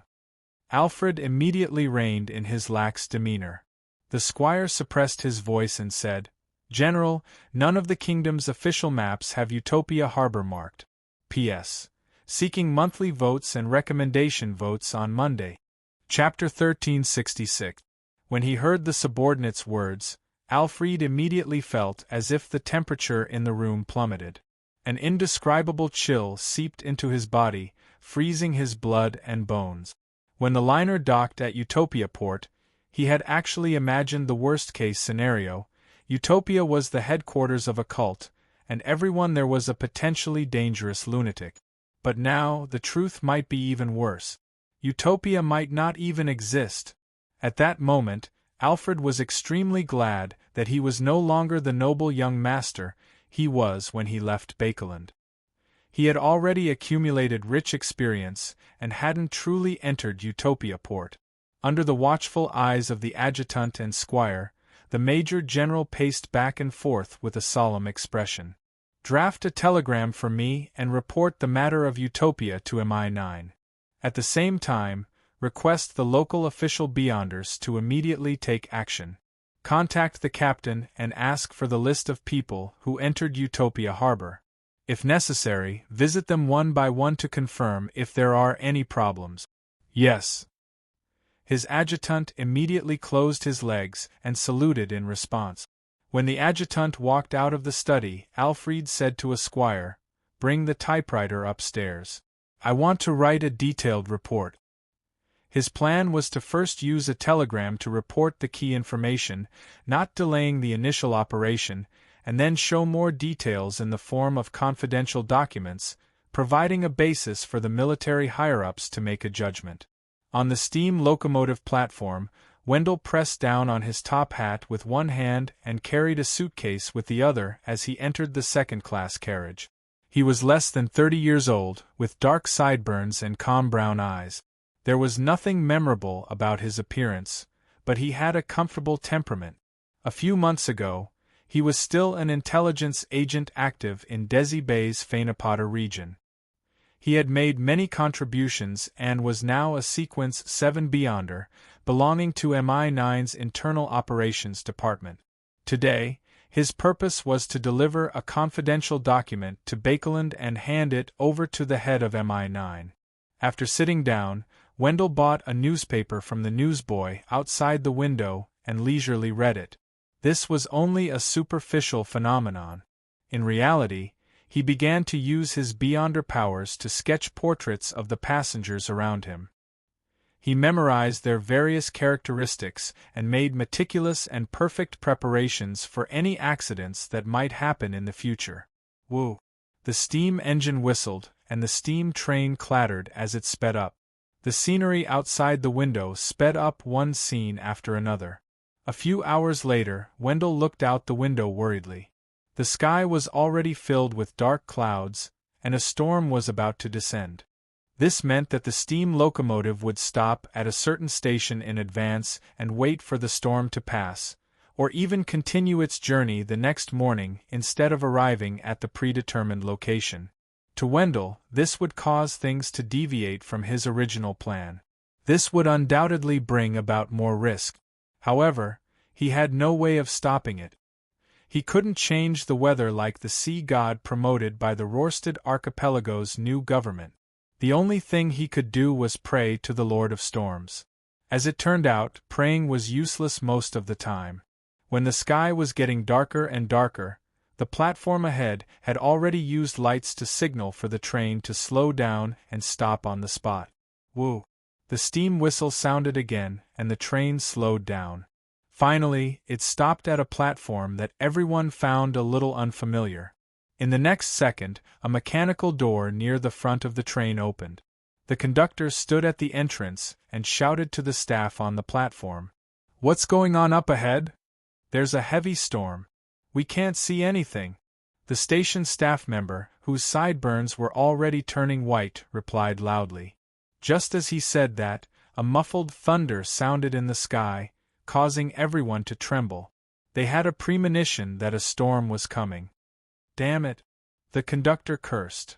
"Which station is this?" As it was an abnormal stop, he didn't know which station he was at. After all, the train he was in charge of didn't stop at every station along the way in the past. Utopia, a small station. Make your own arrangements. The staff member shouted a few times before running to the other end of the platform with the glass lantern. "I have to signal the train behind me." The conductor didn't have any doubts about the staff member's attitude because this was a normal dispatching process. Otherwise, there would be a collision between two steam locomotives. He could even conclude that the other staff members at Utopia Station were already sending telegrams to the other stations to warn them. Of course, they must have received a telegram to know that the area ahead had been enveloped by a heavy storm. Utopia. Wendell repeated the name in a low voice, but he didn't find any useful information in his mind. Of course, he didn't pay too much attention to it. This was because there were many unknown steam locomotive stations in the entire Rouen Kingdom. This was a reflection of a country's comprehensive strength. The conductor looked at the dark sky and muttered a few words before using the latest loudspeaker to speak to the passengers. "A storm is approaching. The train will stop at Utopia Station until 8 in the morning tomorrow." He predicted that the storm would last until tonight. "You can stay in the carriage or leave on your own. Head to the city and find an inn. Tomorrow, you just need to provide your ticket stubs to board the train again. Remember to be punctual." The conductor gave them two choices. Wendell looked at the passengers in the second-class carriage and pondered for a few seconds. He picked up his suitcase and walked out of the train. It wasn't that he couldn't accept the arduous and abnormal sleeping environment. When he was an intelligence officer, he had suffered quite a bit. He was only relying on his professionalism to judge that a carriage without sufficient passenger flow wasn't as safe as a hotel room. Of course, he could stay up all night, but this would definitely affect his condition tomorrow. Clearly, there was still a long journey tomorrow. After leaving Utopia Station, Wendell got onto a rental carriage by the side of the road and said to the carriage driver, "To the municipal square." In the Kingdom of Rouen, there was bound to be a cathedral and at least one in near the municipal square. "Sir, are we going to a hotel?" the carriage driver asked as he turned the horse around. "Yes." As a Sequence 7 Beyonder, Wendell didn't hide it. From his point of view, as long as he was in a city within the country, he could easily find a group of helpers with his identity, and his strength was enough to support him in completing this task. "The best hotel in Utopia is the Red Boot. Do you want to go there?" the carriage driver asked in a suggestive tone that all men understood. If he wasn't on a mission, Wendell wouldn't mind enjoying it. But now, he could only shake his head without hesitation. "I want a quiet hotel." "All right," the carriage driver replied in disappointment. "Then let's go to the Irises Hotel. No one will harass you." As the carriage moved forward, Wendell cast his gaze out the window and observed the situation outside. Perhaps it was because of the impending storm, the people on the road were in a hurry. Even the paperboy couldn't muster up his energy. A very small city. Wendell made a preliminary judgment from the lack of public carriages. He only saw one trackless public carriage, which meant that most places in Utopia could be reached on foot in a suitable amount of time. As he expected, in less than 10 minutes, the rental carriage stopped at the entrance of the Irises Hotel. After Wendell paid the fare, he quickly walked into the hotel before the rain fell. A crashing sound came from behind him. After checking in and putting away his luggage, Wendell rested for a while. He carried the confidential document and went to the restaurant on the first floor to enjoy dinner.